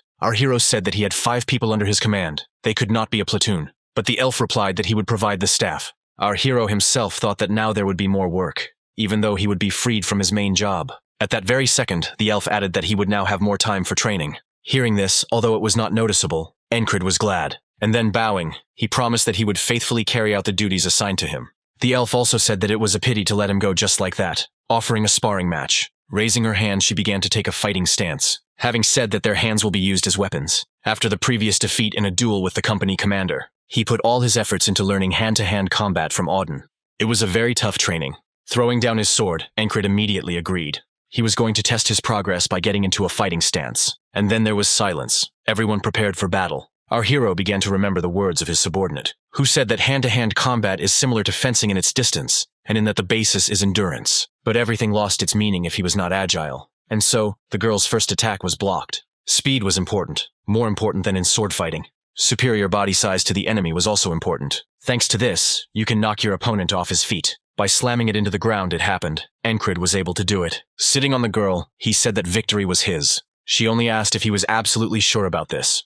And then she added that people's fighting games are quite aggressive. At that very moment, our hero's expression changed, thinking that she was up to her old tricks again. But at that very second, the girl moved her leg behind the man's back, turning over in a flash and sitting on top of him. Bending down, she said that he had analyzed his opponent's weak points and taken advantage of his own advantage. Good job, groom, the elf added in a sweet voice. Our hero at that very moment said that he was not her fiancé, asking her to get up from him. And now the heroes were already doomed from the dirt in complete silence. The awkward silence was broken by the girl apologizing, and then adding that she could not prevent this. She began to move away into the distance. Encrid didn't understand what the commander was talking about. With the retreat of the cold weather, the battlefield came to its senses again.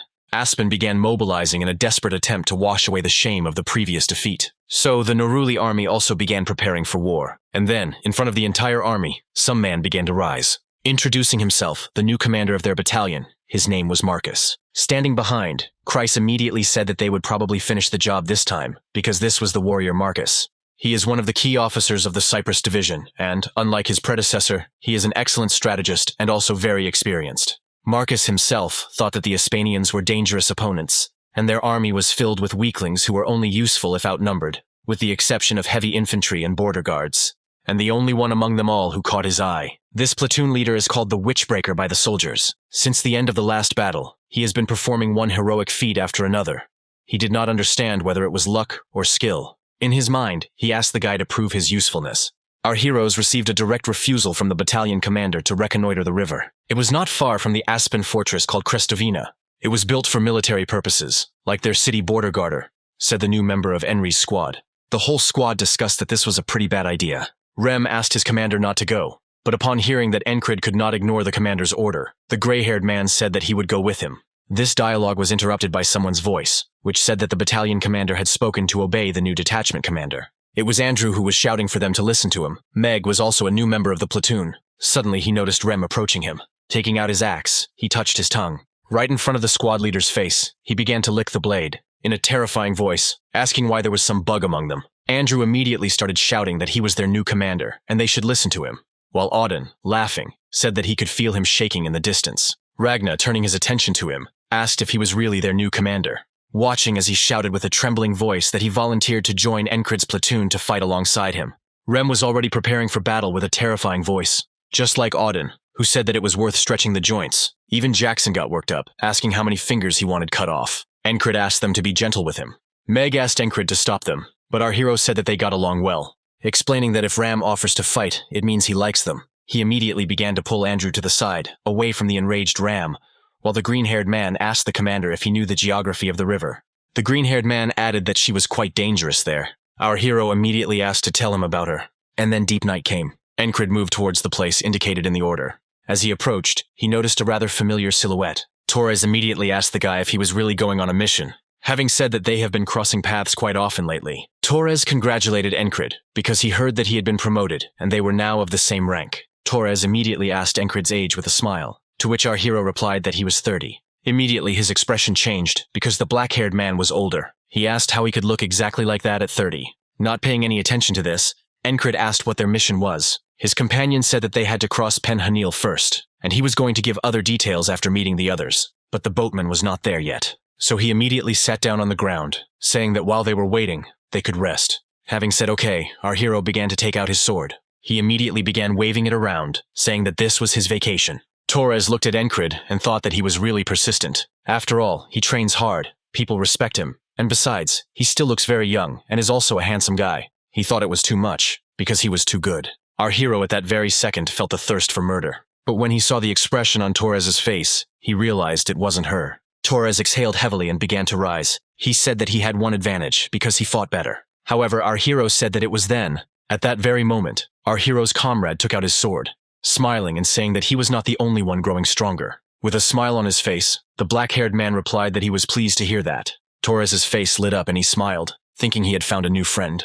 Just like our main character, and now the blades of both heroes touched. Our hero was able to parry his opponent's sword, immediately began to deliver the next attack. Torres gritted his teeth, thinking that he had noticed this during the battle with the Harpies.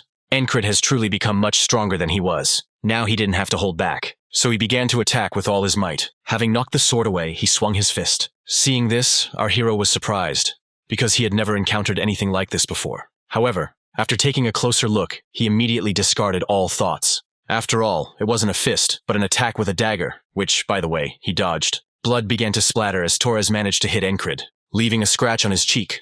The black-haired man did not understand where the blade came from.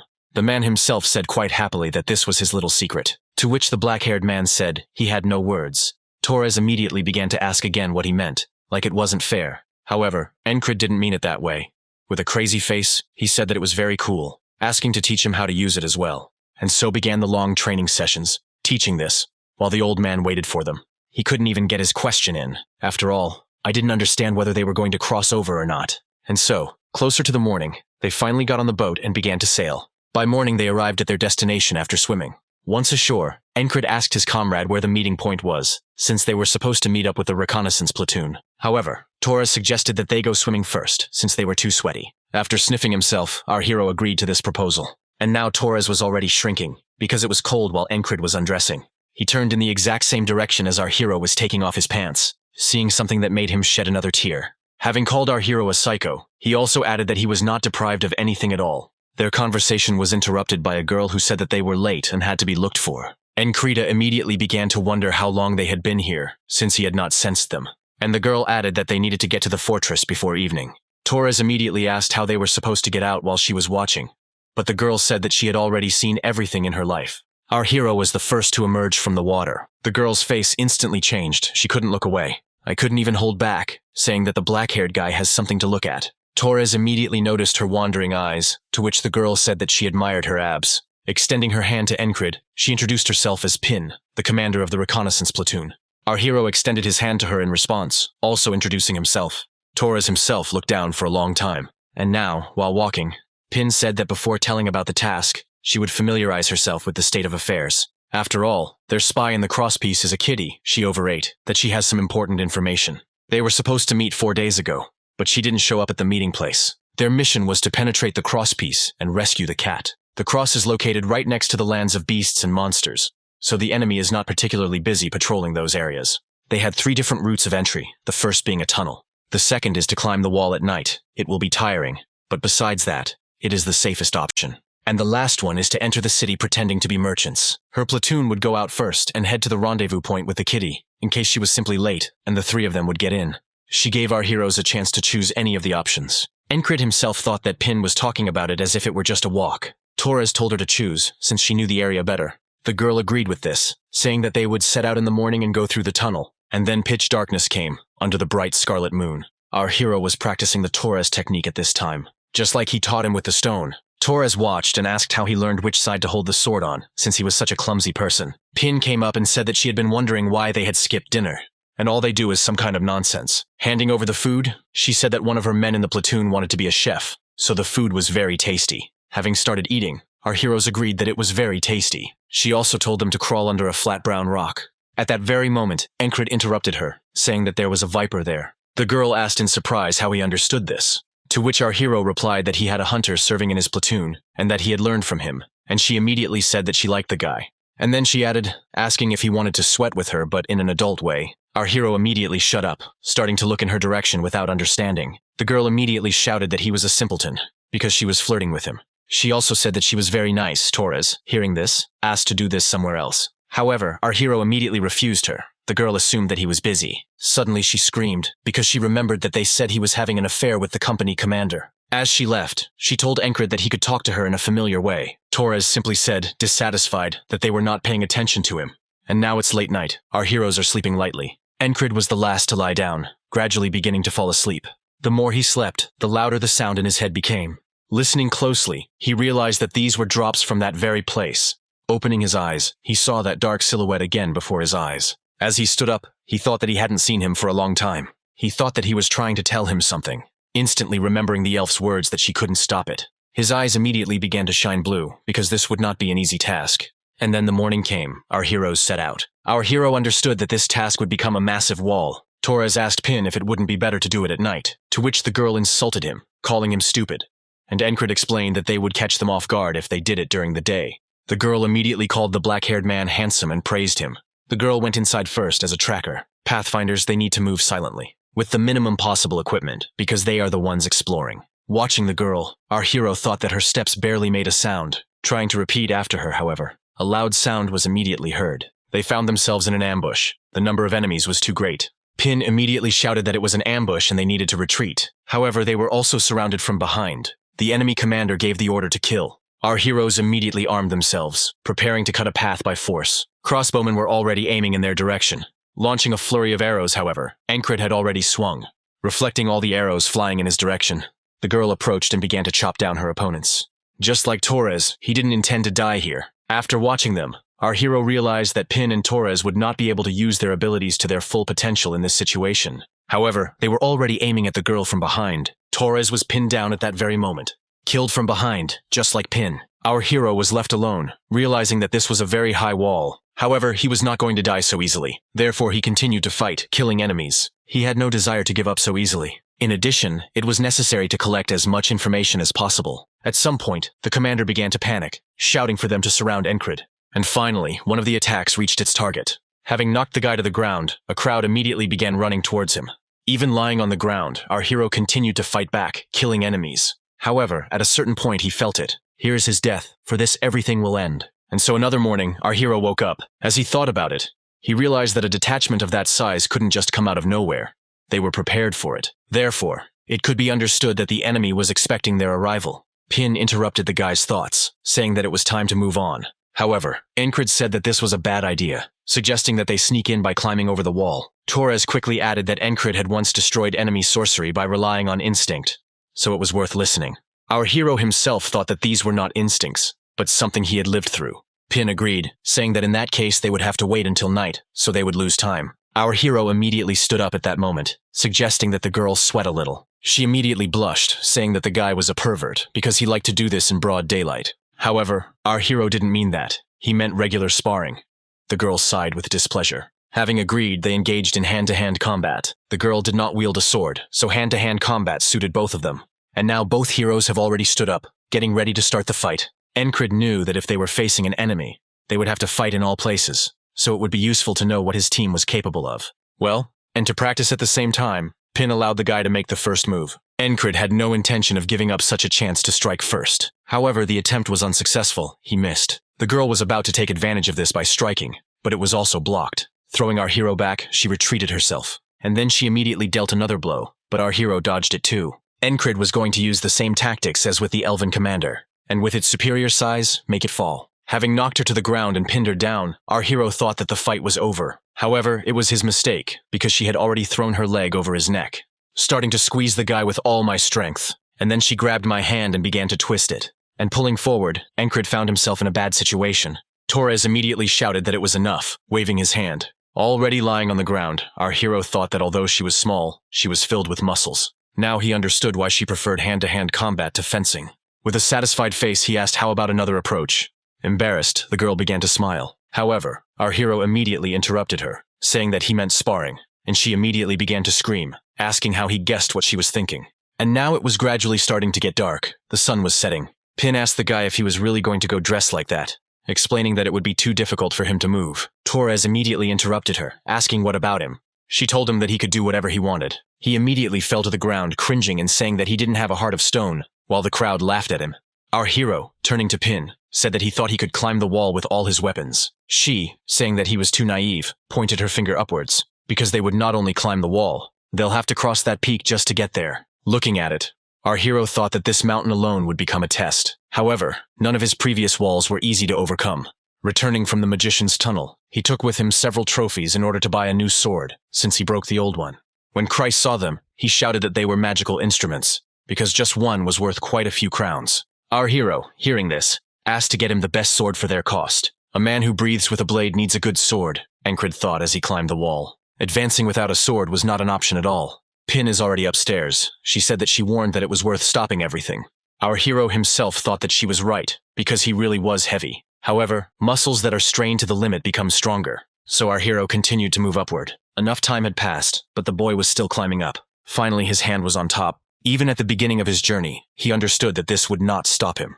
And so he was the last one to climb up. Standing on his feet, he raised his head, exhaling heavily. Pin also exhaled heavily, saying that Encred was only making his life more difficult. And Torres at that moment thought that the guy took his club to practice on the way. He thought he was crazy. And then a rather loud howl was heard. Our heroes immediately noticed this, because it was a pack of lycanthropes. It wasn't every time that one could see such a huge flock. Pin interrupted their conversation, saying that they needed to be more careful now.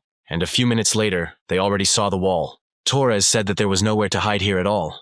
Everyone understood that they were not in a particularly normal situation. Pin asked him not to worry, because when both full moons rise, it becomes so light that the guards don't even bother too much. Suddenly, the girl gave a signal and everyone rushed forward. They started running towards the wall. Our hero was watching the guards at this time, which began to turn right in their direction. However, when he looked, he saw no one, and thought he heard something. Our heroes themselves were sighing heavily at this time, trying to catch their breath. Pin smiled and said that everything was as she said, and our hero thought that they were almost noticed. Starting to rub her hands, the girl said that there were slums behind the wall, and if they hide there, they will never be found. But first the guy needs to throw down his sword, because climbing a wall will be harder than climbing a mountain. To which our hero replied that he wouldn't be able to train without weight on his back. Torres confirmed his recent thoughts, thinking that Encred was beaten. Now our hero understood why the girl said that this was the safest option, because all he had to do was climb over the wall. But that's only if it's not his wall. Considering that the gray dogs were waiting for them in ambush in the hole, there was a high chance that they would be waiting for them on the wall. He wondered how they were going to stop them here. And so our heroes climbed that very wall. A woman immediately blocked their path, laughing. Having said that, they had tried hard, and now they could rest. Immediately some plants attacked our heroes. Pin realized that there was a mage in front of them, shouting for them to duck. All these vines flew over their heads, while the girl was shouting for them all to come down, even having managed to try to attack the magician. However, the attack was blocked and the axe was broken. Our hero did not expect to meet a magician here, thinking it was an impressive trap. However, he had no intention of running away, rushing at the magician.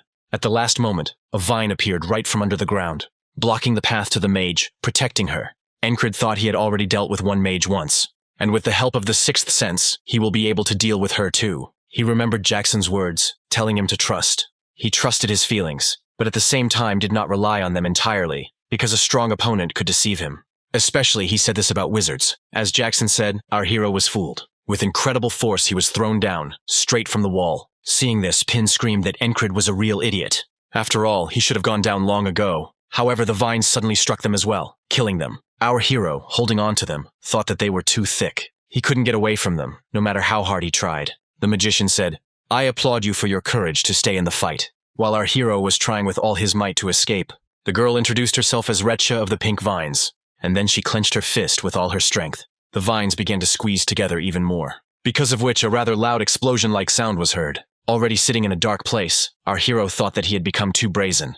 After all, he began to resist the fact that he had become stronger and rushed into battle without even analyzing the enemy. At that moment, a creepy voice asked if the guy now understood where his place was. After all, he is a weirdo who uses his powers today to become stronger instead of suffering as he should. Against the invincibility of the high wall, he is nothing more than an ant. Hearing this, our protagonist thanked him. After all, he lit a fire in him. After all, this is the very wall that he needed. Smiling, the silhouette said that he would see if he could still talk like that after he met the third wall. Our hero, approaching the girl, told her about his bad feelings about the wall and the tunnel. The girl explained how to do it, saying that it would be possible to do it tomorrow morning. Hearing this, our hero realized that he would not be able to do this, because tomorrow would not come for him. He thought about how this wall would manifest itself. Hearing about tomorrow, Pin suggested going for a walk. Having given the order to get everything she had, her subordinate began to carry out the order, having delivered a lot of food and a lot of booze. Seeing this, our hero's face changed, because he could not believe his eyes. After all, it was dangerous to do this in front of the enemy, the girl said with a smile. Like when your eyeballs shrink, you stop seeing the whole picture. She offered our hero a drink, saying that he needed to relax. Seeing this, our hero realized that the girl was right, because all this time he had concentrated on only one thing. After all, I thought that to overcome a wall, I had to come face to face with it. He should have thought calmly for at least a minute, because direct combat was not the only way. He raised his sword and looked at it. Pin looked at him with displeasure as Torres said that his rest was training. Lost in thought, she began to look towards the guy. While he was tensing all his muscles, he made a swing. And then she said with a smile that looking at Encred was a treat for the eyes. And then the night came, and again 2 moons rose into the sky. Sitting on the ground, our hero thought about what he had realized, because this alone made the whole day productive. After all, by about this time they would have reached the walls of the fortress. Gray dogs in the smuggler's hole, a sorceress behind the wall's parapet. He wondered what would block their path this time. And then a rather loud howl was heard. Pin, like the others, immediately noticed this, as did Torres, because he understood what it meant. Our hero immediately began to stand up, taking out his blade. He remembered the last time he saw lycanthropes, which moved along the path as they walked towards the city walls. Pin immediately screamed in horror that it was time for them to retreat. However, it was already too late, because they had already come running to them, having surrounded an entire reconnaissance detachment. Torres said that they were finished, because for one such wolf you need 10 people, and there are only 6 of them, and there are about 20 of them. The girl didn't understand where they came from, because there were no monsters nearby. Just like our hero, he didn't understand anything, because he didn't feel anything, assuming that it was all because of that sorceress. The lycanthropes immediately began to growl loudly. Everyone prepared for battle, our hero thought. After all, He had promised that he wouldn't rush into the first problem that came his way, but here, he simply wasn't going to give in. He saw the lines of attack of these monsters. Therefore, he could evade them. However, these were random attacks. He couldn't use concentration. And then one of these monsters tried to bite. However, our hero stopped him by raising his sword. Since focusing on one thing doesn't work, Incurable needed to expand the zone further. At that very moment, he heard cries of pain. At that moment, his current comrades were dying. Once again, Torres was killed first, and Pin followed him, leaving our hero alone. He understood that all this would mean nothing as soon as it happened again today, but the sight of these brutal deaths made him angry. He still felt pain for the loss of his comrades. He began to cut down the monsters one by one, not intending to retreat, but to kill as many as possible. And then one of the lycanthropes approached, swinging his weapon, and dealing a powerful blow to Incurabe's body, making him feel the full force of the blow and cough up blood. Seeing him, the boy assumed that this was the head of the pack. After all, he was too smart to hit with his fist. Grabbing our hero by the hand, he began to swing him. And then, opening his mouth, he threw it to the side. Our hero was going to see where he was flying, to which he saw a huge crowd of monsters waiting for him. Raising his gaze a little higher, he saw his comrades lying on the ground while his body was being torn apart. And here again is that same voice that says that every option is too high a wall for him, asking if the guy still finds it funny. Finding himself in the next day, the boy sat silently and thought. Talking to himself, his comrades watched him. They didn't understand what was wrong with him, assuming that his brain was sour. As he stood up, he thought that this was no reason to give up. He was going to find his own way, even if the other three options were blocked. Walking in complete silence, our hero walked as planned. After all, he counted the actions available during the encirclement, and nothing. He hadn't fought the Grey Dogs one-on-one with Torres and Pin, but when such a crowd surrounded them in a tight space, they were finished. The best option would be to not get surrounded in the first place. He tried to use his instincts to find where the ambush was.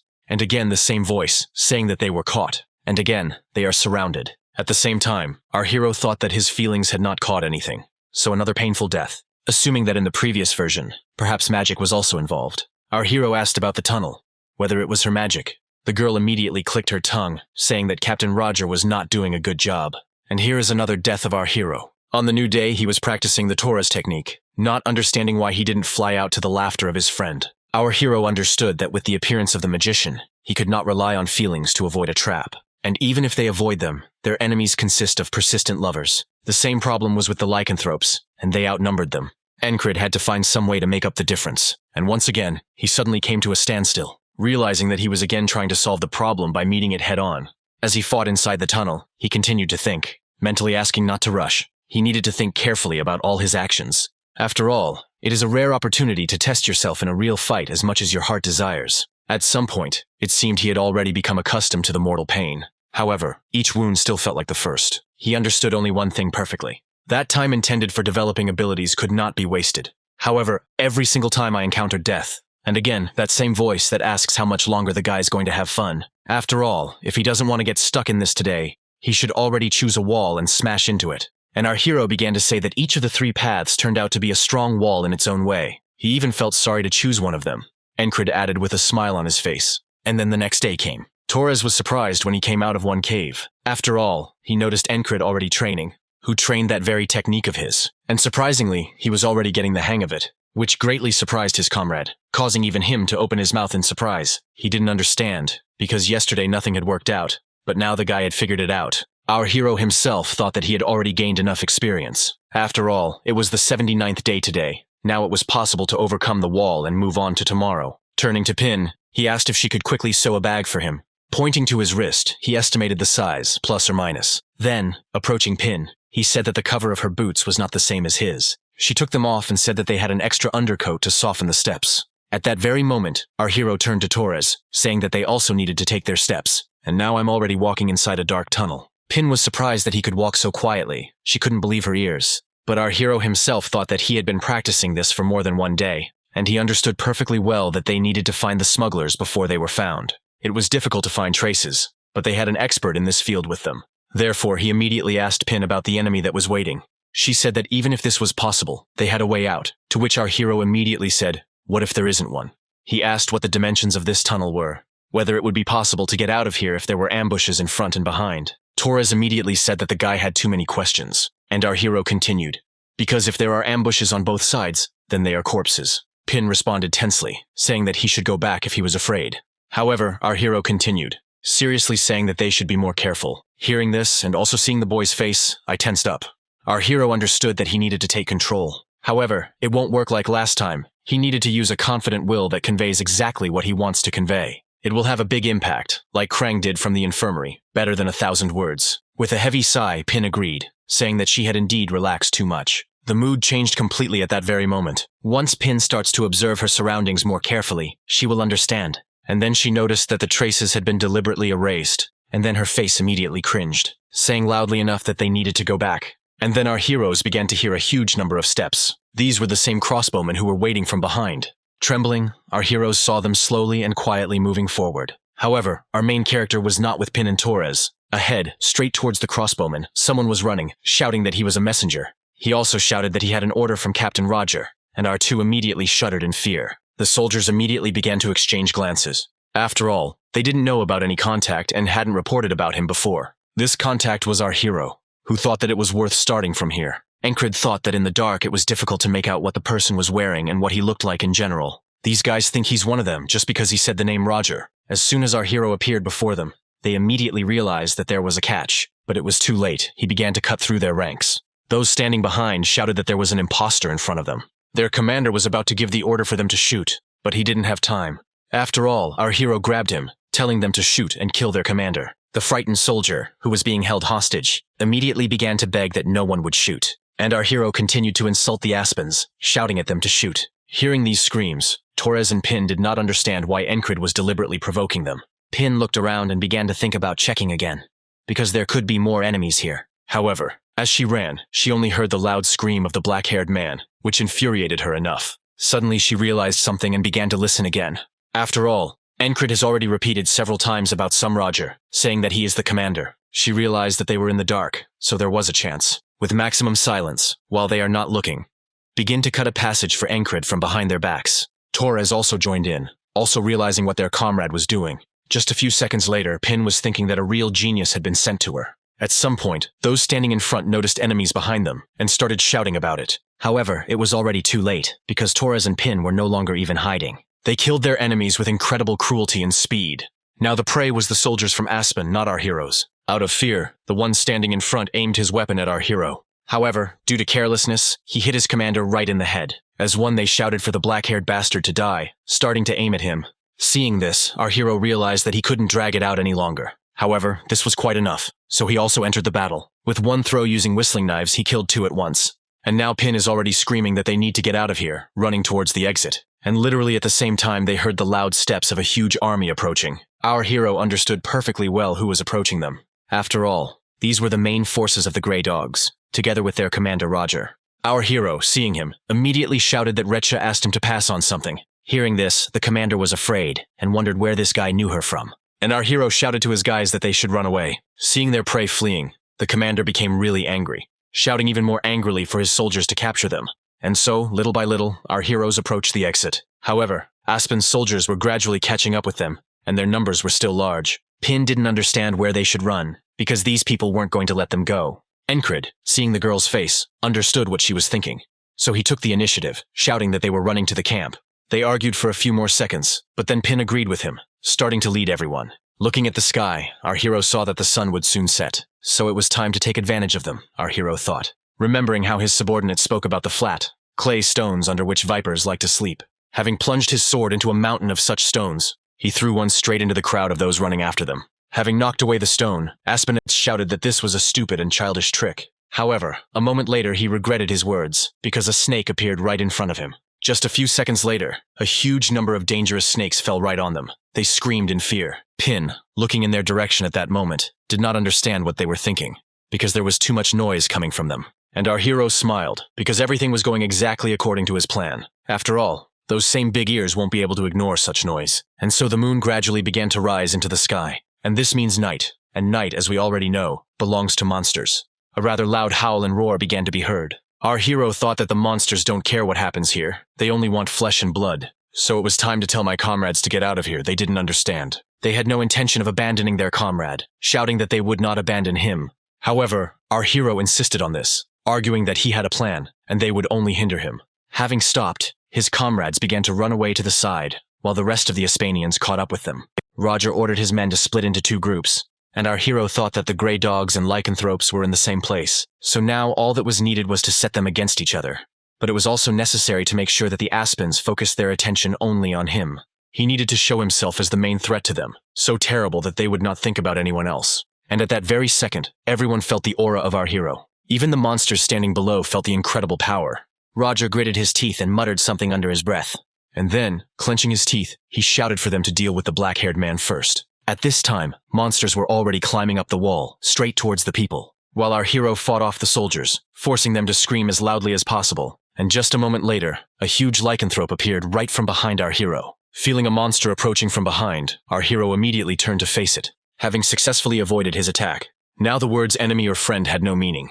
At that very moment, real chaos reigned here. Pin and Torres, who were running at the time, could not believe that they had abandoned their comrade. Each of them blamed themselves. Torres was the first to ask if it was even possible to do this. However, hearing a wild noise, they immediately turned around. They saw their comrade standing alone in a sea of enemies. Torres immediately shouted to Pin that they needed to go back. However, as soon as he took a closer look, he immediately fell silent. Pin couldn't believe her eyes, asking him how he did it. After all, right before their eyes, Incurable dodges all the blows. The boy himself thought that in the midst of this chaotic battle, there were those who sensed his bloodthirstiness and attacked.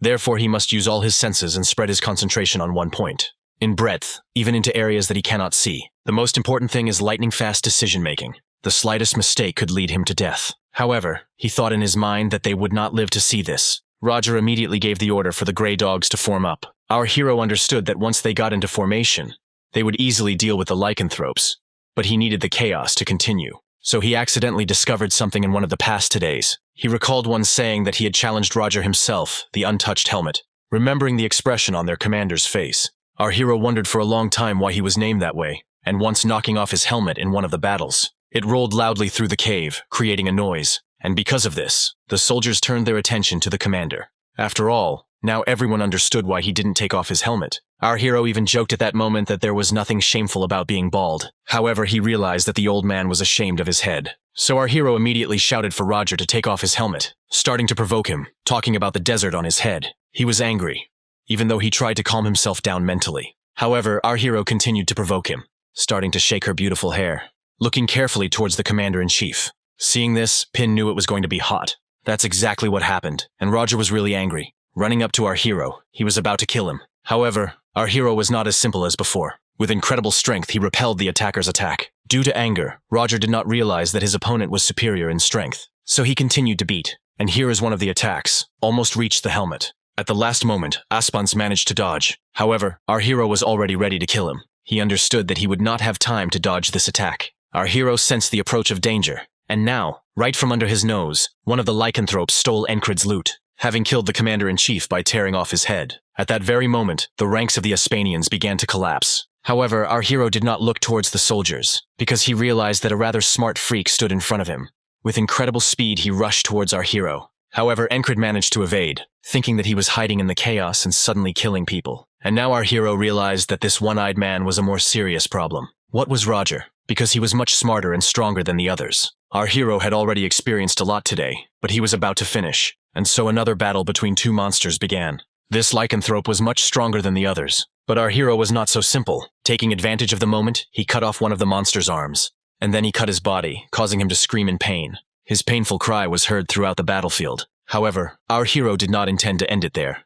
Thinking that this was the end, he tensed every muscle, thrusting his sword straight into the monster's chest. The fight was over, the leader was dead, and the chaos continued at that moment. Our main hero's comrades stood with their mouths open, not believing their eyes. Pin noticed that none of the others even intended to approach Encred, and Torres noted that he wouldn't dare approach him either. Pin suggested going to the black-haired man. Hearing the cries of his comrades, he heard them screaming at him to get out of there. Realizing that the matter was over, our hero began to run away. The humans were about to rush after him, but the monsters did not let them. Without any problems this time, our heroes escaped. Pin had too many questions. She couldn't keep them to herself. However, Encred didn't answer. Torres didn't understand when Encred had become so cool. Our hero himself understood that he could not tell the truth, so he interrupted them, saying that the mission was still not over. He began to peer into the distance, saying that it was time to overcome this wall. By the wall, he meant that very woman, a sorceress who used vines. And so, sometime later, our heroes reached the wall. This time our hero was ahead of everyone. Pin didn't understand why Encred was so good at everything. But Torres didn't know the answer to that question. After all, now even he didn't know who this guy was. Having climbed up, Encrid thought that because of the sorceress, there was no point in putting his sixth sense into full combat readiness. After all, he knew that she was located in this post in all the countless today, which he had already experienced many times. He immediately raised his hand, giving a signal. Everyone froze. Having said that he would go first, because there was an enemy there. Pin didn't understand, and neither did Torres. However, our hero had already pounced on the enemy. Naturally, she noticed him almost immediately, seeing the sword approaching her at incredible speed. However, this attack was blocked.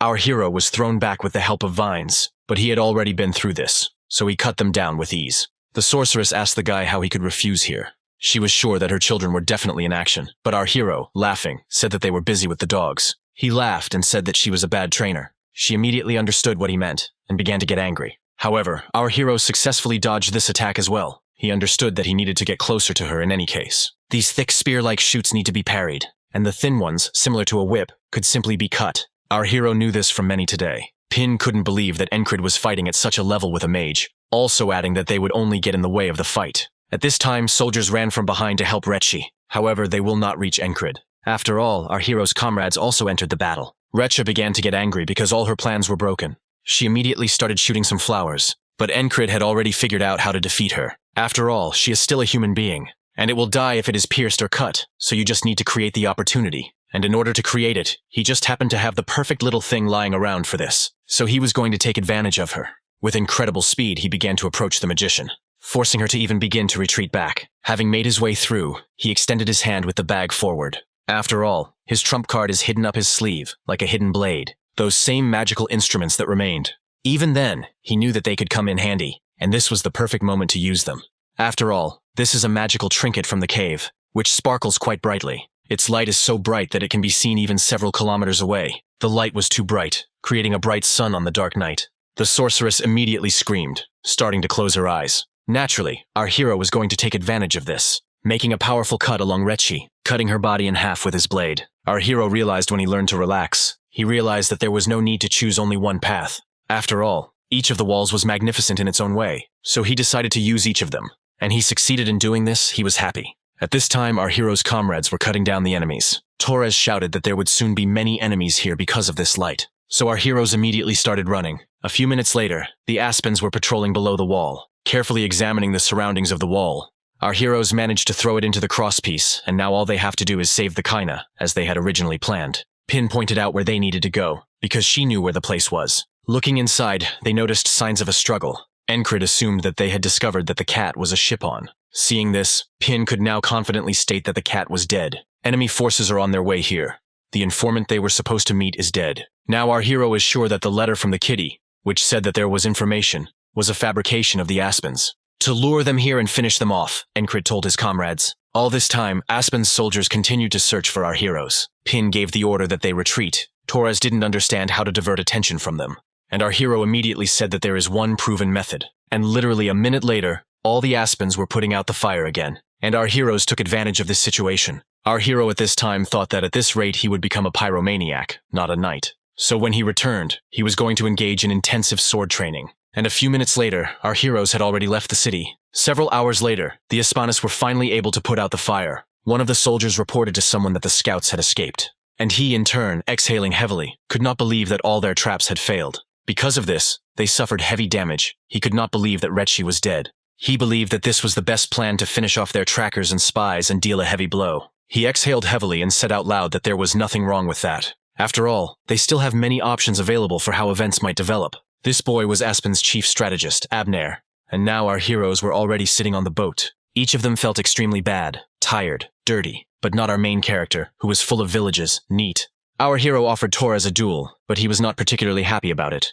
And finally the boat moored to the shore. Even while walking along the shore, Torres grumbled at our hero. Encrid switched to Pin, but she also refused. Approaching the entrance, our heroes were confronted with a picture of a man asking to join a platoon of madmen. At that very moment, Encrid became serious, saying that he knew him, so he asked to report on their return. And that man at that moment heard Encrid immediately shouting joyfully. He rushed towards him, shouting about trouble because Christ was in danger. Having caught his breath a little, he said that the frogs had come. And our hero began to remember how Giplin told about the previous chapter. The boy who received money from someone understood everything. A little earlier, to be more precise, 4 days ago, Christ thought that there was still a lot to prepare, since they were soon to be packed up.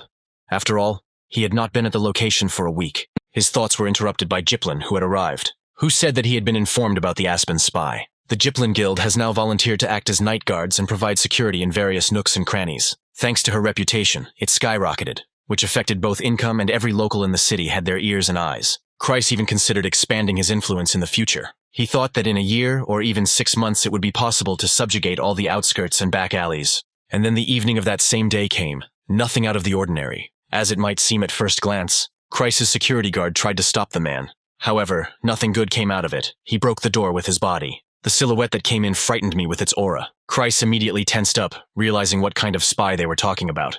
Taking a closer look, Kreis immediately realized who was in front of him. After all, it was a frog, the strongest fighting tribe. He slowly began to take off his cape. The red-haired man immediately looked at his subordinate, realizing that if he was still alive, he had a chance to come to an agreement. With a smile on his face, he immediately asked the guest to sit down. The frog looked towards the guy for a few more seconds. And later she began to smile, saying that it was an interesting reaction. He was wondering who he took him for. To which Kreis replied that it was not important yet, asking whether the guest had eaten. She thought about it again, answering that she didn't think it was important now. And then it started moving at incredible speed, making everyone in that room spit blood. Jiplin immediately fell to the ground. The frog grabbed our baby and lifted him up. Their guest explained that people needed to be shown strength, so that they would understand everything and start to obey. However, Kreis continued to speak with a smile, as if he would have answered even without these kicks. The frog asked where the last leader had gone and who he was, to which the baby immediately replied that the leader was dead. The frog immediately began to ask who killed him, to which the red-haired man began to smile even more.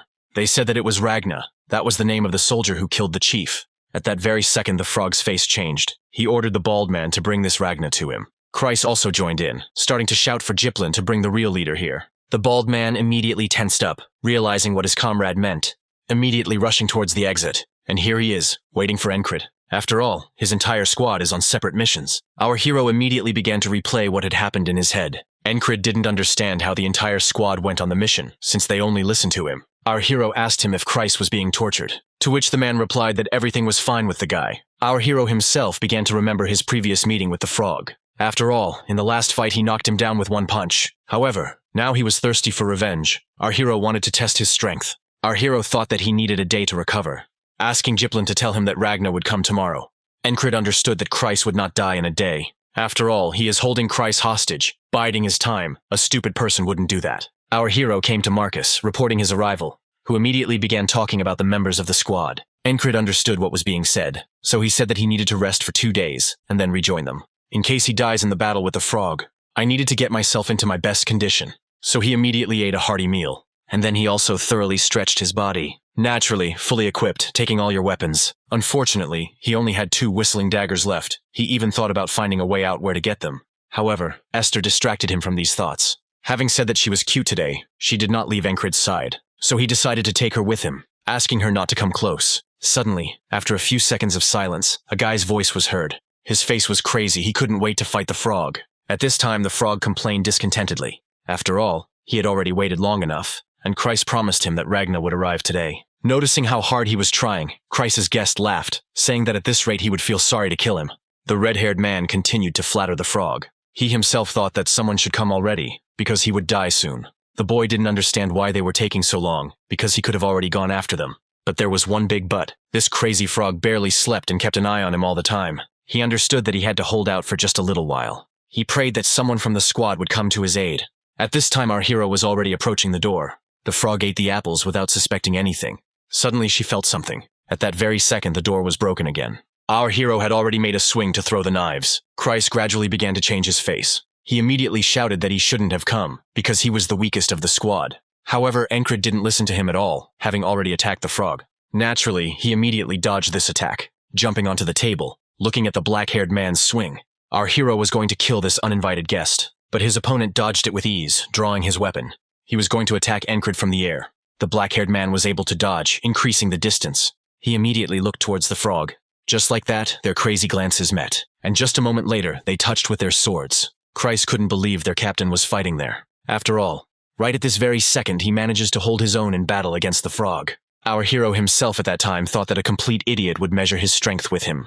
After all, one mistake and all the bones will be smashed to pieces. It redirects the momentum with a flowing sword style. forcing all the force to be transferred forward, without touching the sword at all. The target is their only weak point, namely, the heart. It needs to be pierced with one precise blow, so that it won't be able to react, our hero thought. However, naturally, this is not at all easy to do. After all, frogs are quite strong opponents, even very strong ones. That's why she was able to throw our hero aside with ease. Kreis immediately began to remember how the captain passed out from such a direct hit. She, approaching him, asked what right he had to dare to aim at the frog's heart. The frog herself thought that she had a gift for determining the abilities of others, which is why he is called a talent reader. But looking at the man in front of him, he could not understand. After all, he has already reached the limit of his abilities, but he didn't understand how he managed to go beyond its limits.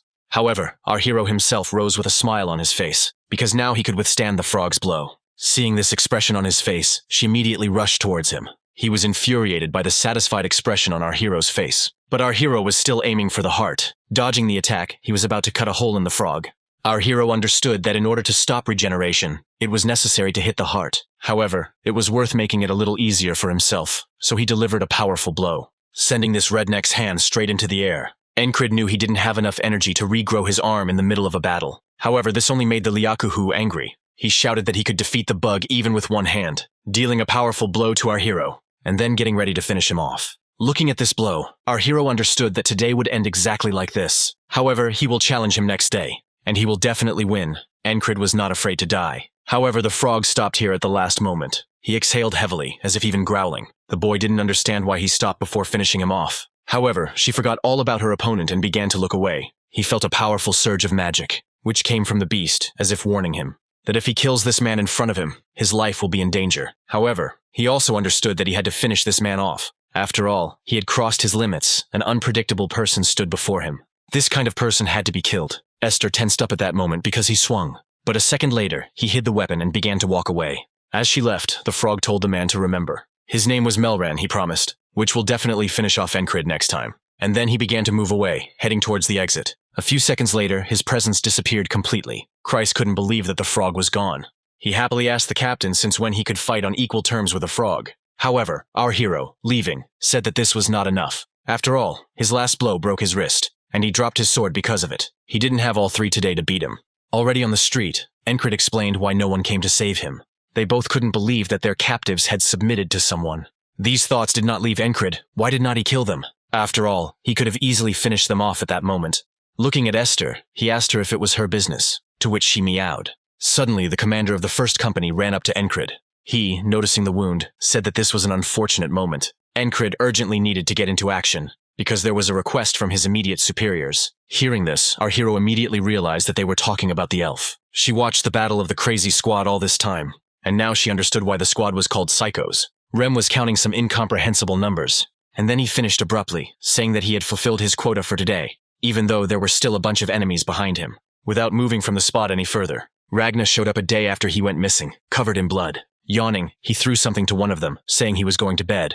It was the head of an enemy commander. Auden also showed his best, tormenting his opponents by breaking bones right on the battlefield, frightening not only enemies but also their allies. Even Jackson wasn't much different from the others, just dodging all attacks. His enemies even prayed for death at one point. Having observed this, the elf understood absolutely everything. Marcus asked her how she managed to get them out onto the battlefield, to which she replied that it was as easy as pie. After all, she simply said that they would cover their commander. Andrew immediately agreed with her, to which Rem began to angrily shout that it was their own fault. The elf immediately said that they did not obey, and the failure to subordinate the platoon will fall on the shoulders of their commander. He exhaled heavily and said, "Just 3 a day. They will only kill 3 enemies." She herself thought that even the murder of 3 was a gift from them. Marcus talked about how they were in the midst of a war. Even after telling how Aspen resorted to cheap tricks, they were discussing some kind of duel, thinking that they needed to put up a worthy opponent for this duel, and these madmen could solve this problem perfectly. However, the elf said that they refused orders. Marcus immediately asked if there was a way to tame them, to which she immediately stood up, saying that there was. And now only Marcus was left in the tent, thinking that the Aspanian scum always loved their dirty tricks. But tactics have never stooped to this level. And then some new young talent appeared in Aspen, so Marcus assumed it was his doing. As he walked, Andrew thought about the fact that he was the heir to the House of Gardner, but at the moment he serves as the leader of a squad of complete psychos. Instead of a captain, he bears the heavy burden of keeping them in check. The green-haired man asked Andrew to stop fighting with Rem, but he couldn't, because then he would cause chaos in the camp. However, that wasn't even the point, because in the fight with him, he became stronger. Even Meg noticed this, saying that he too was getting stronger. He also thought that fortunately, the three were constantly busy with their own affairs. And then one man shouted at the squad of the finished ones. Standing in front of Rem, he shouted at him that this war was no joke. Seeing this, Andrew began to think in fear that this was the new captain, and he would most likely die now. He immediately stood in front of Rem, saying that their independent unit takes orders exclusively from its direct superiors. However, he continued to shout with displeasure. Immediately, everyone around felt the rage emanating from Rem. The boy immediately rejected the new captain, thinking that he had to save him. Rem listened attentively to all these screams. Watch as the kid offers the captain a duel. He exhaled heavily, looking high into the sky. Thinking that it was all boring, all these fights were creepy. He thought he would have fun, but he didn't have time because the loot was taken away. He thought that nothing interesting was happening in this camp. Entering the tent, he looked around carefully. I thought that it was time to end this boring soldier's life soon. At this time, Ragnar was lying on the bed, not wanting to move even a hair from his body. He thought about the captain, because there had been no news about him for a long time.